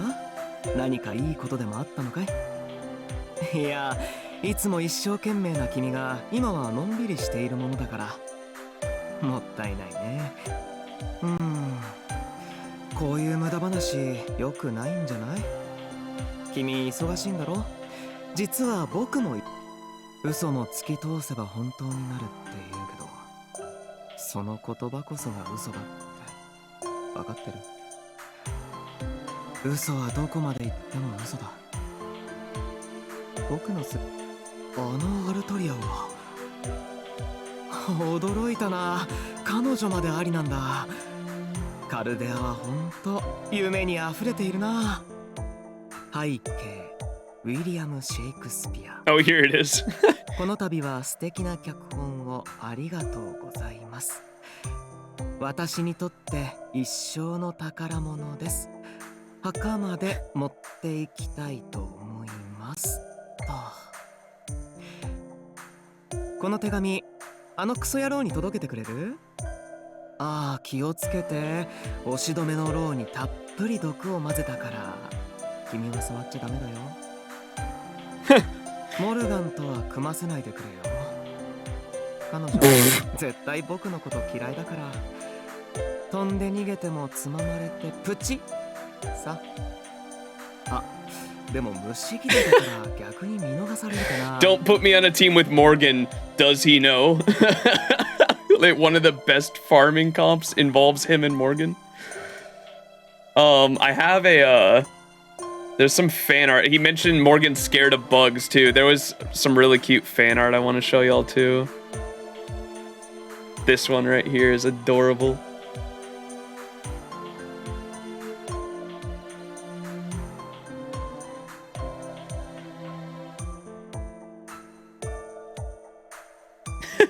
Look at this. Morgan chilling. Mash comes around the corner in a bug outfit. Morgan dies. So good, dude.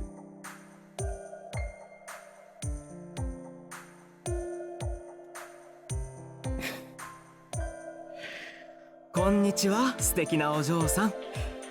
すべての読み手がいなくなった後、お茶会を開くから、その時は来てくれるかい？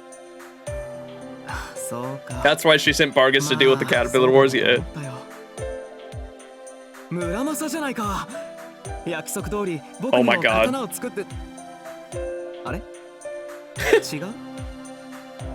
僕の知ってる村正じゃないのか。なら約束はご破産。This motherfucker, Oberon. 待って待って、メイブちゃん最高。いやー、恋に生きるとああなるんだね、彼女。僕はこっちのが好きだな。自由に生きてるって感じがして。花の魔術師マーリン、嬉しいな。一度会ってみたかったんだ。花は虫がいないと繁殖できない。虫は花がないと生きていけない。どっちも必要不可欠だからね。嘘と誠の He ain't wrong there. ワクワクするだろ。 They're literally polar opposites. I think that's so interesting. ガレス? The same but different, yin and yang, man. What? You say who's Gareth? マスターとの関係ってそれを僕に聞く？好きでもなければわざわざ召喚には応じないさ。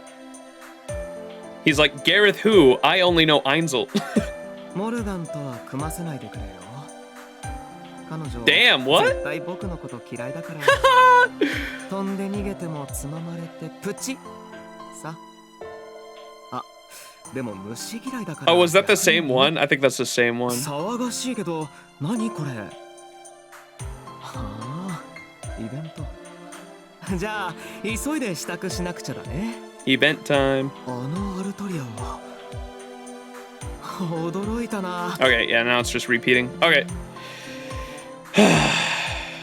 No Percy line? Sad, truly. Alright, chat. I think we set out to do everything. Oh, does Percy have a unique summoning? We didn't check him.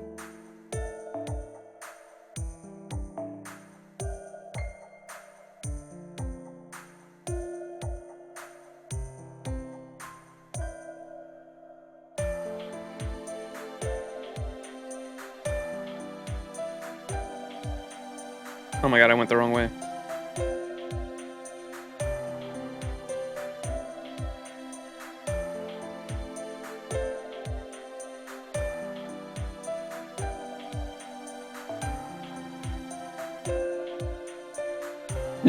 No unique dialogue? Damn it. Sag. There might be for bonds, but there's not a unique summon at least. That Percy isn't in the Lostbelt, same with Gareth, gotcha. Sag. Alright, I think that's it. What was my list? We gave the full thoughts on the note. We gave my full thoughts and notes for Lostbelt 6. We watched the 3-hour-long Dramalogue that really turned into like 5 hours because I was faffing around. We leveled up Mash to level 90, leveled up Happy Cat, watched Happy Cat's Noble Phantasm. We rewatched the LB6 summonings and their dialogue after the story. We did Oberon's Interlude. Oh, grailing a servant to 100. I gotta decide. I don't have the XP to do it now because I spent it all on Happy Cat. But I did want to figure out what servant I want to level to 100 because I do have 5 grails. It definitely has to be an LB6 servant. I'm thinking either... I was torn between Muramasa, my second Castoria, because I have 1 Castoria at level 100 right here, right? I have a second Castoria. Where is she? Level 90. Right there. I have a second Castoria that is fully skilled and leveled. Level 10. And I was thinking about having 2 Castorias at level 100, just because I love her so much. Muramasa was an option, so I'm torn between Muramasa, the second Castoria, Melusine, maybe Morgan?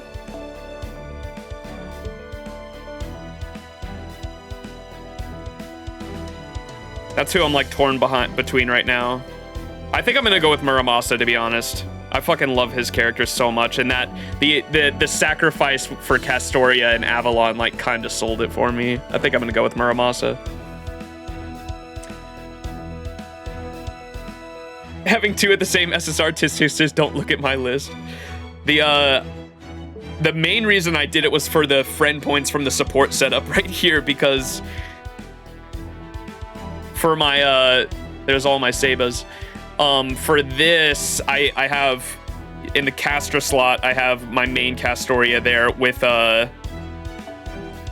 Chaldea Tea Time, and then I've got the Bella Lisa here in the all slot, so people can use the Castoria for QP farming whenever they want, and they have another Castoria for bond farming whenever they want. It's like the main reason I did it. Yeah, I also want to get my main Castoria to 120, my NP5 Castoria. I definitely want a 120 eventually, but there's a few other servants I wanted to take to 100 first.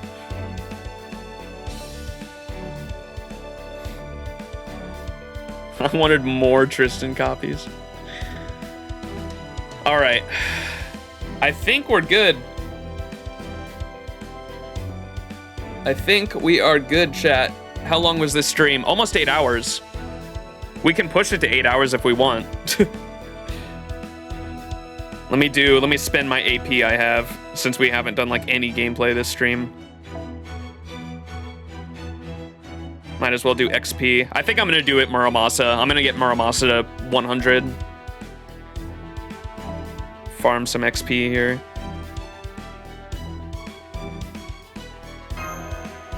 Because I already was gold foeing Muramasa too. He's at like 1900 right now on HP and attack. He's almost to 2000.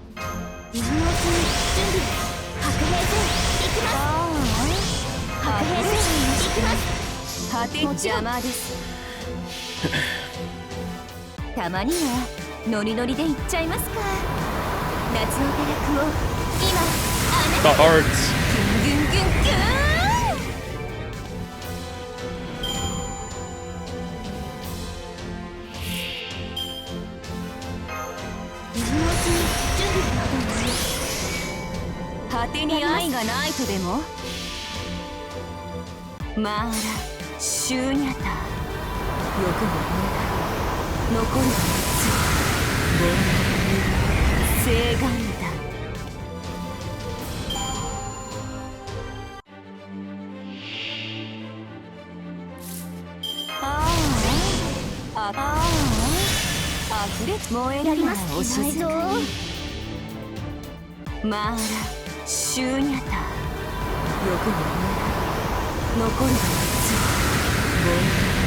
How much Saint Quartz did it take to NP3 comma? I don't think too much.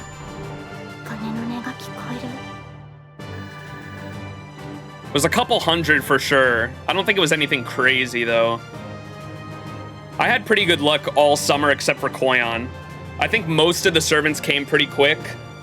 We got NP5 Morgan ridiculously lucky with the amount of... Do y'all remember I was like, I'm gonna go for NP4 with like a multi to end my stream, and I got NP4 Morgan in that multi, and I was like, damn, what the fuck, that's crazy. And then I was like, I haven't done my single roll today either, my daily disappointment, and I did the daily disappointment and literally got NP5 Morgan right after that. That was fucking crazy. So the Morgan I was super lucky with, and then Melusine I was also super lucky with. I think in like 300 Saint Quartz we were able to NP4 Melusine. That was fucking crazy too.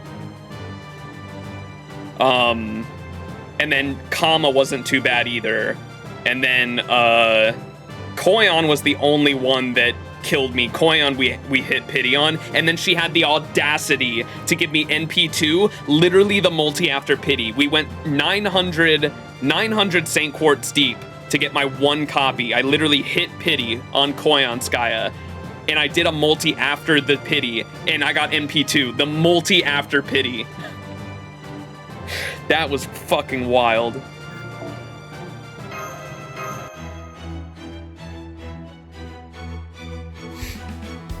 $120 Mappa Tofu, but I want to do it right away, kind of aiming for NP7 and then grind out for Bond 6 for the last 30 coins that would needed, so hopefully I can get lucky. That's hella lucky, that's crazy, yeah. I was not happy we had to go to fucking pity though to get the copy and then a second copy, god damn dude. Yeah, I have some crazy gotcha stories, that's for sure.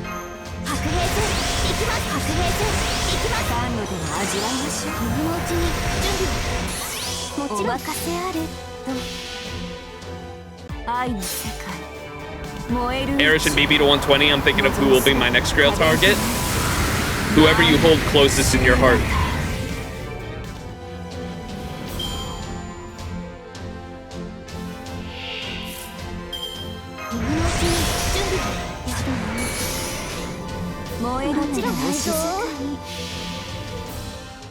Salter? Salter's a 120 target for me. I think she's gonna be my second 120.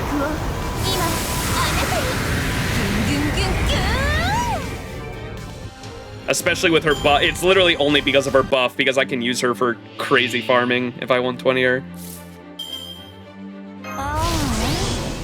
Salter was the reason I started playing this game, so I feel like I have to 120 her.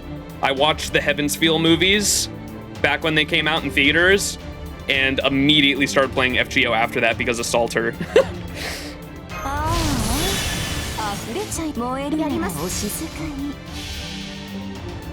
Soldier's gonna be rough with the coins. Yeah, I know. I already have her NP 8. I just have to get her to like spawn like 12 or 13, I think, before her buff, and then I can start doing crazy farming with her.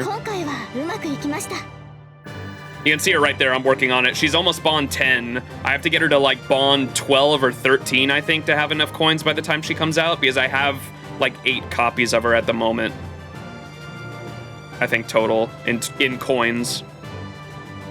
And I've already unlocked all of her append skills because I wasn't planning. I unlocked all of her append skills because I wasn't planning on 120ing her until I saw that buff on JP. And now I'm like, fuck. All right, I just got to do some crazy amount of bond farming before that buff comes out. They might give it to us early too. Sometimes they give us buffs early.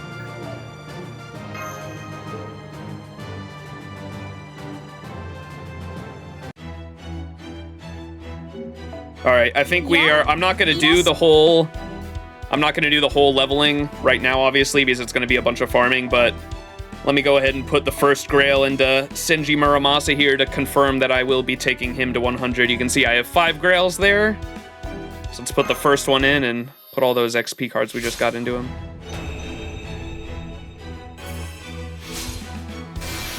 The best grandpa.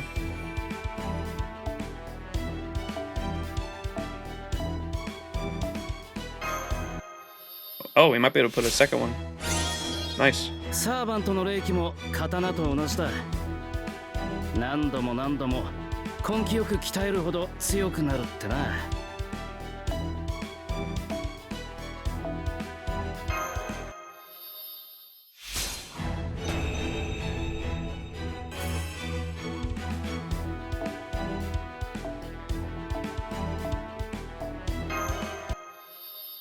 Give me the double sucks. Give me the suck. Give me the suck. Damn it.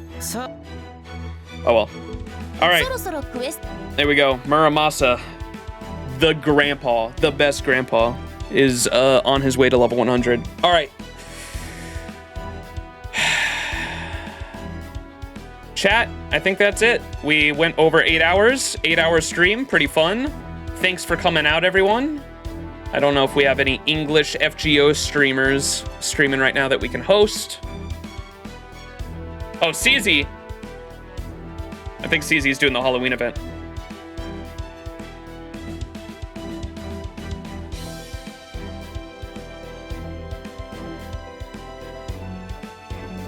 Yeah, CZ's doing the Halloween event. Go show CZ some love, chat. The homie. And I will catch you all later this week. We are definitely going to be doing the Halloween event, of course. Look forward to that. We will be reading the Halloween event sometime this week, wrapping all that up. And then Samurai Remnant as well, we will probably start back up this week. So look forward to that. Thanks for joining me on the Lostbelt 6 journey again, everyone. I really appreciate it. Lostbelt 6 was insane. Definitely going to be living rent-free in my head for a long time. But yeah.